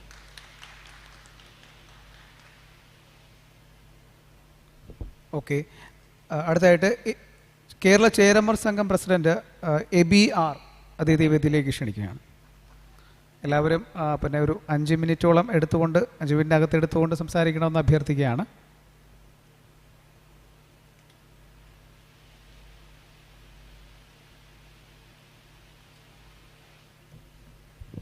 പ്രിയമുള്ള സഹോദരങ്ങളെ, നമ്മളിന്ന് കോടതി വിധിയുമായി ബന്ധപ്പെട്ട് ഈ കോൺക്ലേവിൽ അതിനെ അനുകൂലിക്കുന്നതും പ്രതികൂലിക്കുന്നതുമായ 2 ചർച്ചകൾ കേരളത്തിൽ ഉയർന്നു വന്നിട്ടുണ്ട്. കേരള ചേരമർ സംഘത്തെ സംബന്ധിച്ചിടത്തോളം ഈ വിധിയിൽ ഉന്നയിക്കപ്പെടുന്ന ഏറ്റവും ദുർബലരായിട്ടുള്ള വിഭാഗങ്ങളുടെ പ്രാതിനിധ്യത്തെ സംബന്ധിച്ച് കൃത്യമായൊരു സൊല്യൂഷൻ ഉണ്ടാക്കുക എന്നുള്ളത് പ്രധാനപ്പെട്ട ഒരു ഘടകമായിട്ടാണ് കാണുന്നത്. ഈ വിഭാഗങ്ങളെ വ്യത്യസ്ത തരത്തിൽ വേർതിരിച്ചുകൊണ്ടല്ല, ഭരണഘടനാപരമായി ഒന്നായി നിർത്തിക്കൊണ്ട് തന്നെ പ്രാതിനിധ്യമില്ലാത്ത വിഭാഗങ്ങളെ അവരുടെ പ്രാന്തത്തിലേക്ക് എത്തിച്ചേർക്കാൻ വേണ്ടിയുള്ള ഭരണഘടനാപരമായ രീതിയിൽ അത് കൈകാര്യം ചെയ്യുക എന്നുള്ളതാണ് ശരിയായ ഭരണഘടനാപരമായ ഒരു രീതി എന്നാണ് ഞങ്ങളുടെ പക്ഷം. ഇതിലൊന്ന്, ഞങ്ങൾക്ക് വിധിയുമായി ബന്ധപ്പെട്ട് അതിൻ്റെ പ്രശ്നം രാഷ്ട്രീയമായി തന്നെയാണ് ഈ വിധി വെളിയിൽ വന്നിട്ടുള്ളതെന്നാണ് ഞങ്ങളുടെ ഒരു വിലയിരുത്തൽ. അപ്പം അതിൻ്റെ അടിസ്ഥാനത്തിൽ ഭരണഘടനയുടെ 341 342ൻ്റെയും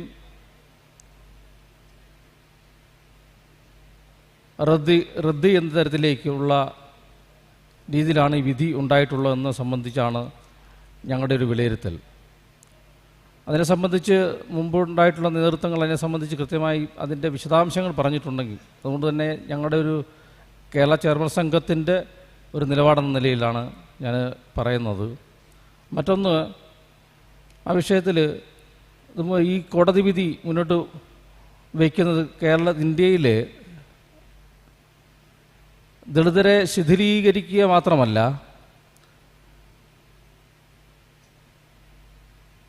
ബ്രാഹ്മണ്യത്തിനെതിരായിട്ടുള്ള സവർണ വിഭാഗങ്ങളുടെ സവർണാധിപത്യത്തിനെതിരായിട്ടുള്ള പോരാട്ടത്തെ അതിനെ ദുർബലപ്പെടുത്തിക്കൊണ്ട് ഇന്ത്യയിൽ ഫാസിസ്റ്റ് ശക്തികൾക്ക് അവരുടെ ശക്തമായി തുടരാൻ കഴിയുന്ന ഒരു സാഹചര്യത്തെ സൃഷ്ടിക്കുന്നതിൻ്റെ ഭാഗമായിട്ടാണ് ഈ ഇത്തരത്തിലുള്ളൊരു വിധി രാഷ്ട്രീയമായി അതിന് പിന്നിൽ ഉണ്ട് എന്നാണ് ഞങ്ങൾ കരുതുന്നത്. അതുകൊണ്ട് അതിനെ ആ തരത്തിൽ കാണണം എന്നുള്ളതാണ്. മറ്റൊന്ന്, നമുക്കറിയാം 36 പൂന പാക്റ്റ് സംബന്ധിച്ചറിയാം. പൂന പാക്റ്റിലൂടെ അംബേദ്കർ മുന്നോട്ട് വച്ചിട്ടുള്ള സാമൂഹ്യനീതിയുടെ ദർശനത്തെ തകർത്തുകൊണ്ടാണ്, അല്ലെങ്കിൽ അത്തരം ഒരു ഭയത്തെ തകർത്തുകൊണ്ടാണ് പൂന പാക്ട് നിലവിൽ വരുന്നത്. ഇന്ന് നിലനിൽക്കുന്ന ഭരണഘടനാപരമായി പട്ടികജാതി ജനവിഭാഗങ്ങൾക്ക് ലഭിച്ചുകൊണ്ടിരിക്കുന്ന ഇത്തരം അവകാശങ്ങളെ യഥാർത്ഥത്തിൽ പൂന പാക്ടിന് തുല്യമായി തന്നെയാണ് ഈ കോടതി വിധി എന്ന നിലയിൽ കോടതി വിധിയിലൂടെ നിയമപരമായി ഈ വിഭാഗങ്ങൾക്ക് മേൽ അടിച്ചേൽപ്പിക്കുന്ന വളരെ ശക്തമായ രാഷ്ട്രീയ തീരുമാനത്തിൻ്റെ അടിസ്ഥാനത്തിലാണെന്നും ഞങ്ങൾ വിലയിരുത്തുകയാണ്.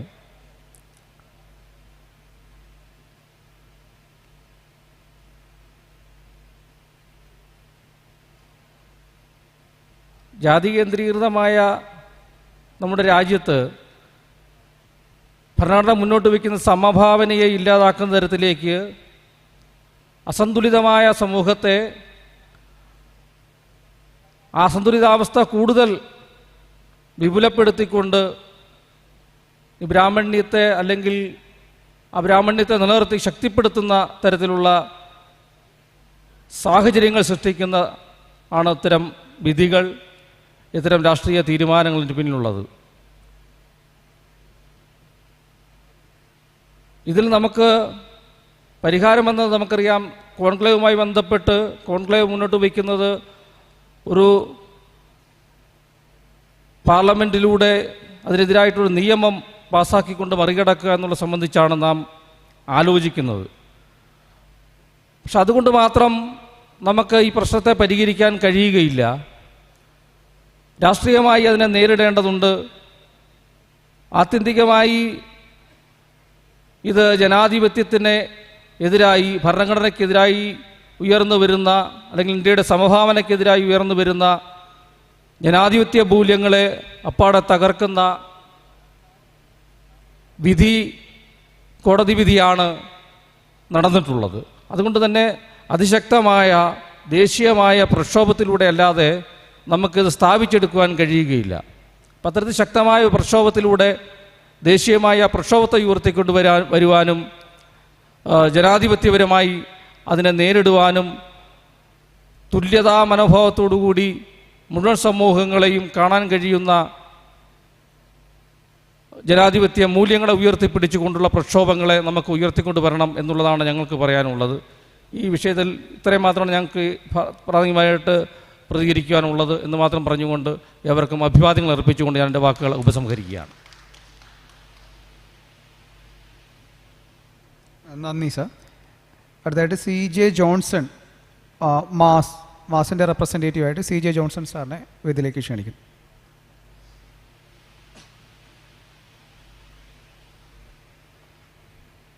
വേദിയിലും സദസ്സിലുമുള്ള മുഴുവൻ സഹോദരങ്ങളെയും മലയേറിയ സംരക്ഷണ സമിതി എന്ന ട്രൈബൽ സംഘടനയുടെ പേരിൽ അഭിവാദ്യം ചെയ്യുകയാണ്. ഉദ്ഘാടകനും തുടർന്നുള്ള പ്രസംഗകരും ചൂണ്ടിക്കാണിച്ചതുപോലെ തന്നെ 2024 ഓഗസ്റ്റ് മാസം സുപ്രീം കോടതി പുറപ്പെടുവിച്ച ഒരു വിധി ഇന്ത്യയിലെ ദളിത് ആദിവാസി വിഭാഗങ്ങളെ ആകെ ആശങ്കാകുലരും നിരാശരുമാക്കിയിരിക്കുകയാണ്. ഭരണഘടന സംരക്ഷിക്കുകയും അത് വ്യാഖ്യാനിക്കപ്പെടുകയും ചെയ്യേണ്ട ജുഡീഷ്യറി പാർലമെൻറ്റിന് മേലുള്ള ഒരു കടന്നുകയറ്റമായിട്ടാണ് ഞങ്ങളിതിനെ കാണുന്നത്. ഇതിൻ്റെ പശ്ചാത്തലം നമ്മൾ ചിന്തിക്കുമ്പോൾ വരാൻ പോകുന്ന തിക്തഫലങ്ങൾ ഇവിടെ സൂചിപ്പിച്ചതുപോലെ തന്നെ നീതി നമ്മുടെ പക്ഷത്തും ജുഡീഷ്യറി ഈ രാജ്യത്തെ ഉപരിവർഗത്തിൻ്റെ കൂടെയാണ് എന്നുമാണ് ഈ വിധി ചൂണ്ടിക്കാണിക്കുന്നത്. ഇതിനെതിരെ പ്രതികരിക്കുന്നതിന് വേണ്ടിയാണ് ദളിത് ആദിവാസി സംഘടനകളിലൂടെ വിധി പുറത്തു വന്ന ആ സമയത്ത് തന്നെ ഒരു ഓൾ ഇന്ത്യ ബന്ധും കേരളത്തിൽ ഹർത്താലും നടത്തപ്പെടുകയുണ്ടായി. ഈ ഹർത്താലിനോടും ബന്ദിനോടുമൊക്കെ അനുഭാവം സൂചിപ്പിച്ചുകൊണ്ട് ഈ നാട്ടിലെ മുഴുവൻ ജനങ്ങളും നമ്മളോടൊപ്പം നിലകൊണ്ടു എന്നുള്ള വസ്തുത വളരെ സന്തോഷത്തോടെ അറിയിക്കുകയാണ്. ഈ ഉപസംവരണവും ക്രീമി ലെയറും ഏർപ്പെടുത്തിയാൽ ഇന്ത്യയിലെ ദളിത് ആദിവാസികൾക്ക് ഇപ്പോൾ ലഭിച്ചുകൊണ്ടിരിക്കുന്ന കേന്ദ്ര സംസ്ഥാന ഗവൺമെൻറ്റുകളുടെ PSC അതുപോലെ UPSCയിലൊക്കെ നടക്കുന്ന ആ തസ്തിക വളരെ ആനുപാതികമായി വളരെ കുറവാണെങ്കിലും ഇനിയും അത് നികത്തപ്പെടാൻ പോലും സാധ്യതയില്ലാതെ ഈ രാജ്യത്തെ ആദിവാസി ദളിത് വിഭാഗങ്ങൾ അവസരപരമായി അവരുടെ അവസരങ്ങൾ വിനിയോഗിക്കപ്പെടാൻ സാധ്യമല്ലാത്ത ഒരവസ്ഥയിലേക്ക് നീങ്ങിക്കൊണ്ടിരിക്കുന്നു എന്നുള്ളത് സംശയമില്ല. നമുക്കറിയാവുന്ന പോലെ തന്നെ പട്ടികജാതി പട്ടികവർഗ വിദ്യാർത്ഥികൾക്ക് പഠിക്കുവാനും അറിവ് നേടുവാനുമുള്ള മൗലികമായ ഭരണഘടനയുടെ മൗലികമായ അവകാശങ്ങൾ പോലും ഇവിടെ തിരസ്കരിക്കപ്പെടുകയാണ്. മറ്റ് സാമ്പത്തികമായി മുൻപിൽ നിൽക്കുന്ന ജനവിഭാഗങ്ങളുടെ കുടുംബ വാർഷിക വരുമാനം 8 ലക്ഷമാക്കുമ്പോൾ പട്ടികജാതി പട്ടികവർഗക്കാരുടെ വാർഷിക പരിധി 2.5 ലക്ഷമായി വളരെ പരിമിതപ്പെടുത്തിയത് എന്തുകൊണ്ടാണെന്ന് നമുക്ക് ചിന്തിക്കുമ്പോൾ മനസ്സിലാക്കാൻ കഴിയാത്ത ഒരു കാര്യമാണ്. ഇപ്പോൾ അതുകൊണ്ട് തന്നെ ഈ വിധിയെ ഒരു കാരണവശാലും നമ്മൾ അംഗീകരിക്കുന്നില്ല എന്ന് പറയുവാൻ ഞാൻ ഈ അവസരത്തിൽ ഉപയോഗിക്കുകയാണ്. ശാസ്ത്രീയമായി യാതൊരു പഠനവും കൂടാതെ ഒരു ഡാറ്റാ ബേസിലും അല്ല ഇത്തരത്തിലൊരു വിധി സുപ്രീം കോടതി പുറപ്പെടുവിച്ചിരിക്കുന്നത്. അതുകൊണ്ട് തന്നെ ജാതി സെൻസസ് നടത്തണം എന്ന് നമ്മൾ ഈ അവസരത്തിൽ ഓർപ്പിക്കുകയാണ്. മറ്റൊരു കാര്യമുള്ളത്, നമ്മുടെ കേന്ദ്ര സംസ്ഥാന പട്ടികവർഗ പട്ടികജാതി കമ്മീഷൻ്റെ പോലും ഒരു അനുവാദം ചോദിക്കാതെയാണ് സുപ്രീം കോടതി ഇത്തരത്തിലൊരു വിധി പുറപ്പെടുവിച്ചിട്ടുള്ളത്. ഇത് ഇതിനെതിരെയുള്ള ഈ സൗത്ത് ഇന്ത്യൻ കോൺക്ലേവ് പോലെയുള്ള മഹായോഗങ്ങൾ സംഘടിപ്പിക്കുകയും ഇനിയും ഇത് വിപുലപ്പെടുത്തുകയുമാണ് ചെയ്യേണ്ടത് എന്ന് ഞാൻ ഓർപ്പിക്കുകയാണ്. നിലവിലുള്ള സംവരണം കുറയ്ക്കുകയല്ല, നമ്മുടെ നിലവിലുള്ള സംവരണം കുറെ കൂടി അതിൻ്റെ വ്യാപ്തി വർദ്ധിപ്പിക്കുകയാണ് സുപ്രീം കോടതി ചെയ്യേണ്ടിയിരുന്നത് എന്ന് ഓർപ്പിക്കുകയാണ്. സുപ്രീം കോടതി വിധി നടപ്പിലാക്കേണ്ടുന്ന കടമ അതാത് സംസ്ഥാന ഗവൺമെൻറ്റുകൾക്ക് നൽകുമ്പോൾ അത് സങ്കുചിതമായ താല്പര്യങ്ങൾക്ക് അടിമപ്പെട്ടുകൊണ്ട് അർഹതപ്പെട്ട ജനവിഭാഗങ്ങളെ ഈ സംവരണത്തിൽ നിന്ന് ഒഴിവാക്കാനുള്ള കേന്ദ്ര ഗവൺമെൻറ്റിൻ്റെ ഒരു ടൂളായി സുപ്രീം കോടതി പോലും ഇന്ത്യയുടെ പരമോന്നത കോടതി പോലും മാറുന്നു എന്നുള്ളതാണ് ഇത്തരത്തിൽ ഓർപ്പിക്കുവാനുള്ളത്. ഇത്തരം പട്ടികജാതി ദളിത് ആദിവാസി സംഘടനകളുടെ ഒന്നിച്ചുള്ള പ്രവർത്തനത്തിന് മലേറിയ സംരക്ഷണ സമിതി എന്ന ട്രൈബൽ സംഘടനയുടെ എല്ലാവിധമായ പിന്തുണയും ഉണ്ടായിരിക്കുന്നതാണ് എന്ന് ഓർപ്പിച്ചുകൊണ്ട് ഞാൻ എൻ്റെ വാക്കുകളെ ഉപസംഹരിക്കുന്നു.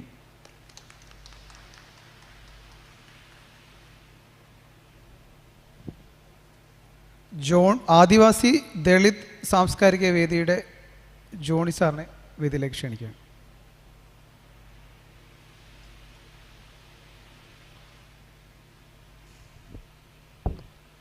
സ്നേഹമുള്ള രക്തബന്ധുക്കളെ, സുഹൃത്തുക്കളെ, ഈ വൈകിയ വേളയിൽ ഒന്നും എല്ലാ കാര്യങ്ങളും പറയണമെന്നുണ്ട്. എങ്കിൽ ഈ വൈകിയ വേളയിൽ അങ്ങനെ പറഞ്ഞിനെയും വേദിയിൽ ആൾക്കാരിലേക്ക് പ്രോഗ്രാം അവസാനിപ്പിക്കേണ്ടതുണ്ട്. വീണ്ടും ഒരവസരത്തിൽ കൂടുതൽ കാര്യങ്ങൾ ചർച്ച ചെയ്യാവുന്നുള്ളത് കൊണ്ട് രാവിലെ തൊട്ട് ഇവിടെ ദേശീയ പ്രാദേശിക തലത്തിലുള്ള നേതാക്കന്മാർ ദളിതർ നേരിടുന്ന എല്ലാ വിഷയങ്ങളും ഇവിടെ ചർച്ച ചെയ്തിട്ടുണ്ട്. അപ്പം ഒരു സമരം കൊണ്ടോ 2 സമരം കൊണ്ടോ ഇത് പരിഗണിക്കുന്ന വിഷയമല്ല. അംബേദ്കർ പറഞ്ഞ പോലെ തന്നെ നിങ്ങൾക്ക് ഭരണഘടന അനുസരിച്ച് ഞാൻ എല്ലാ വിഭാഗങ്ങൾക്കുടെയും സംവരണ അനുകൂലത്തിന് എഴുതി വച്ചിട്ടുണ്ട്. അത് നിങ്ങൾ മേടിക്കാനുള്ള നടപടികൾ എടുക്കണമെന്നാണ് അംബേദ്കർ പറഞ്ഞിട്ടുള്ളത്. അതുതന്നെയാണ് എനിക്കും നിങ്ങളോട് സൂചിപ്പിക്കാനുള്ളത്. നമ്മൾ വ്യത്യസ്ത ജാതികളിലും ഉപജാതി സങ്കല്പങ്ങളുമായിട്ട് ദളിതർ കേരളത്തിൽ അനേക്യമായി നിൽക്കുകയാണ്. അവർ ഏകീകരിച്ച് ഒരു ശബ്ദമായി കേരളത്തിലെ നിന്നും ഉയർന്നു വന്നെങ്കിൽ മാത്രമാണ് ഈ ഒരു സംഭവത്തെ ദേശീയ തലത്തിലും ഗീതാനന്ദൻ സാറിനെ പോലെയുള്ള അംബുജാഷ് സാറിനെ പോലെയുള്ള ആളുകൾ ഇത്ര കാര്യമായിട്ട് ഈ സംവരണ വിഷയത്തിൽ ഇടപെടുമ്പോൾ നമ്മൾ സമുദായം എന്നുള്ള നിലയ്ക്ക് എല്ലാവർക്കിടെയും പ്രശ്നമാണെന്ന് ഉള്ളത് കൊണ്ട് മന്നാനെന്നും പുലയെന്നും ഉള്ളാടെന്നും ഊരാളി എന്നും മുതുവാൻ എന്നൊക്കെ വ്യത്യസ്ത പേരുകളിലും ജാതികളിലും ഉപജാതി സങ്കല്പങ്ങളുമായി മാറി നിൽക്കുന്ന ദളിതർ കേരളത്തിൽ ഒന്നിച്ച് നിന്നുകൊണ്ട് നമ്മുടെ അവകാശത്തിന് വേണ്ടിയിട്ട് ശ്രമിക്കണം. അതിന് ആദിവാസികളുടെ ഒരു ചെറിയ ഒരു എളിയ പ്രവർത്തനം എന്നുള്ള നിലയ്ക്ക് എല്ലാ വിവിധ ഭാവങ്ങളും നേർന്നുകൊണ്ട് എന്നെ കേട്ട നിങ്ങൾക്ക് നന്ദി, നമസ്കാരം. മിസ്റ്റർ സന്തോഷ് കൊടുങ്ങല്ലൂർ, AACS SC/ST/Oയുടെ സംസ്ഥാന സെക്രട്ടറിയാണ്.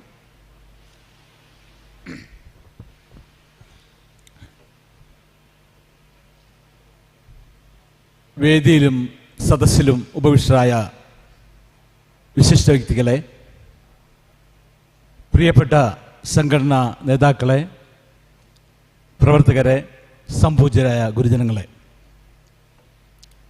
സമയം വൈകി ആ ഔചിത്യം മനസ്സിൽ സൂക്ഷിച്ചുകൊണ്ട് 1-2 പോയിന്റ് മാത്രം പറയുവാൻ ആഗ്രഹിക്കുന്നു.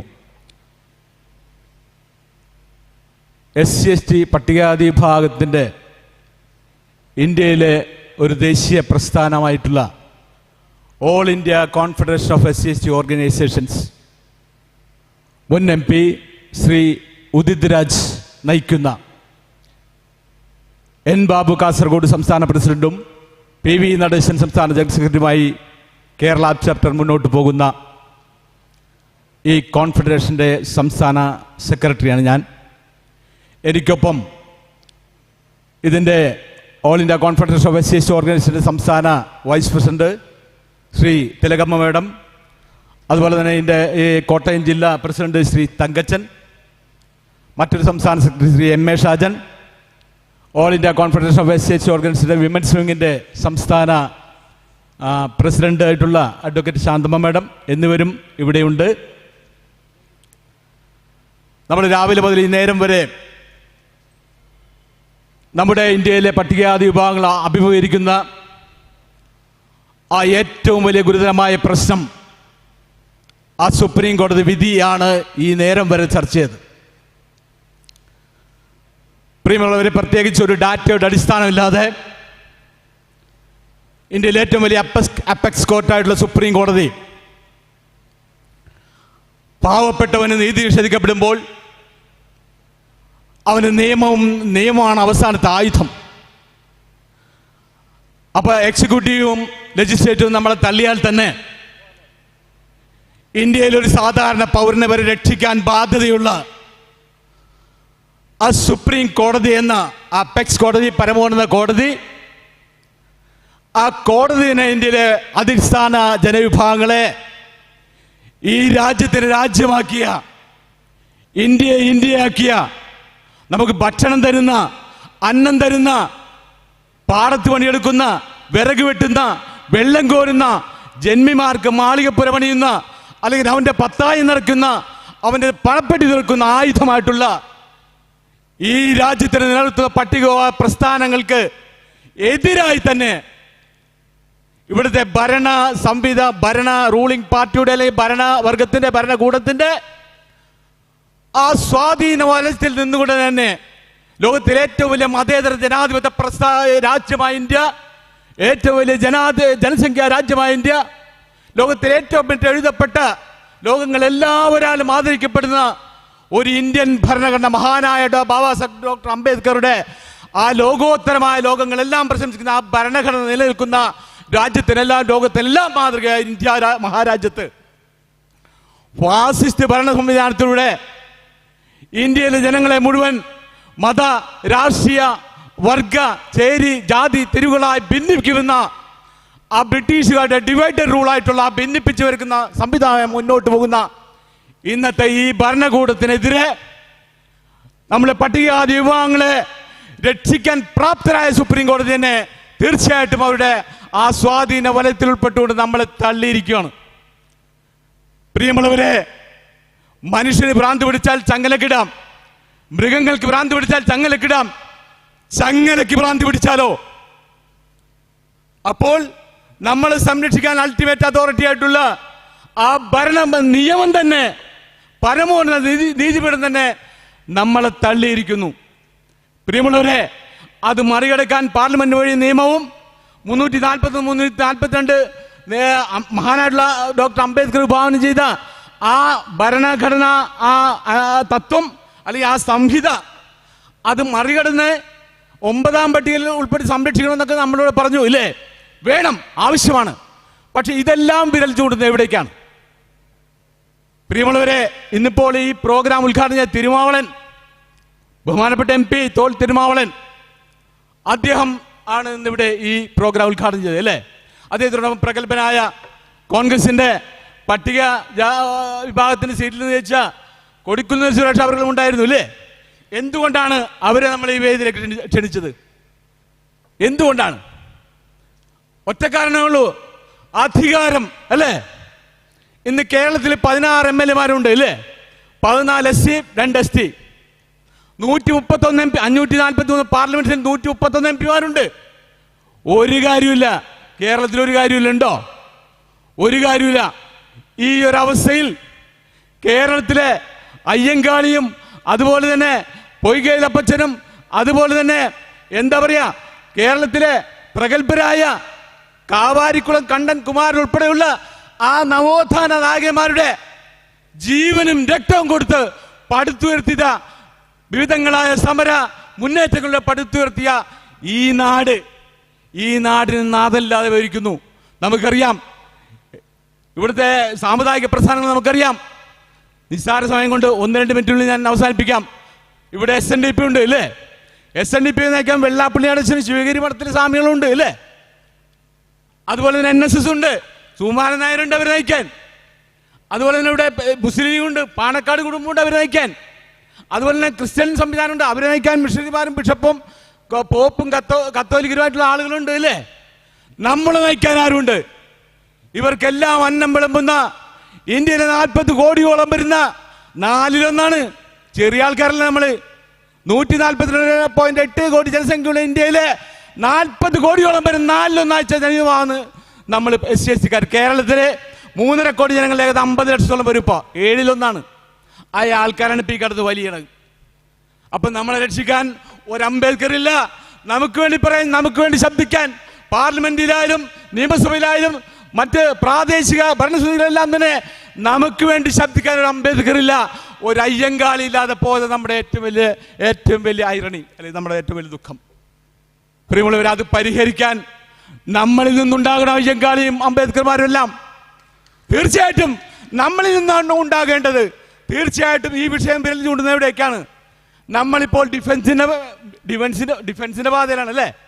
ഇപ്പൊ നമ്മുടെ കാൽക്കീലെ മണ്ണൊലിച്ചു പോകുമ്പോ നമ്മളിരിക്കുന്ന കൊമ്പ് മുറിഞ്ഞു പോയപ്പോഴാണ് നമ്മൾ ഉണർന്നത് അല്ലേ? ദക്ഷിണേന്ത്യയിൽ 5 സംസ്ഥാനങ്ങളെ കൂട്ടി ഇന്ന് ഇവിടെ കോട്ടയത്തെ സൗത്ത് ഇന്ത്യൻ കോൺക്ലേവ് എന്ന് പറഞ്ഞ പരിപാടി വളരെ പ്രശംസനീയം തന്നെ. തീർച്ചയായിട്ടും നമ്മൾ ഉണർന്നു അല്ലേ? എപ്പോഴാണ് നമുക്ക് അടി കിട്ടിയപ്പോഴാണ് അല്ലേ? കാൽക്കീലെ മണ്ണൊലിച്ചു പോകുന്നു, അടി കിട്ടിയപ്പോൾ ഉണർന്നു. നമ്മളിപ്പോൾ തടയാണ്. അടി വന്നാൽ തടുക്കാനാണ് നമ്മൾ എടുക്കണത് അല്ലേ? തടുക്കാൻ തയ്യാറാവും നമ്മൾ. എന്തുകൊണ്ട് തിരിച്ചടിക്കാൻ നമുക്ക് കഴിയുന്നില്ല? വികാര ഉത്സവമല്ലാതെ ഇത് വികാരോത്സവമല്ല, കപലപ്രസംഗമല്ല. എന്തുകൊണ്ട് തിരിച്ചടിക്കാൻ തന്നെ പ്രാപ്തിയുള്ള ശക്തിയായി നമ്മൾ വളരുന്നില്ല? വളരണ്ടേ?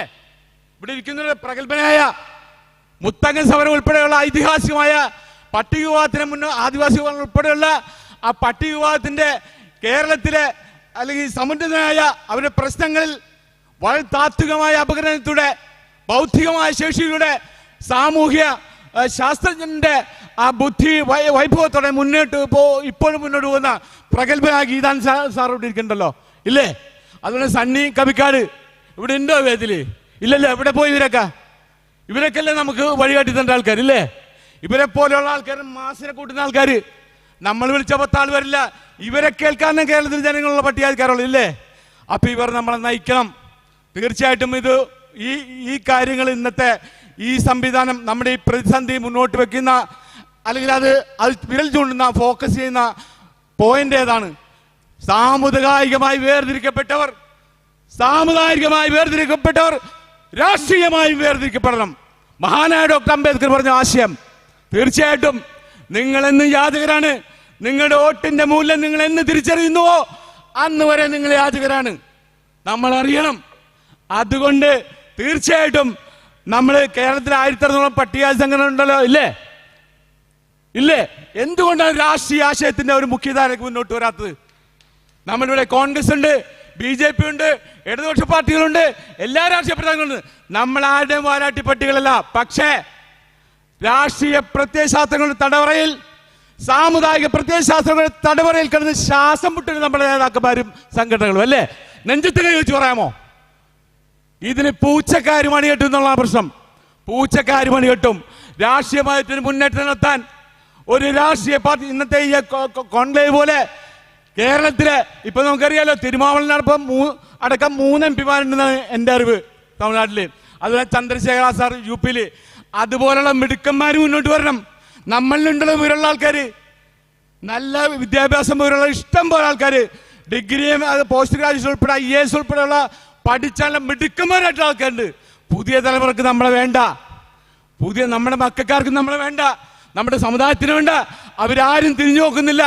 അവർ പറയണ്ടേ, അവരറിയണ്ടേ, അവരച്ഛനും അപ്പനും മുത്തച്ഛന്മാരും അപ്പൂപ്പന്മാരും കിടന്ന് കഷ്ടപ്പെടുന്ന അവർ കാണണം. നമ്മുടെ യുവതലമുറ അതറിയണം. തീർച്ചയായിട്ടും അവരെയും കൂടെ ഉൾക്കൊള്ളിച്ചുകൊണ്ട് കേരളത്തിലെ ഈ മുഴുവൻ സാമുദായിക പ്രസ്ഥാനങ്ങളിൽ യോജിക്കാവുന്ന എല്ലാവരും ഉൾക്കൊള്ളിച്ചുകൊണ്ട് ഒരു രാഷ്ട്രീയ മുന്നേറ്റം നടത്താൻ പ്രിയങ്കരനായ ശ്രീമാൻ ഗീതാനന്ദ സാറിനോട് ഉൾപ്പെടെയുള്ള പ്രഗത്ഭമതിയായ സാമൂഹ്യ വിചക്ഷണന്മാരോട്, നമ്മുടെ പട്ടികജാതികളെ നയിക്കുന്ന നായകന്മാരോട് ഈ കോൺഫെഡറേഷൻ ആവശ്യപ്പെടുന്നു. പ്രിയമുള്ളവരെ, തീർച്ചയായിട്ടും ഒരു രാഷ്ട്രീയ ശക്തിയായി അത് കോൺഗ്രസിന്റെ കൂടെ നിന്നിട്ട് വേണ്ട, CPM-ന്റെ കൂടെ നിന്നിട്ട് വേണ്ട, BJP-യുടെ കൂടെ നിന്നിട്ട് വേണ്ട. തീർച്ചയായിട്ടും ചേരത്തിൽ നിന്ന് നാട്ടിൽ ചെന്നാൽ നടുക്കണ്ടം നിന്നത് ഈ കണ്ട കാലം നമ്മുടെ വോട്ട് മേടിച്ച് നമ്മളെ പറ്റിച്ച ആൾക്കാരെ പച്ചയ്ക്ക് പറ്റിച്ചില്ലേ? കഴിഞ്ഞ 3/4 നൂറ്റാണ്ട് സ്വാതന്ത്ര്യം കഴിഞ്ഞ് ഇതുവരെയായിട്ടും 66 കൊല്ലം കേരളം മാറി ഭരിച്ചിട്ടും നമ്മൾ ഇന്ന് ഇവിടെയാണ്. നമ്മൾ ഇന്ന് 1.5 സെന്റ് ഭൂമിയിലാണ്, 50,000 കോളനികളിലാണ്, നമ്മൾ ചേരികളിലാണ്, നമ്മൾ ചതുപ്പിലാണ്, പുഴവക്കത്താണ്, കടലോരത്താണ്, തീവണ്ടിപ്പാതയിലാണ്, ബസ് സ്റ്റാൻഡിലാണ്, ചെളിയിലാണ്. നമ്മൾ ഉണ്ടോ? പണിയുണ്ടോ? തൊഴിലുണ്ടോ? രോഗമാണ്, ഇല്ലേ? വ്യക്തമായ ജോലിയുണ്ടോ? തൊഴിലുണ്ടോ? നമ്മുടെ മക്കൾ വിദ്യാഭ്യാസമുള്ളവർക്ക് പണിയുണ്ടോ? ഒക്കെ പെയിന്റിങ്ങിന് കൽപ്പണിക്ക്, വാർക്കപ്പണിക്ക്, ആശുപത്രിപ്പണിക്ക് പോവല്ലേ? ഇതിനാര് സമാനം പറയും? അപ്പൊ ഇതെന്താന്ന് വെച്ചാൽ, നമുക്ക് ഈ ഇന്ത്യക്ക് ഓരോ രാജ്യത്തിലും, നമ്മുടെ ഭാരതത്തിലുണ്ട്, ഇല്ലേ? സാമൂഹ്യ നയമുണ്ട്, സാംസ്കാരിക നയമുണ്ട്, വിദ്യാഭ്യാസ നയമുണ്ട്, ആരോഗ്യ നയമുണ്ട്, സാമ്പത്തിക നയമുണ്ട്, കാർഷിക നയമുണ്ട്. മറ്റെല്ലാ വരേണ്യവർഗങ്ങൾക്ക് അവരുടെ നിലനിൽപ്പിന് ആവശ്യമായ നയങ്ങൾ അതാത് ഗവൺമെന്റ് പ്രഖ്യാപിച്ചിട്ട് പട്ടികവർഗത്തിന് എന്തെങ്കിലും നയമുണ്ടോ? There is no policy in India. ഇന്ത്യയിൽ പട്ടിക വിഭാഗത്തിന്റെ ആ ദുഃഖങ്ങളും വേദനകളും പ്രയാസങ്ങളും ദണ്ഡങ്ങളും സങ്കടങ്ങളും അവന്റെ കണ്ണീരൊപ്പാൻ ശക്തമായ ഒരു പട്ടികവർഗ വികസന നയമാണ് ഇന്ത്യ ഗവൺമെന്റ് ആദ്യം ആവിഷ്കരിക്കേണ്ടത്. അതുപോലെ ഇന്ത്യയിലെ മുഴുവൻ സംസ്ഥാന ഗവൺമെന്റ് ആവിഷ്കരിക്കേണ്ടത് പട്ടികവർഗ സമഗ്ര വികസനമുള്ള നയമാണ് ആവിഷ്കരിക്കേണ്ടത്. അത്തരത്തിലുള്ള ഒരു രാഷ്ട്രീയ മൂവ്മെന്റിലേക്ക് തീർച്ചയായിട്ടും മുന്നോട്ട് പോകേണ്ടതുണ്ട്. നമ്മൾ കോൺഗ്രസിന്റെ കൂടെ പോയാൽ കോൺഗ്രസിന്റെ ആശയക്കാരായെന്ന് ഭാവിക്കേണ്ട, ഇടതുപക്ഷത്തിന്റെ കൂടെ പോയാൽ ഇടതുപക്ഷത്തിന്റെ ആവശ്യക്കാരായെന്ന് ഭാവിക്കേണ്ട. തീർച്ചയായിട്ടും നമ്മൾ നമ്മുടെ ആൾക്കാരെ ബോധവൽക്കരിച്ച് കൂലങ്കഷമായി ചർച്ച ചെയ്ത് ഈ ജന്മം പോവുകയാണ് നമ്മുടെ. ഇനി ഒരു 25 വർഷങ്ങൾ കഴിയണം നമ്മുടെ ആൾക്കാർ ഒരു ബോധവാന്മാരായിട്ട് ഒരു ദേശീയ മുഖ്യധാരയിലേക്ക് വരണമെങ്കിൽ. തീർച്ചയായിട്ടും ഗീതാനന്ദ സാർ പറയട്ടെ ഇല്ല എന്ന്. പക്ഷെ നമുക്ക് സമയമില്ല. നമ്മുടെ പെങ്ങന്മാരെ അല്ലെങ്കിൽ അച്ഛനമ്മമാരെ വഴി ഇട്ടടിക്കുന്നു, ഇല്ലേ? വാളയാർ പെൺകുട്ടിക്ക് ഇതുവരെ നീതിയിട്ടില്ല. അതിൻ്റെ അമ്മ വീണ്ടും CBI കോടതി സമീപിക്കാൻ പോകുന്നു. അട്ടപ്പാടി മധു ഇല്ലേ, നീതിയുണ്ടോ? എവിടെയാണ് ഉത്തരേന്ത്യ ഗ്രാമങ്ങളിലെ നമ്മുടെ പെങ്ങന്മാരെ മടിക്കുത്തിരും പെൺ പിടിക്കല്ലേ ഇല്ലേ? ഇതിനാര് സമാനം? 131 MP-മാരുണ്ടല്ലോ കേന്ദ്രത്തില്, ആരെങ്കിലും സമാനം? അപ്പൊ ഈ നമുക്കുള്ള SC 131 MP-മാരെ സ്വാധീനിക്കാൻ നമുക്ക് കഴിയണം. തീർച്ചയായിട്ടും സ്വാധീനിക്കാൻ നമുക്ക് കഴിയണം. അതുപോലെ കേരളത്തിലെ MLA-മാരെ സ്വാധീനിക്കാൻ നമുക്ക് കഴിയണം. 23,000 ജില്ലാ തദ്ദേശ വാർഡുകളുണ്ട് കേരളത്തില്. അടുത്ത ഒക്ടോബറിൽ പഞ്ചായത്ത് സെക്രട്ടറിന് ഓരോ വാർഡിലും 1200 വോട്ടുണ്ട്. നമ്മുടെ കേരളത്തിൽ ഓരോ വാർഡിലും 1200 വോട്ടുണ്ട്. ഞാനും 2 വട്ടം ജനപ്രതിനിധിയാണ്.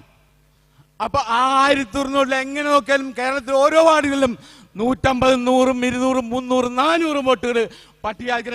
ഒരു പട്ടികജാതിക്കാർ വിചാരിച്ചാൽ നമ്മളെ ബ്ലോക്കായി നിന്നാൽ കോൺഗ്രസ് ജയിക്കണോ, BJP ജയിക്കണോ, ഇടതുപക്ഷം ജയിക്കണോ നമ്മൾ തീരുമാനിക്കും ഇല്ലേ? അങ്ങനെ ധാരണ ഉണ്ടാക്കാൻ നീതമായ നല്ല സത്യസന്ധമായ രീതിയിൽ വ്യവസ്ഥയിൽ ധാരണയുണ്ടാക്കി രാഷ്ട്രീയമായിട്ട് ശക്തരായി മുന്നോട്ട് പോകാൻ നമുക്ക് സാധിക്കണം. അല്ലാതെ രാഷ്ട്രീയക്കാരെ കുറ്റം പറഞ്ഞ് അവരെ കുറ്റം പറഞ്ഞ് സ്വന്തം പാർട്ടിക്കാരുടെ പിന്നിൽ നമ്മൾ അവരുടെ അടിമകളായിട്ട് സമുദായത്തിൻ്റെ അടിമകളായി നിന്നിട്ട് കാര്യമില്ല. അപ്പോൾ തീർച്ചയായിട്ടും അത്തരത്തിലൊരു പൊളിറ്റിക്കൽ മൂവ്മെന്റ് എന്ന് ഇന്ത്യയിലും കേരളത്തിലും ഉണ്ടാകുന്നുവോ അന്നേ നമുക്ക് രക്ഷയുള്ളൂ. രാഷ്ട്രീയമായി ശക്തിയില്ലാതെ അധികാരമില്ലാതെ 1 ഇഞ്ച് പോലും മുമ്പോട്ട് പോകാൻ നമുക്ക് നമ്മളെന്നും ദാസികളായി വോട്ട് ചെയ്യാനുള്ള യന്ത്രങ്ങളായി മാറിയിരിക്കുന്നു. അപ്പം തീർച്ചയായിട്ടും ഈ വരുന്ന ഡിസംബർ 1 കഴിഞ്ഞ കൊല്ലം വരെ all India confederation of SC organisation ദേശീയ നേതൃത്വത്തിൻ്റെ ആഭിമുഖ്യത്തിൽ ഈ ഡിസംബർ 1 5 ലക്ഷം പേര് വരുന്ന ഒരു മഹാറാലി ഈ ഭരണഘടന നമ്മളിപ്പോൾ ഇന്ന് ചർച്ച ചെയ്യുന്ന വിഷയത്തിനെതിരായിട്ട് ഭരണഘടന ഭേദഗതി ചെയ്ത് 9ാം പട്ടികയിൽ ഉൾപ്പെടുത്തി ആവശ്യമായ സംവരണ ഭേദഗതി ചെയ്ത് ഇത് 9ാം പട്ടികയിൽ ഉൾപ്പെടുത്തി പട്ടികജാതി സംവരണം പട്ടികവിഭാഗ സംവരണം സംരക്ഷിക്കണമെന്ന് ആവശ്യപ്പെട്ടുകൊണ്ട് ജാതി സെൻസസ് നടത്തണമെന്ന് ആവശ്യപ്പെട്ടുകൊണ്ട് 5 ലക്ഷം പേരുടെ ദേശീയ റാലി ഈ ഡിസംബർ 1 കോൺഫറൻസ് നടത്തും. പ്രിയമുള്ളവരെ സഹകരിക്കാമെന്ന് എല്ലാവരും സഹകരിപ്പിച്ചോളൂ. അതുകൊണ്ട് തന്നെ കേരളത്തിൽ ഈ വരുന്ന ഡിസംബർ 24-ാം തീയതി കാസർഗോഡ് മുതൽ തിരുവനന്തപുരം സെക്രട്ടേറിയറ്റ് വരെ ശക്തമായ ഒരു സമര പ്രക്ഷോഭണ ജാഥ നടത്തുവാൻ all India conference of SC ഓർഗനൈസേഷൻ്റെ ആഭിമുഖ്യത്തിൽ തീരുമാനിച്ചിട്ടുണ്ട്.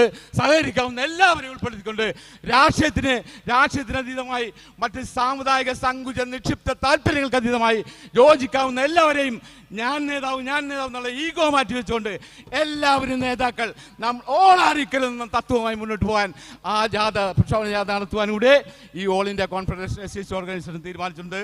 തീർച്ചയായിട്ടും അതിനെല്ലാം നിങ്ങളുടെ എല്ലാ തരത്തിലും സഹകരണം ഉണ്ടാവണമെന്നും തന്നെയല്ല ഒരു കാര്യം പറഞ്ഞ് ഞാൻ അവസാനിപ്പിക്കുന്നു. പ്രിയമുള്ള ഗീതാൻ സാർ പ്രത്യേകം കേൾക്കണം. ഇന്ന് 1600 പട്ടിക സംഘടന ഉണ്ടെന്ന് ഞാൻ പറഞ്ഞു. ഒരൊറ്റെണ്ണം തയ്യാറാവുന്നില്ല. മഹാനായ ഡോക്ടർ അംബേദ്കർ ILP ഉണ്ടാക്കിയില്ലേ, Indian labour party, Republican party of India എന്നുള്ള RPI എന്നുള്ള ഒരു രാഷ്ട്രീയ പ്രസ്ഥാനം വരെ ഈ വിഭാഗത്തിന് ഉണ്ടാക്കി വെച്ചിട്ട് അദ്ദേഹം കടന്നു പോയതല്ലേ. എന്തുകൊണ്ട് നമുക്കത് പൊടിയെട്ടെടുത്തുകൂടാ? ഒന്നുകിൽ മഹാനായിട്ടുള്ള അംബേദ്കറുടെ പാതയിൽ ഒരു രാഷ്ട്രീയ പ്രസ്ഥാനം രൂപീകരിച്ച് നമ്മളെല്ലാം മുന്നോട്ട് പോകണം. അല്ലെങ്കിൽ തമ്മിൽ ഭേദം തൊമ്മെന്നുള്ള ആശയത്തിൽ ആരാണോ മെജോറിറ്റിയുള്ള ഇന്ത്യയിലെ മെജോറിറ്റിയുള്ള പ്രസ്ഥാനം, പ്രതിപക്ഷം ഏത് പാർട്ടിയിലോട്ടെ അവരുമായിട്ട് രാഷ്ട്രീയമായി മാന്യമായ ധാരണയുടെ അടിസ്ഥാനത്തിൽ സീറ്റുകൾ പങ്കുവെച്ചുകൊണ്ട് അധികാരത്തിന്റെ ശ്രേണിയിൽ കടന്നു വരാൻ, അതുവഴി നമ്മുടെ ജനത്തിന്റെ കണ്ണീരൊപ്പാൻ നമുക്ക് സാധിക്കുന്ന ഒരു കാലം അന്യമല്ലാതാകണം. അതിനുവേണ്ടി നമ്മളെല്ലാവരും ചിന്തിക്കണം, പ്രവർത്തിക്കണം. അതിനുവേണ്ടി all India confederation of SC organisation പൂച്ചക്ക് മണി കെട്ടാൻ തയ്യാറാണെന്ന് പറഞ്ഞുകൊണ്ട് എൻ്റെ വാക്കുകൾ 2 വാക്ക് എനിക്ക് സംസാരിക്കാൻ അവസരം തന്ന എൻ്റെ സംഘാടകർക്കും അതുപോലെ പ്രഗത്ഭരായ എന്നെ കേട്ട നിങ്ങൾക്ക് ഓരോരുത്തർക്കും ഹൃദയത്തിൻ്റെ ഭാഷയിൽ അഭിവാദ്യം അർപ്പിച്ചുകൊണ്ട് എൻ്റെ വാക്കുകൾക്ക് തൽക്കാലം വിരാമപ്പെടുന്നു. നന്ദി, നമസ്കാരം. ജയ് ഹിന്ദ്, ജയ് ഭീം.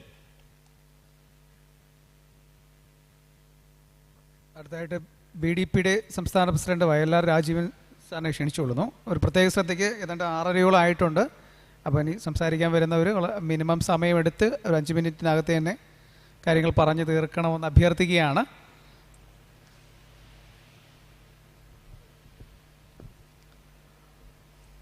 ബഹുമാനപ്പെട്ട അധ്യക്ഷൻ, അതുപോലെ തന്നെ വേദിയിലും സദസ്സിലുമായി അവസാന നിമിഷം വരെ കാത്തിരിക്കുന്ന പ്രിയങ്കരായിട്ടുള്ള നേതാക്കന്മാരെ, സംപൂജ്യ ഗുരുജനങ്ങളെ, എന്നെ പരിചയപ്പെടുത്തി. ഞാൻ ബഹുജൻ ദ്രാവിഡ പാർട്ടിയുടെ സ്റ്റേറ്റ് പ്രസിഡൻ്റാണ്. പേര് വയലാർ രാജീവൻ. പരിമിതമായ ഈ സമയത്തിനുള്ളിൽ ദീർഘമായ ഒരു പ്രസംഗം നടത്തില്ല എന്ന് ഞാൻ ഉറപ്പു തരികയാണ്. ആമുഖമായി ഞാൻ പറയാൻ ഉദ്ദേശിക്കുന്ന ഒരു കാര്യം, എനിക്ക് മുന്നേ പ്രസംഗിച്ചു പോയ, ഡൽഹിയിൽ നിന്ന് ഇവിടെ എത്തിയ അശോക് ജി നമ്മൾ ഓരോരുത്തരോടും ചോദിച്ച ഒരു ചോദ്യമുണ്ട്. എങ്ങനെ, how we can protect our reservation, എങ്ങനെ നമ്മളുടെ റിസർവേഷൻ സംരക്ഷിക്കാൻ കഴിയും? എല്ലാവരും ആ ചോദ്യമാണ് നെഞ്ചിലേറ്റേണ്ടത് എന്നാണ് ആമുഖമായി എനിക്ക് പറയാനുള്ളത്. ഇന്നലെ ബഹുജൻ ദ്രാവിഡ പാർട്ടിയുടെ നേതൃത്വത്തിൽ എറണാകുളം അധ്യാപക ഭവനിൽ ഒരു യോഗമുണ്ടായിരുന്നു. ഞങ്ങളുടെ ആ മീറ്റിംഗ് ഹാളിന് മുകളിൽ മറ്റൊരു യോഗവും നടക്കുന്നുണ്ടായിരുന്നു. ഞങ്ങളുടെ യോഗത്തിൽ ഇവിടെ സംബന്ധിച്ച അഡ്വക്കേറ്റ് ശാന്തമ്മ മാഡം ഉൾപ്പെടെയുള്ള ആൾക്കാരുണ്ടായിരുന്നു. അതേപോലെ തന്നെ ഈ അധ്യാപക ഭവൻ്റെ മുകളിലത്തെ ഹാളിൽ മറ്റൊരു യോഗം നടന്നതിൻ്റെ നേതൃത്വം വഹിച്ചത് BSPയുടെ മുൻ നേതാവായിട്ടുള്ള ഒരു നേതാവടക്കമുള്ള ആൾക്കാർ. ആ യോഗത്തിൻ്റെ അന്തസത്ത ഇതായിരുന്നു. വേറൊന്നുമല്ല, ഞാൻ അവിടെ യോഗം കൂടി തിരിച്ചിറങ്ങിയ ഒന്ന് രണ്ട് സുഹൃത്തുക്കൾ എനിക്ക് പരിചയമുള്ളവരാണ്. അവരോടായി ഞാൻ ചോദിച്ചു, എന്ത് നമ്മളുടെ യോഗത്തിലേക്ക് വന്നില്ല? അപ്പോൾ എന്നോട് പറഞ്ഞത്, യഥാർത്ഥത്തിൽ അവരുടെ യോഗം എന്താണെന്ന് അറിയുന്നതിന് കൂടി വേണ്ടിയിട്ടായിരുന്നു ഞാൻ ആ ചോദ്യം ചോദിച്ചത്. അവർ പറഞ്ഞത് വേറൊന്നുമല്ല, ഞങ്ങൾ ഉപസംവരണത്തിന് അനുകൂലമായ നിലപാട് സ്വീകരിച്ചവരാണ്, അതുകൊണ്ട് നിങ്ങളോട് കൂടാൻ ഞങ്ങളില്ല എന്നാണ്. ഞങ്ങളുടെ യോഗം മറ്റൊരു യോഗമായിരുന്നെങ്കിൽ പോലും അവർ തിരിച്ചറിഞ്ഞു എന്നുള്ളതാണ്. ഉപസംവരണത്തിന് ബഹുജൻ ദ്രാവിഡ പാർട്ടി എതിരാണ്. കാരണം ഇവിടെ എല്ലാവരും തന്നെ വിശദീകരിച്ചു കഴിഞ്ഞു. ഈ ഹാളിൽ നിറഞ്ഞു കവിഞ്ഞ ആൾക്കാരും ഈ വേദിയിലും സദസ്സിലും ഇരിക്കുന്ന നേതാക്കന്മാരടക്കം വളരെ വ്യക്തതയോടുകൂടിയാണ് ആ കാര്യം അവതരിപ്പിച്ചത്. ഒരാശങ്കയ്ക്കും ഒരു തർക്കത്തിനും ഇടയില്ലാതെ അസന്നിഗ്ധമായി ഇവിടെ ഈ വേദി പ്രസ്താവിച്ചു കഴിഞ്ഞു. ഈ സെപ്പറേഷൻ നമ്മുടെ കൂട്ടായ്മയെ മാത്രമല്ല, നമ്മുടെ തലമുറയെ തന്നെ ഈ രാജ്യത്തിന് അകറ്റി നിർത്തുവാനുള്ള തന്ത്രത്തിൻ്റെ അവസാന പടിയാണ്. നാം അറിയേണ്ടത്, നമ്മളെല്ലാവരും പ്രൊട്ടക്റ്റ് ചെയ്യണമെന്ന് ആഗ്രഹിക്കുന്ന റിസർവേഷൻ ഇന്നിവിടെ ഉണ്ടോ എന്നുള്ളതാണ്. റിസർവേഷൻ എവിടെയാണുള്ളത്? നമുക്കുള്ള റിസർവേഷൻ നമ്മളുടെ ഭരണഘടനയിലാണ് എന്ന് എല്ലാവർക്കും അറിയാം. നമ്മുടെ ഭരണഘടന ഇവിടെയുണ്ടോ? നമ്മുടെ റിസർവേഷൻ ഇവിടെയുണ്ടോ? നാം ചിന്തിക്കേണ്ട, നമ്മുടെ കുട്ടികളെ മനസ്സിലാക്കിച്ചു കൊടുക്കേണ്ട സാഹചര്യമാണിത്. ഞാൻ ആ ടോപ്പിക്കിൽ നിന്നുകൊണ്ടാണ് സംസാരിക്കാൻ, ആ ഒരൊറ്റ പോയിന്റിൽ നിന്നുകൊണ്ട് മാത്രം സംസാരിച്ച് ഞാൻ ഈ വേദി വിടുകയാണ്. വേറൊന്നും കൊണ്ടല്ല ഞാനത് സൂചിപ്പിച്ചത്. ഡോക്ടർ BR അംബേദ്കർ വിഭാവന ചെയ്ത ഭരണഘടന ഇന്നില്ല. അദ്ദേഹം വിഭാവന ചെയ്ത റിസർവേഷൻ ഇന്നില്ല. അമെൻമെൻറ്റിലൂടെ പലതും മാറ്റിമറിച്ചിരിക്കുകയാണ്. കാലാകാലങ്ങളായി ഓട്ടയുള്ള കുടം പോലെയായി മാറിയിരിക്കുകയാണ് ഇന്ന് റിസർവേഷൻ. നമ്മളുടെ പ്രാതിനിധ്യം ഇവിടെ ഉറപ്പുവരുത്തണമെന്ന് ഡോക്ടർ BR അംബേദ്കർ വട്ടമേശ സമ്മേളനങ്ങളോടെ ആവശ്യപ്പെട്ടുകൊണ്ട് ഇവിടെ കമ്മ്യൂണൽ അവാർഡ് നടപ്പിലാക്കുന്ന സമയം തൊട്ട് ഇവിടുത്തെ സവർണാധിപത്യം പേറുന്ന ഇവിടുത്തെ മൈക്രോസ്കോപ്പിക് കമ്മ്യൂണിറ്റി ആയിട്ടുള്ള ഒരു വിഭാഗം അതിനെതിരെ ചരടുവലി തുടങ്ങിയതാണ്. ആ ചരടുവലി ഇന്നും തുടർന്നുകൊണ്ടിരിക്കുകയാണ്. ഓരോ ചരട് വലിക്കുമ്പോഴും നമ്മളുടെ ഭരണഘടന സംരക്ഷിക്കപ്പെടണം, നമ്മളുടെ റിസർവേഷൻ സംരക്ഷിക്കപ്പെടണം എന്നൊക്കെ പറഞ്ഞ് വിലപിക്കുന്ന ജനത കാലങ്ങളായി ഇത് അനുഭവിച്ചു കൊണ്ടിരിക്കുകയാണ്. ഇപ്പോൾ മാത്രമല്ല, നമുക്ക് കിട്ടേണ്ട അവസരങ്ങൾ നിഷേധിക്കുന്നത് പല ഘട്ടങ്ങളിലായി നമ്മൾ കണ്ടു. പ്രൈവറ്റലൈസേഷൻ നടത്തിക്കൊണ്ട്, അതുപോലെ നിരവധി അനവധി കാര്യങ്ങൾ നമുക്ക് അപ്രാപ്യമാക്കുന്ന രീതിയിൽ. ഇപ്പോൾ അവസാനം ഗീതാനന്ദൻ മാഷ് ഉൾപ്പെടെ ഞങ്ങൾ തിരുവനന്തപുരം സെക്രട്ടേറിയറ്റിന് മുന്നിൽ ധർണ നടത്തി. എന്താ? നമ്മുടെ കുട്ടികൾക്ക് വിദ്യാഭ്യാസം നിഷേധിക്കുന്ന, അവരുടെ വിദ്യാഭ്യാസ സൗകര്യങ്ങൾ മുന്നോട്ട് കൊണ്ടുപോകുവാൻ കഴിയാത്ത വിധത്തിൽ ഈ ഭരണകൂടം നിലയുറപ്പിച്ചിരിക്കുകയാണ്. അത് തുടങ്ങി വെച്ചത് എവിടെയാണെന്ന് പലർക്കും അറിയില്ല. ഇന്ത്യയിലെ തദ്ദേശ ജനതയുടെ ഇടയിലെ പട്ടിക വിഭാഗം ജനതയ്ക്ക് അവരുടെ കുട്ടികൾക്ക് വിദ്യാഭ്യാസവും അതുപോലെ തന്നെ മറ്റ് ആനുകൂല്യങ്ങളും മറ്റ് സഹായ സംരംഭങ്ങളും നടത്തുന്നതിന് വേണ്ടി ഇവിടെ നിലവിലുണ്ടായിരുന്ന SCP TSP, SCP എന്ന് പറഞ്ഞാൽ ഷെഡ്യൂൾഡ് SCP TSP ഇവിടെ എടുത്തു കളഞ്ഞ ഒരു സാഹചര്യം 2015 SCP TSP സ്പെഷ്യൽ കോമ്പണന്റ് പ്ലാനും ട്രൈബ് സബ് പ്ലാനും ഇന്ത്യയിൽ നിന്ന് എടുത്തു കളഞ്ഞത് വളരെ തന്ത്രപൂർവമായിരുന്നു. ആ SCP TSPയിലൂടെയാണ് നമ്മുടെ വിദ്യാർത്ഥികൾക്കും അതുപോലെ തന്നെ പട്ടിക വിഭാഗം ജനതയ്ക്ക് ആവശ്യമായ ഫണ്ട് നീക്കിവെക്കാൻ ഇന്ത്യൻ ഭരണഘടനയിലൂടെ സാധ്യമാക്കിയിരുന്നത്. SCP TSP ഉൾക്കൊണ്ടിരുന്നത് പ്രത്യേക ഘടക പദ്ധതി പ്രകാരമായിരുന്നു. ആ പ്രത്യേക ഘടക പദ്ധതി സ്പെഷ്യൽ കോമ്പണന്റ് പ്ലാൻ നിലയുറപ്പിച്ചത് ഉണ്ടായിരുന്നത് പ്ലാനിംഗ് കമ്മീഷന്റെ അണ്ടറിലായിരുന്നു. ഈ പ്ലാനിംഗ് കമ്മീഷന്റെ അണ്ടറിലുണ്ടായിരുന്ന സ്പെഷ്യൽ കോമ്പണന്റ് പ്ലാനും ട്രൈബ് സബ് പ്ലാനും എടുത്തു കളയുന്നതിന് വേണ്ടി ഇവിടുത്തെ BJP സർക്കാർ ചെയ്ത മാരകമായ കുറ്റം, അവർ ഇതിനെ നീതി ആയോഗിലേക്ക് കൺവെർട്ട് ചെയ്യുകയല്ല ചെയ്തത്, നീതി ആയോഗ് കൊണ്ടുവന്നു. പ്ലാനിംഗ് കമ്മീഷൻ പിരിച്ചുവിട്ടുകൊണ്ട് നീതി ആയോഗ് നടപ്പിലാക്കി. ഓട്ടോമാറ്റിക്കലി എന്താ സംഭവിച്ചത്? നമുക്ക് വേണ്ടി മാറ്റിവെക്കപ്പെടേണ്ട ഫണ്ട് അതില്ലാതാക്കി. അവർ പറഞ്ഞത് എന്താണ്?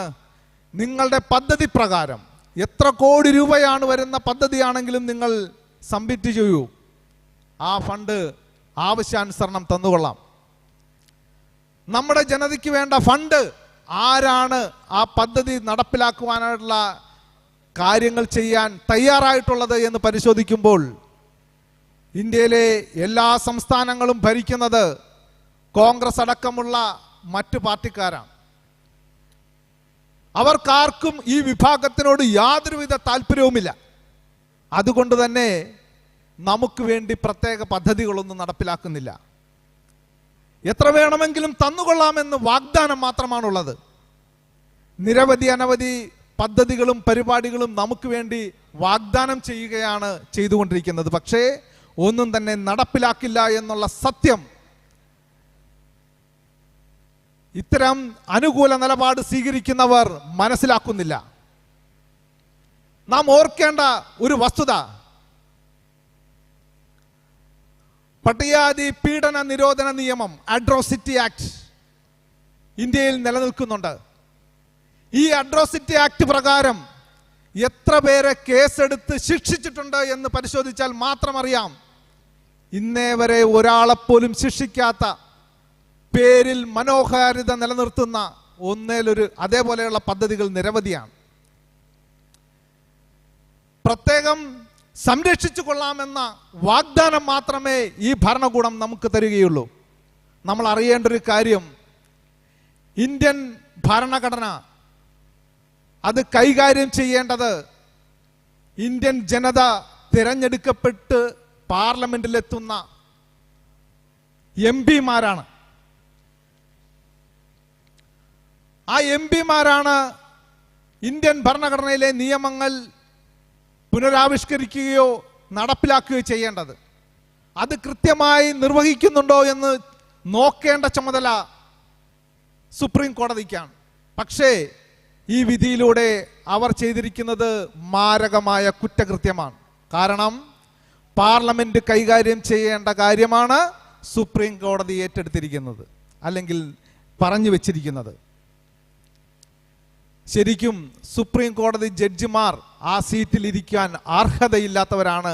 ഭരണഘടനാപരമായി ഭരണഘടനയെ ലംഘിക്കുകയും അതിനെ പ്രതിക്കൂട്ടിലാക്കുന്ന തരത്തിലേക്ക് ഈ രാജ്യത്തെ ഭരണ സംവിധാനം നിയന്ത്രിക്കുന്ന രാഷ്ട്രീയ പാർട്ടിക്കാരെ നിലക്ക് നിർത്തണമെങ്കിൽ ഇവിടെ നമ്മുടെ നോട്ടീസിൽ നിരവധി അനവധി സംഘടനകളും വിരലിലെണ്ണാവുന്ന പാർട്ടികളുമാണ് ഇവിടെ സംബന്ധിച്ചത്. ഞങ്ങൾക്ക് പറയാനുള്ളത്, ഇവിടെ സംഘടനകൾ നിരവധിയുണ്ട്. ആ സംഘടനകൾ രാഷ്ട്രീയ നിലപാട് സ്വീകരിക്കണം. രാഷ്ട്രീയ നിലപാട് സ്വീകരിച്ചുകൊണ്ട് മാത്രമേ നമ്മളുടെ ശരിയായ ആത്യന്തികമായ പ്രശ്നം, ഇത്തരത്തിലുള്ള പ്രശ്നം നമുക്ക് പരിഹരിക്കപ്പെടാൻ കഴിയുകയുള്ളൂ. മാത്രവുമല്ല, ഓരോ പ്രശ്നങ്ങൾ വരുമ്പോഴും മഴ പെയ്യുമ്പോൾ കരയുന്ന തവളകളെ പോലെ നമ്മൾ കരഞ്ഞുകൊണ്ടിരിക്കുകയാണ്. നിരന്തരം നമ്മൾ ഈ കരച്ചിൽ കരഞ്ഞ് കരഞ്ഞ് നമ്മുടെ തൊണ്ട കീറി ചാകുന്ന അവസ്ഥ വരാതെ, അവർ ഇപ്പോൾ പെയ്യുന്ന മഴ പോലെയല്ല, പെയ്യിക്കുന്ന മഴകളാണ് ഇപ്പോൾ നടന്നുകൊണ്ടിരിക്കുന്നത്. നമ്മളെ കൊണ്ട് കാറിക്കാൻ തന്ത്രപരമായ നീക്കമാണ്. നമ്മളെ കാറിച്ച് കാറിച്ച് അവശരാക്കി നമ്മുടെ ഇല്ലായ്മയിൽ നിന്ന് വീണ്ടും ഇല്ലായ്മയിലേക്ക് എത്തുന്ന, നമ്മളുടെ കുട്ടികളെ പൂർണ്ണ വിദ്യാഭ്യാസം ഉള്ളവരാക്കി മാറ്റാൻ കഴിയാത്ത തരത്തിലേക്ക് പ്രതിരോധിച്ച് നമ്മുടെ ശേഷി ഇല്ലാതാക്കി തീർക്കുവാനുള്ള തന്ത്രപരമായ നീക്കമാണ് ഇന്നത്തെ ഭരണകൂടം ഇന്ന് കൈയാളുന്നത്. അതുകൊണ്ട് ഇന്നത്തെ ഭരണകൂടം നിലനിൽക്കുന്നത് പാർട്ടികളുടെ പ്രതിനിധികളാണ്. അതുകൊണ്ട് നമ്മളും തദ്ദേശ ജനതയുടെ അവരുടെ ആവശ്യങ്ങൾ നിലനിർത്തുന്ന, അവരുടെ ആവശ്യങ്ങൾ മുന്നോട്ട് കൊണ്ടുപോകാൻ ശേഷിയുള്ള തദ്ദേശ ജനതയുടെ രാഷ്ട്രീയം പറയുന്ന രാഷ്ട്രീയ പാർട്ടികൾ, ഈ സംഘടനകൾ രൂപപ്പെടുത്തിക്കൊണ്ട് നമുക്കൊരു മുന്നണിയായി ഒത്തുചേർന്നുകൊണ്ട് മുന്നോട്ട് പോകുവാൻ കഴിയട്ടെ എന്ന് ആശംസിച്ചുകൊണ്ട് ഈ യോഗത്തിന് എല്ലാവിധ ആശംസകളും നേർന്നുകൊണ്ട് ഞാൻ എൻ്റെ വാക്കുകൾ ഉപസംഹരിക്കുന്നു. എല്ലാവർക്കും ജയ് ഭീം, ജയ് ഖാൻശ്യാം. അടുത്തതായിട്ട് ദളിത് ഡോക്ടേഴ്സ് അസോസിയേഷൻ്റെ ഡോക്ടർ ബാബുരാജ് അദ്ദേഹത്തെ വേദിയിലേക്ക് ക്ഷണിച്ചോളൂ. ജയ് ഭീം. ഒരുപാട് വൈകിയെന്നറിയാം. എന്നാലും ഇതുവരെ പറഞ്ഞതിൽ നിന്നും കേട്ടതിൽ നിന്നും വ്യത്യസ്തമായിട്ട്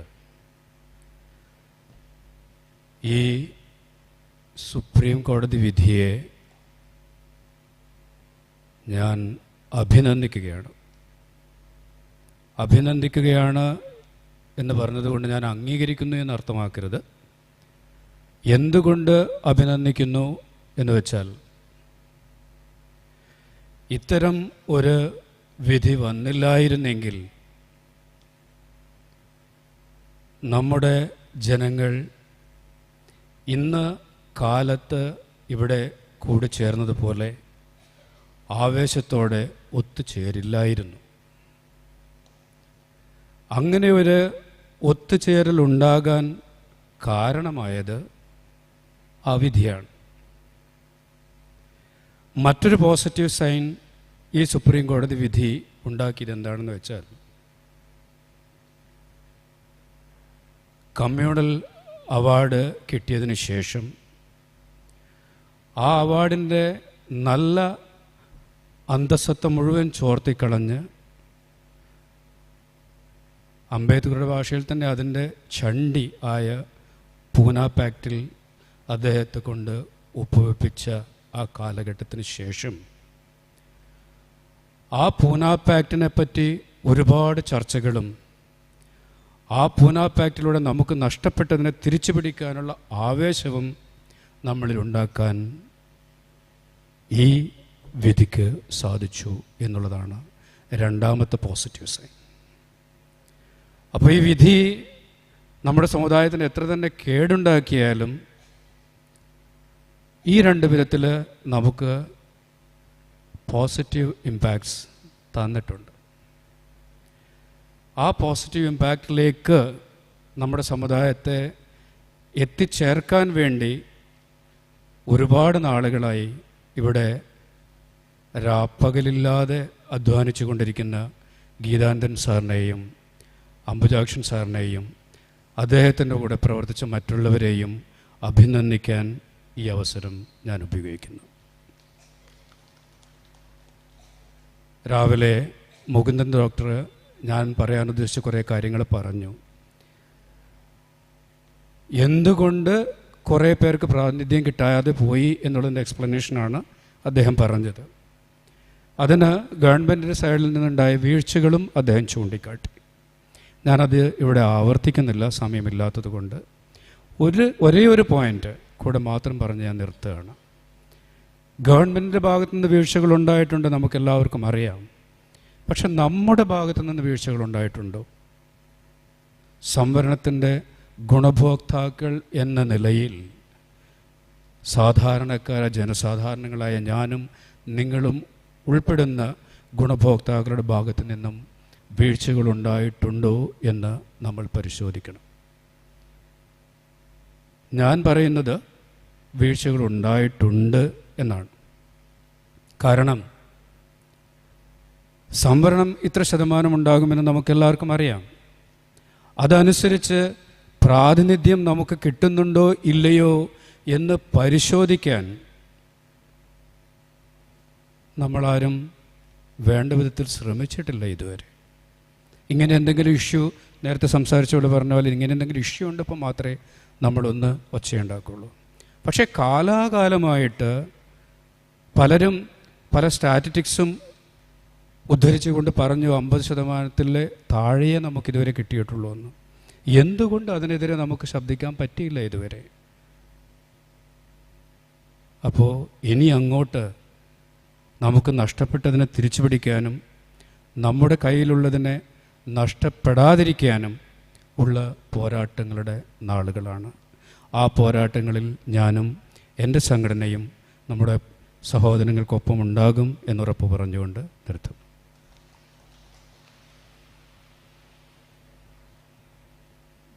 ആദി ADMSൻ്റെ രമേശൻ സാറിനെ വേദിയിലേക്ക് ക്ഷണിക്കുകയാണ്.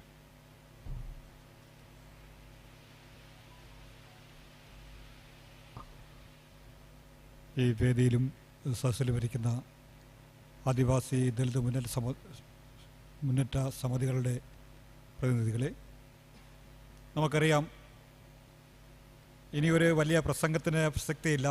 കാരണം ഈ വിഷയവുമായി ബന്ധപ്പെട്ട് സൗത്ത് ഇന്ത്യയിലെ നമ്മുടെ സംഘടനാ പ്രവർത്തകർ ഈ വിഷയത്തെക്കുറിച്ച് ആധികാരികമായ ചർച്ചകൾ ചെയ്തു കഴിഞ്ഞു.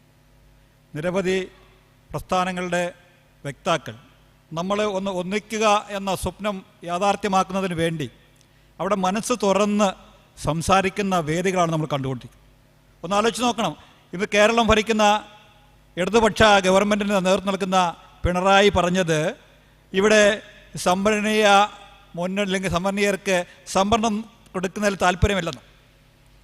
അതുപോലെ തന്നെ രാജ്യം ഭരിക്കുന്ന BJP സർക്കാരിൻ്റെ പ്രതിനിധി നരേന്ദ്രമോദി പ്രതിദാനം ചെയ്യുന്ന സർക്കാർ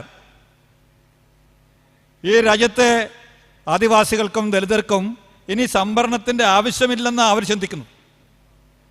നമ്മളെക്കുറിച്ച് നമ്മളൊന്ന് പഠിച്ചു നോക്കണം.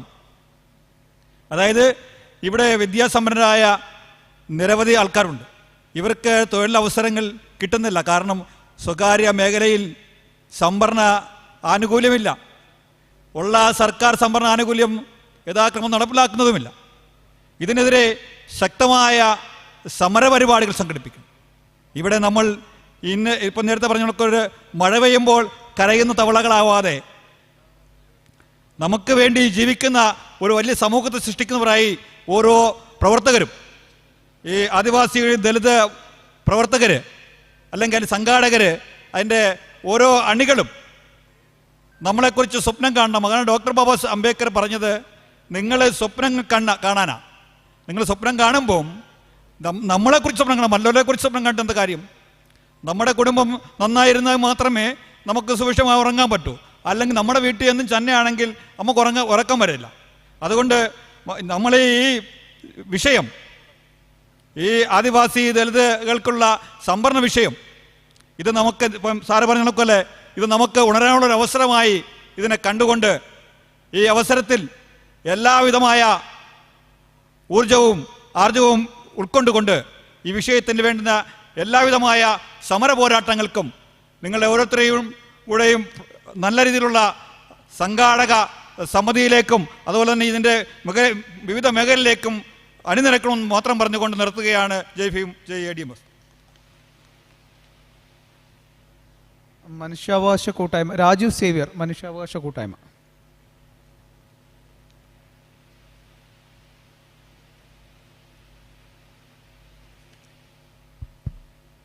സ്നേഹം നിറഞ്ഞ യോഗത്തിൻ്റെ അധ്യക്ഷൻ ശ്രീ ഗീതാനന്ദ മാഷ്, അഡ്വക്കേറ്റ് വിനോദ്,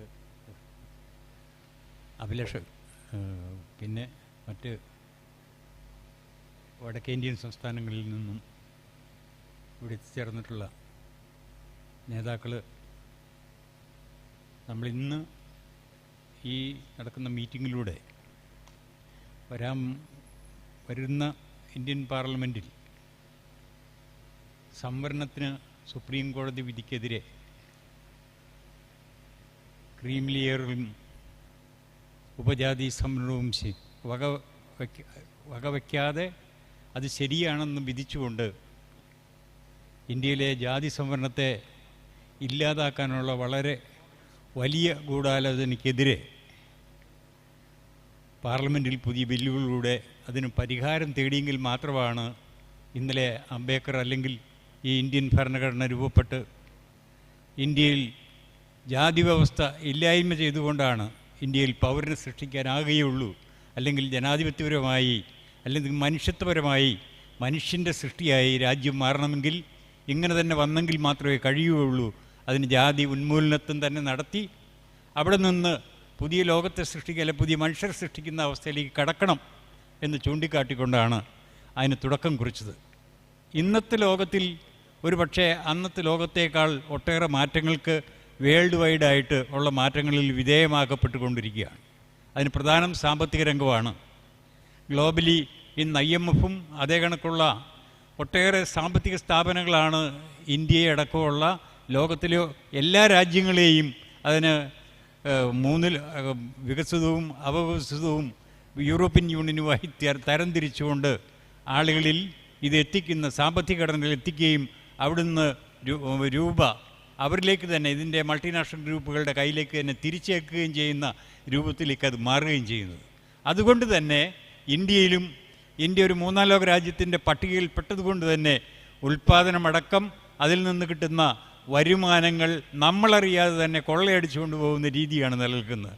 ആ കൊള്ളയടിക്ക് ഈ സമൂഹത്തിലെ ദരിദ്ര വിഭാഗങ്ങളടക്കം ജാതിയിൽ താഴ്ന്നു നിൽക്കുന്ന, അത് തൊഴിലേത് ജാതി ഇതിൽ പരിശോധിക്കപ്പെട്ടാലും ഈ ഇത്തരം വിഭാഗങ്ങൾ കീഴ്പ്പെട്ട് കഴിഞ്ഞിരിക്കുന്ന ആ സ്ഥിതിയെ വീണ്ടും തുറന്നു കൊണ്ടുപോകാനുള്ള വളരെ ശാസ്ത്രീയമായ നീക്കമാണ് നടക്കുന്നത്.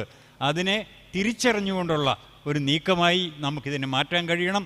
അങ്ങനെ മാറ്റി പുതിയ ലോകത്തിലെ അല്ലെങ്കിൽ ഇന്ത്യയിലെ പൗരൻ എന്നുള്ള ആ വാക്കിന് മറ്റൊരു വ്യതിചലനമില്ലാത്ത ഒരു പൗരത്വമായി മാറ്റിക്കൊണ്ടുവരാൻ നമുക്ക് കഴിയാനുള്ള നീക്കമായി ഇതിന് മാറണം എന്ന് മാത്രം പറഞ്ഞുകൊണ്ട് ഞാൻ എൻ്റെ വാക്കുകൾ ഉപസംഹരിക്കുന്നു. നിങ്ങൾക്ക് എൻ്റെ അഭിപ്രായം. നമ്മൾ ഈ സൗത്ത് ഇന്ത്യൻ കോൺക്ലേവിൻ്റെ ഇന്നത്തെ യോഗ നടപടികൾ അതിൻ്റെ അവസാന ഘട്ടത്തിലേക്ക് വരികയാണ്. കൃതജ്ഞത അറിയിക്കുന്നതിലേക്കായി CJ തങ്കച്ചൻ അവർകളെ ക്ഷണിക്കാം.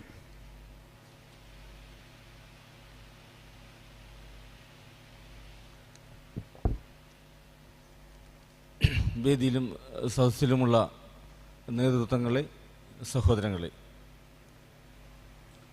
സമ്പന്നമായ നമ്മുടെ കോൺക്ലേവിൻ്റെ പര്യവസാനം ഏറെ സന്തോഷത്തോടു കൂടിയാണ് ഞാൻ ഇവിടെ നിൽക്കുന്നത്. നമുക്കറിയാം എത്ര തന്നെ സവർണപക്ഷപരമായ നമ്മുടെ സംവരണത്തെ അട്ടിമറിക്കുന്ന കോടതി വിധിയെ അതിനെ മറികടക്കുവാനുള്ള ശക്തി സമാഹരിക്കുന്ന അതിൻ്റെ ഭാഗമായിട്ടാണ് നമ്മൾ നമ്മുടെ ഈ കോൺക്ലേവ് നമ്മൾ ഇന്ന് ഇതിൻ്റെ പര്യവസാനത്തിൽ നിൽക്കുന്നത്. ഓഗസ്റ്റ് 1 തീയതി മുതൽ നമ്മൾ ഇതിൻ്റെ ഭാഗമായിട്ടുള്ള പ്രക്ഷോഭത്തിൻ്റെയും ഹർത്താലിൻ്റെയും ഇടപെടലിൻ്റെയും ഒക്കെ ഭാഗമായി നമുക്ക് കേരളത്തിലെയും നമ്മുടെ ജനങ്ങളെ, നമ്മുടെ ചെറുതും വലുതുമായ ജനങ്ങളുടെ വിശ്വാസത്തെ നമുക്ക് സമാഹരിക്കുവാനും ഇന്ന് ഈ വേദിയിൽ അശോക് ഭാരതി പ്രഖ്യാപിച്ച പോലെ അതൊരു ഇന്ത്യൻ കോൺക്ലേവായി അത് മാറിയിരിക്കുന്നു എന്ന് പറയുന്നതിലൂടെ നമുക്ക് ഉറപ്പുണ്ട് ഈ രാജ്യത്തെ ഭരണഘടനയെ സംരക്ഷിക്കുവാനും നമ്മുടെ അവകാശങ്ങളെ നിലനിർത്തുവാനും നമ്മൾ ശക്തമായി മുന്നേറുമെന്നുള്ള സൂചനയാണ് രാജ്യത്തോട് നമ്മൾ ഇന്ന് കേരളത്തിൽ നിന്ന് നമ്മൾ പറഞ്ഞിരിക്കുന്നത്. ഈ വേദിയിൽ മറ്റൊന്നും തന്നെ സംസാരിക്കാൻ കാര്യമില്ല. രാവിലെ മുതൽ ഈ നേരം വരെ വളരെ ശക്തമായും കൃത്യമായുമുള്ള അഭിപ്രായങ്ങൾ പങ്കുവച്ച ഈ സമ്പന്നമായ വേദിയിൽ നന്ദി പറയുക എന്നുള്ള ഒരു കാര്യമാണ് എനിക്കുള്ളത്. ഇന്നലെ രാത്രിയിൽ ഏതാണ്ട് ഒരു 2 മണിയായപ്പോൾ ഈ കാലിയായി കിടക്കുന്ന കസേരയെ നമ്മുടെ സഹോദരൻ ശ്രീജിത്ത് ഫോട്ടോ എടുത്തുകൊണ്ട് ഒരു മെസ്സേജ് ഇട്ടു. ഈ കസേരയിൽ നാളെ ഇരിക്കുന്നവരാണ് വിമോചനത്തിൻ്റെ വക്താക്കൾ എന്ന് പറഞ്ഞുകൊണ്ടൊരു കുറിപ്പിട്ടു. ആ കുറിപ്പ് അക്ഷരാർത്ഥത്തിൽ ആ കുറിപ്പ് കേരളത്തിനെ നോക്കിയാണ് ഇട്ടത്. ആയതുകൊണ്ട് തന്നെ എനിക്ക് പറയാനുള്ളത്, ഈ കസേരയിലിരുന്ന മനുഷ്യർ എല്ലാവരും, അതിൽ ചുരുക്കം കുറച്ച് മനുഷ്യർ മാത്രമേ ഇവിടെ സംസാരിച്ചിട്ടുള്ളൂ. അതിലേറെയും സംസാരിക്കാത്തവരാണ് ഈ കസേരയിലിരുന്നവർ. അവർക്ക് ഈ പറയുന്ന നമ്മുടെ അവകാശങ്ങളെ സംരക്ഷിക്കുവാനും അതുപോലെ തന്നെ ഈ ഭരണഘടനയെ അട്ടിമറിക്കുവാനുള്ള നീക്കം നടത്തിയ ഈ കോടതി വിധിയെ മറികടക്കും വരെ ആ ഉത്തരവാദിത്വം നമ്മുടെ ഉള്ളിലുണ്ടാകണം. നമ്മുടെ സഹജനങ്ങളോടും സഹോദരങ്ങളോടും അത് പങ്കുവെക്കുവാനുള്ള ബാധ്യതയാണ് രാവിലെ മുതൽ നമ്മൾ കേട്ടത്. തദ്ദേശീയ ജനതയെ അങ്ങനെ ശിഥിലീകരിക്കുവാൻ കഴിയില്ല എന്ന് വീണ്ടും കേരളം ഇന്ത്യയോടും ലോകത്തോടും പറയുന്ന ശബ്ദമാണ് കുറച്ചു മുമ്പ് നമ്മൾ കേട്ടത്. അത് നമ്മൾ ഉറച്ച മനസ്സോടുകൂടി ഏറ്റെടുക്കുകയും മുന്നോട്ട് പോകുവാനുള്ള ഇന്ത്യയുടെ രാഷ്ട്രീയപരമായ പുനർനിർമ്മാണത്തിൻ്റെ ഒരു പുത്തൻ വഴിയാണ് ഇവിടെ തുറന്നിരിക്കുന്നതെന്ന് മാത്രം പറഞ്ഞുകൊണ്ട് ഇവിടെ പങ്കെടുത്ത മുഴുവൻ നേതാക്കന്മാർക്കും, പ്രത്യേകിച്ചും BCKയുടെ ഉദ്ഘാടകനായിട്ടുള്ള തോൾ തിരുമാളടക്കമുള്ള മുഴുവൻ ആൾക്കാർക്കും ഞാൻ നന്ദി പറയുന്നു. ഒപ്പം ബഹുമാനപ്പെട്ട നമ്മുടെ ഗീത മാഷ് ഇവിടെ സംസാരിച്ചിട്ടില്ല. അത് നമുക്കൊക്കെ അതിന് സംസാരിക്കണം എന്ന് പറയാണ്. അതുകൊണ്ട് തന്നെ ബഹുമാനപ്പെട്ട ഗീത മാഷിനെ സംസാരിക്കുവാനായിട്ട് ഞാൻ ക്ഷണിക്കുകയാണ്. എന്തായാലും നമ്മുടെ കോൺക്ലേവിൻ്റെ വിജയകരമായ ഒരു പരിസമാപ്തിയിലാണ് നമ്മൾ നിൽക്കുന്നത്. നമ്മൾ പ്രതീക്ഷിച്ചതുപോലെ തന്നെ വലിയൊരു അടിത്തട്ടിലുള്ള ഒരിളക്കം ഡോക്ടർ ബാബുരാജ് സാർ പറഞ്ഞതുപോലെ നമ്മുടെ ആളുകൾ ഉണർന്നു എന്നുള്ളതാണ് ഇതിൻ്റെ ഒരു പോസിറ്റീവായിട്ടുള്ള ഒരു ഗുണം. അത് ആ നിലക്ക് ഈ സമ്മേളന വേദിയിൽ, കോൺക്ലേവിൻ്റെ വേദിയിൽ അത് പ്രതിഫലിച്ചു എന്നുള്ളത് രാവിലെയുള്ള സെഷൻ മുതൽ നമുക്കറിയാം.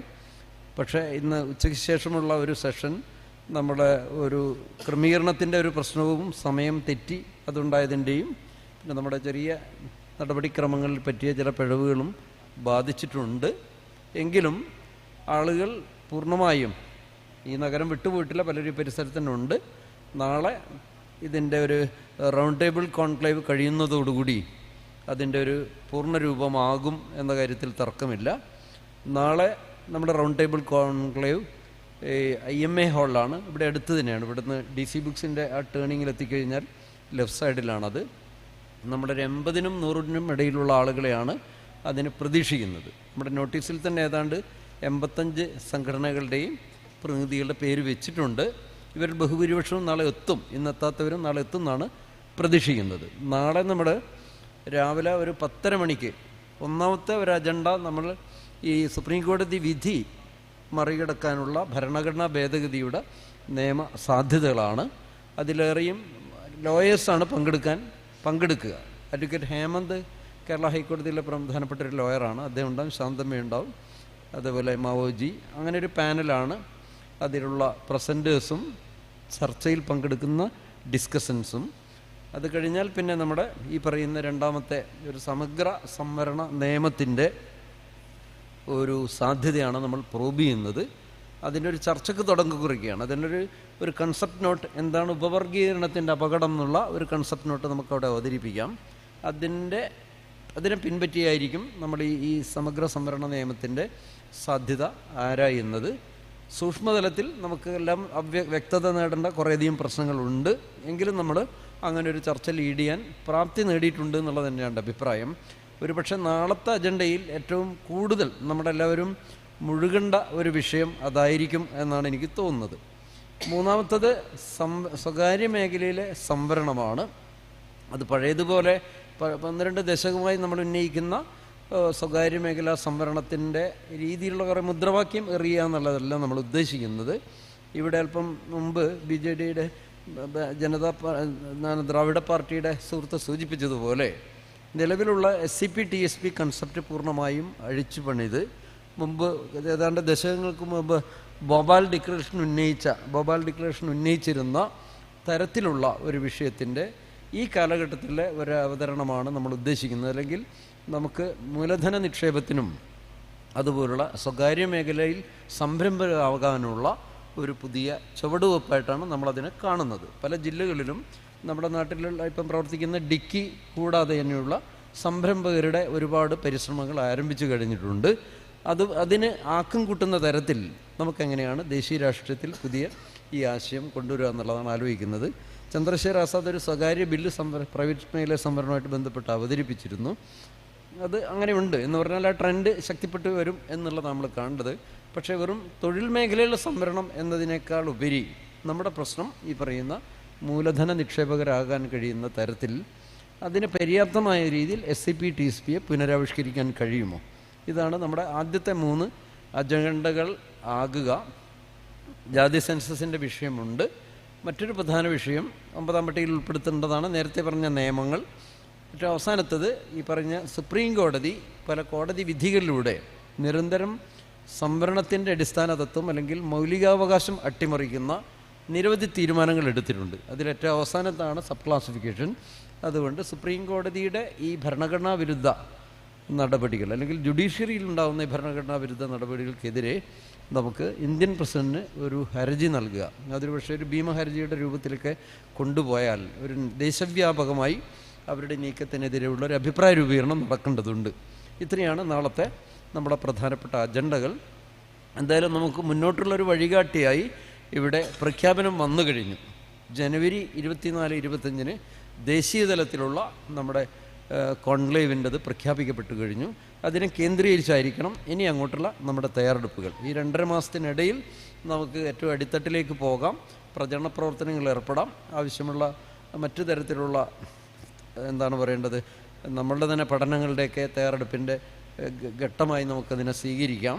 എന്തായാലും അപ്പോൾ മൊത്തത്തിൽ നമുക്ക് ഇതൊരു വിജയകരമായ ചുവടുവെപ്പിലേക്കുള്ള ഒരു വ്യക്തത കൈവരിക്കാൻ ഈ സമ്മേളനം കൊണ്ട് കോൺക്ലേവ് കൊണ്ട് കഴിഞ്ഞു, അല്ലെങ്കിൽ അതിന് ഒരു പാത തുറക്കപ്പെട്ടു എന്നാണ് എനിക്ക് തോന്നുന്നത്. ഏറ്റവും അവസാനമായി പറയാനുള്ളത് മറ്റൊന്ന് സംവരണത്തിൻ്റെ നാളിതുവരെയുള്ള ഒരു സ്റ്റാറ്റസ് എന്താണ് എന്നുള്ള ഒരു ധവളപത്രം ഗവൺമെൻറ്റാണ് ചെയ്യേണ്ടത്. അത് ഗവൺമെൻറ് ചെയ്യുന്ന നമ്മൾ പ്രതീക്ഷിക്കേണ്ടതില്ല. പക്ഷേ നമ്മുടെ ദളിത് ഇൻ്റലക്ച്വൽസും അതുപോലുള്ള വലിയ അക്കാഡമിക് രംഗത്തുള്ള ആളുകളെല്ലാം തന്നെ ഉൾപ്പെടുത്തി നമുക്കങ്ങനെ ഒരു സ്റ്റഡി ഗ്രൂപ്പ് ഒരു വിവരം ധവളപത്രം പുറത്തു കൊണ്ടുവരാനുള്ള ഒരു ടാസ്ക് നമുക്ക് കോൺക്ലേവിന് എടുക്കാൻ കഴിയുന്നത് നന്നായിരിക്കും എന്നൊരു അഭിപ്രായം ഇതിനെ തന്നെ നമ്മുടെ പല ചർച്ചകളിലും വന്നിട്ടുണ്ട്. ഇത്രയായിരിക്കാം ഒരുപക്ഷെ കോൺക്ലേവിൻ്റെ നാളത്തെ ഒരു അഭിപ്രായത്തിൻ്റെ അല്ലെങ്കിൽ അതിൻ്റെ ഒരു ഔട്ട്പുട്ട് എന്നാണ് എൻ്റെ കണക്കുകൂട്ടൽ. എന്തായാലും നാളത്തെ അവതാരകരിൽ ഇപ്പോൾ മാവോജി സാറുണ്ട്, നേരത്തെ പറഞ്ഞ അഡ്വക്കേറ്റ് ഹേമന്ത്, അതുപോലുള്ള ആളുകൾ, ശാന്തമ്മ ചേച്ചി, കൂടാതെ ഇന്ന് മീറ്റിങ്ങിന് വന്ന് വേദിയിലിരിക്കാത്ത KR ഗംഗാധരൻ സാറുണ്ട്, കസ്റ്റംസിലെ ഉദ്യോഗസ്ഥൻ. അദ്ദേഹം ഒരു പേപ്പർ അവതരിപ്പിക്കും. അത് സ്വകാര്യ മേഖലയിലുള്ള ഈ വിഷയമായിട്ട് ബന്ധപ്പെട്ടാണ് അദ്ദേഹത്തോട് പറഞ്ഞിരിക്കുന്നത്. പിന്നെ OP രവീന്ദ്രൻ ഉണ്ടാകും. അദ്ദേഹം എയ്ഡഡ് മേഖലാ സംവരണത്തെ ഈ സംവരണ സംരക്ഷണ നിയമവുമായി ബന്ധപ്പെട്ട് എങ്ങനെയാണ് ഒരു പ്രൊട്ടക്റ്റീവ് കാര്യം തീർക്കുക എന്നുള്ളതിൻ്റെ സാധ്യതയാണ് പറയുക. അതേപോലെ തന്നെ ഗ്രാൻസുമായി ബന്ധപ്പെട്ട് PMMSS ദേശീയതലത്തിലുള്ള ഈ പറയുന്ന ഗൈഡ് ലൈനുമായി ബന്ധപ്പെട്ടുണ്ടായിരുന്ന ക്രീമി ലെയർ സ്ഥാനത്തെ മറികടക്കാനുള്ള സംഭവം അംബുജാക്ഷൻ സാറിൻ്റെ പ്രസൻറ്റേഷൻ ഉണ്ടാവും. അത്തരത്തിലുള്ള നാളെ എന്താണ് കൃത്യമായി നടക്കുക എന്നുള്ളതിൻ്റെ സമയക്രമം നമ്മൾ ഇന്ന് രാത്രി കഴിയുന്നതും 8:30 അല്ലെങ്കിൽ അധികം നീണ്ടുപോകാതെ, പലരും ഇവിടുന്ന് വിട്ട് വീടുകളിൽ എത്തിയിട്ടുണ്ടാവില്ല. അപ്പോൾ ഒരു ഗൂഗിൾ മീറ്റിൽ അത് അന്തിമമായി ഫൈനലൈസ് ചെയ്യാമെന്നുള്ളൊരു അഭിപ്രായമാണ് ഇപ്പോൾ ഉള്ളത്. ഒരു 8:45 അല്ലെ പരമാവധി 9 മണിക്കുള്ളിൽ നമ്മളൊരു ഗൂഗിൾ മീറ്റ് നടത്തി അത് അവസാനിപ്പിക്കും. അപ്പം നമ്മൾ നാളത്തെ ഇതിലിരിക്കേണ്ട ആളുകൾ പരമാവധി ഇന്ന് പകൽ ഒരു രജിസ്റ്റർ ബുക്കിൽ എൻട്രി ചെയ്യണം എന്ന് പറഞ്ഞിരുന്നു. എൻ്റെ ഒരു ഊഹക്കണക്ക് നിലവിലിപ്പോൾ ഈ നഗരത്തിൽ ഒരു 30-നും 40-നും ഇടയിൽ ആളുകൾ ഉണ്ട്, വീടുകളിൽ പോകാതെ ഉണ്ടെന്നാണ് ഏകദേശ കണക്ക്. കുറച്ച് പേര് വീടുകളിൽ തിരിച്ചു പോയിട്ടുണ്ട്. ഇന്ന് വരാത്ത കുറച്ച് ആളുകൾ നാളെ വരും. അങ്ങനെയാണ് കൊച്ചിയിലുള്ളവരുൾപ്പെടെ പോയി നാളെ ശാന്തമ്മ ചേച്ചിക്ക് നാളെ വരാനാണ് പ്ലാൻ ഇട്ടിരിക്കുന്നത്. മാവോജി സാറൊക്കെ ഇവിടെ തന്നെ ഉണ്ട്, ദേശീയ നേതാക്കൾ ഇവിടെ ഉണ്ട്. അതുകൊണ്ട് പിന്നെ ആർക്കെങ്കിലും ഇവിടെ താമസ സൗകര്യം ഏർപ്പാടാക്കേണ്ടതുണ്ടെങ്കിൽ, ഓൾറെഡി അത് ചെയ്യാത്തവരുണ്ടെങ്കിൽ, നമുക്കിപ്പോൾ ഇവിടെ വൈഗ ലോഡ്ജിൽ ഒരു 3 മുറിയുണ്ട്. അതുകൂടാതെ ലോഡ്ജിൻ്റെ പേര് യമുന ലോഡ്ജിൽ നിലവിൽ VCKക്കാരെടുത്തതും നമ്മളെടുത്തത് കുറച്ച് ഒരാഴ്ചയുള്ള മുറികളുണ്ട്, അവിടെ തങ്ങാവുന്നതാണ്. അങ്ങനെ ഞാനത് എടുത്തു പറയാൻ കാരണം ഇന്ന് വെളുപ്പിനോ ഇന്നലെ എത്തിയ പലരും ഇവിടെയൊക്കെ ചുറ്റിപ്പറ്റിയൊക്കെ നിൽക്കുന്ന ഒരവസ്ഥ വന്നു എന്നുള്ള ഒരു കാര്യം ശ്രദ്ധപ്പെട്ടുകൊണ്ടാണ്. അങ്ങനെ ആരും ബുദ്ധിമുട്ടേണ്ടതില്ല. നമുക്ക് എന്തായാലും താമസ സൗകര്യം ഒരുക്കാം. അങ്ങനെ നിൽക്കുന്നവർ മറ്റെന്തെങ്കിലും സാമ്പത്തിക പ്രയാസം അല്ലെങ്കിൽ അതുപോലുള്ള കാര്യങ്ങളുണ്ട് എങ്കിൽ അതുകൂടി ഒന്ന് സംഘാടക സമിതിയുടെ ശ്രദ്ധയിൽപ്പെടുത്തിയാൽ മതി. പിന്നെ ജില്ലയിലുള്ള നമ്മുടെ നേതൃത്വങ്ങൾ പരമാവധി ഇന്ന് പോയിരിക്കുന്ന ആളുകളെ, ഈ ലിസ്റ്റിൽ പേര് വെച്ചിരിക്കുന്ന സംഘടനാ പ്രതിനിധികളെ പരമാവധി ടെലഫോണിലൂടെയൊക്കെ വിളിക്കുകയും ഒന്ന് നാളെ എത്തിക്കാനുള്ള ഒരു നടപടി ചെയ്യണം.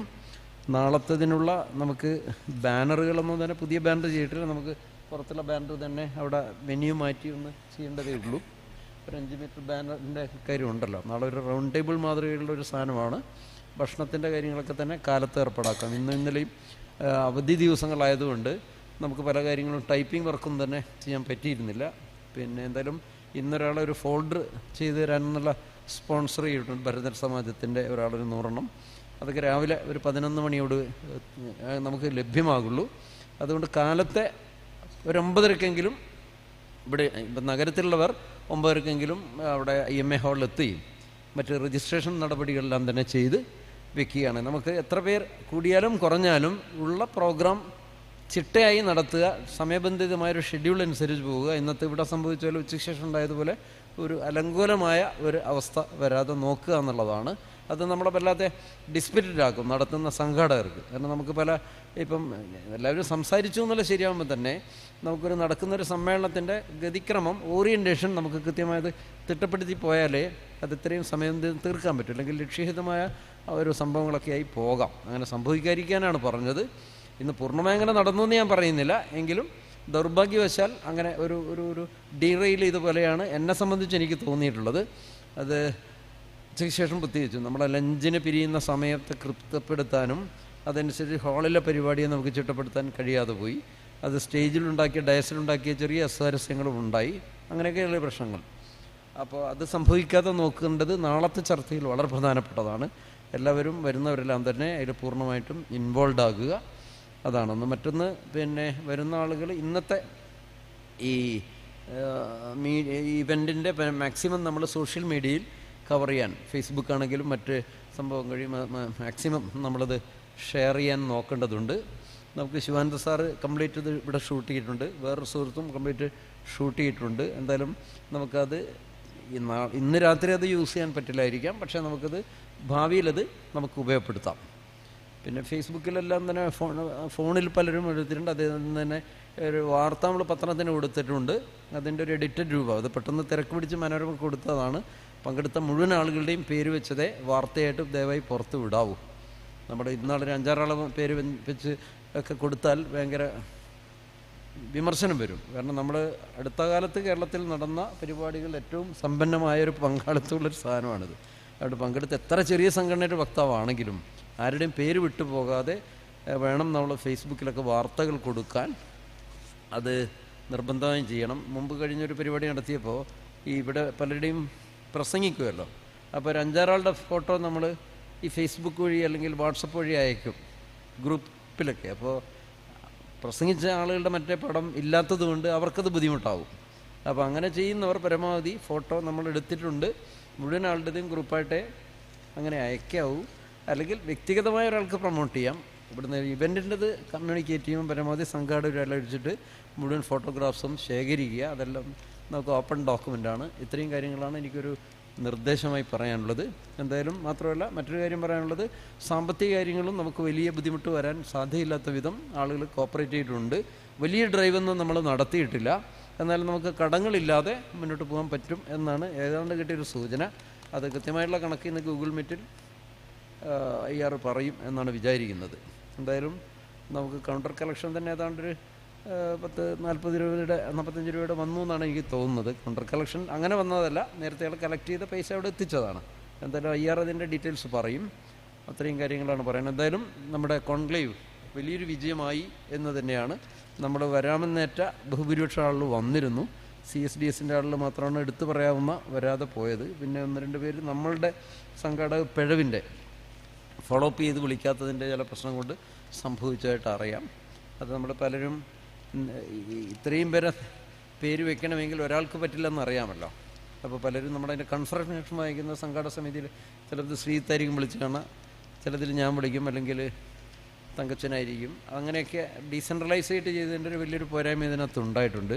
അത് ലാസ്റ്റ് മിനിറ്റിലെ തലേദിവസം 2 ദിവസം മുമ്പ് നമ്മൾ കൺഫേം ചെയ്യിക്കേണ്ട ഒരു പരിപാടി ഉണ്ടായിരുന്നു. അങ്ങനെ ചെയ്യാത്തത് കൊണ്ട് ചെറിയ പഴികൾ നമ്മൾ കേൾക്കാനും കാരണമായിട്ടുണ്ട്. ആളുകളുടെ ഒരു ഫൈനൽ കൺഫർമേഷൻ വാങ്ങിക്കാതെ ഫോട്ടോ പ്ലേസ് ചെയ്തെന്ന് പറഞ്ഞുള്ള ക്രിറ്റിസിസം വന്നിട്ടുണ്ട്. അതിൽ വലിയ കാര്യമില്ലാത്തതാണ്. പക്ഷേ ഇപ്പോഴത്തെ ഈ സബ് ക്ലാസിഫിക്കേഷൻ്റെ പേരുള്ള വിവാദം നടക്കുന്നുണ്ട്. നമുക്കിതിൽ വെച്ച് താല്പര്യമൊന്നുമില്ല. ഇപ്പോൾ സണ്ണിയുടെ ഒരു മറുകുറിപ്പ് വന്നിരുന്നു. സണ്ണിയെ 2 പ്രാവശ്യം ഞങ്ങൾ വലിയൊരു സംഘം പോയി കണ്ടു. പിന്നെ ഇന്നലെ ഇത് ഫൈനലൈസ് ചെയ്യുന്നതിൻ്റെ ഏതാണ്ട് 1 ദിവസം മുമ്പ് ആവർത്തിച്ച് വിളിക്കുന്നു. അപ്പോഴും ഇതാ ഞങ്ങൾ കമ്മിറ്റി ചർച്ച ചെയ്യുന്നു എന്ന് പറയുന്ന ഒരു രീതിയിലാണ് സണ്ണി കവിക്കാട് അതിനെ ഫോളോ ചെയ്യുന്നത്.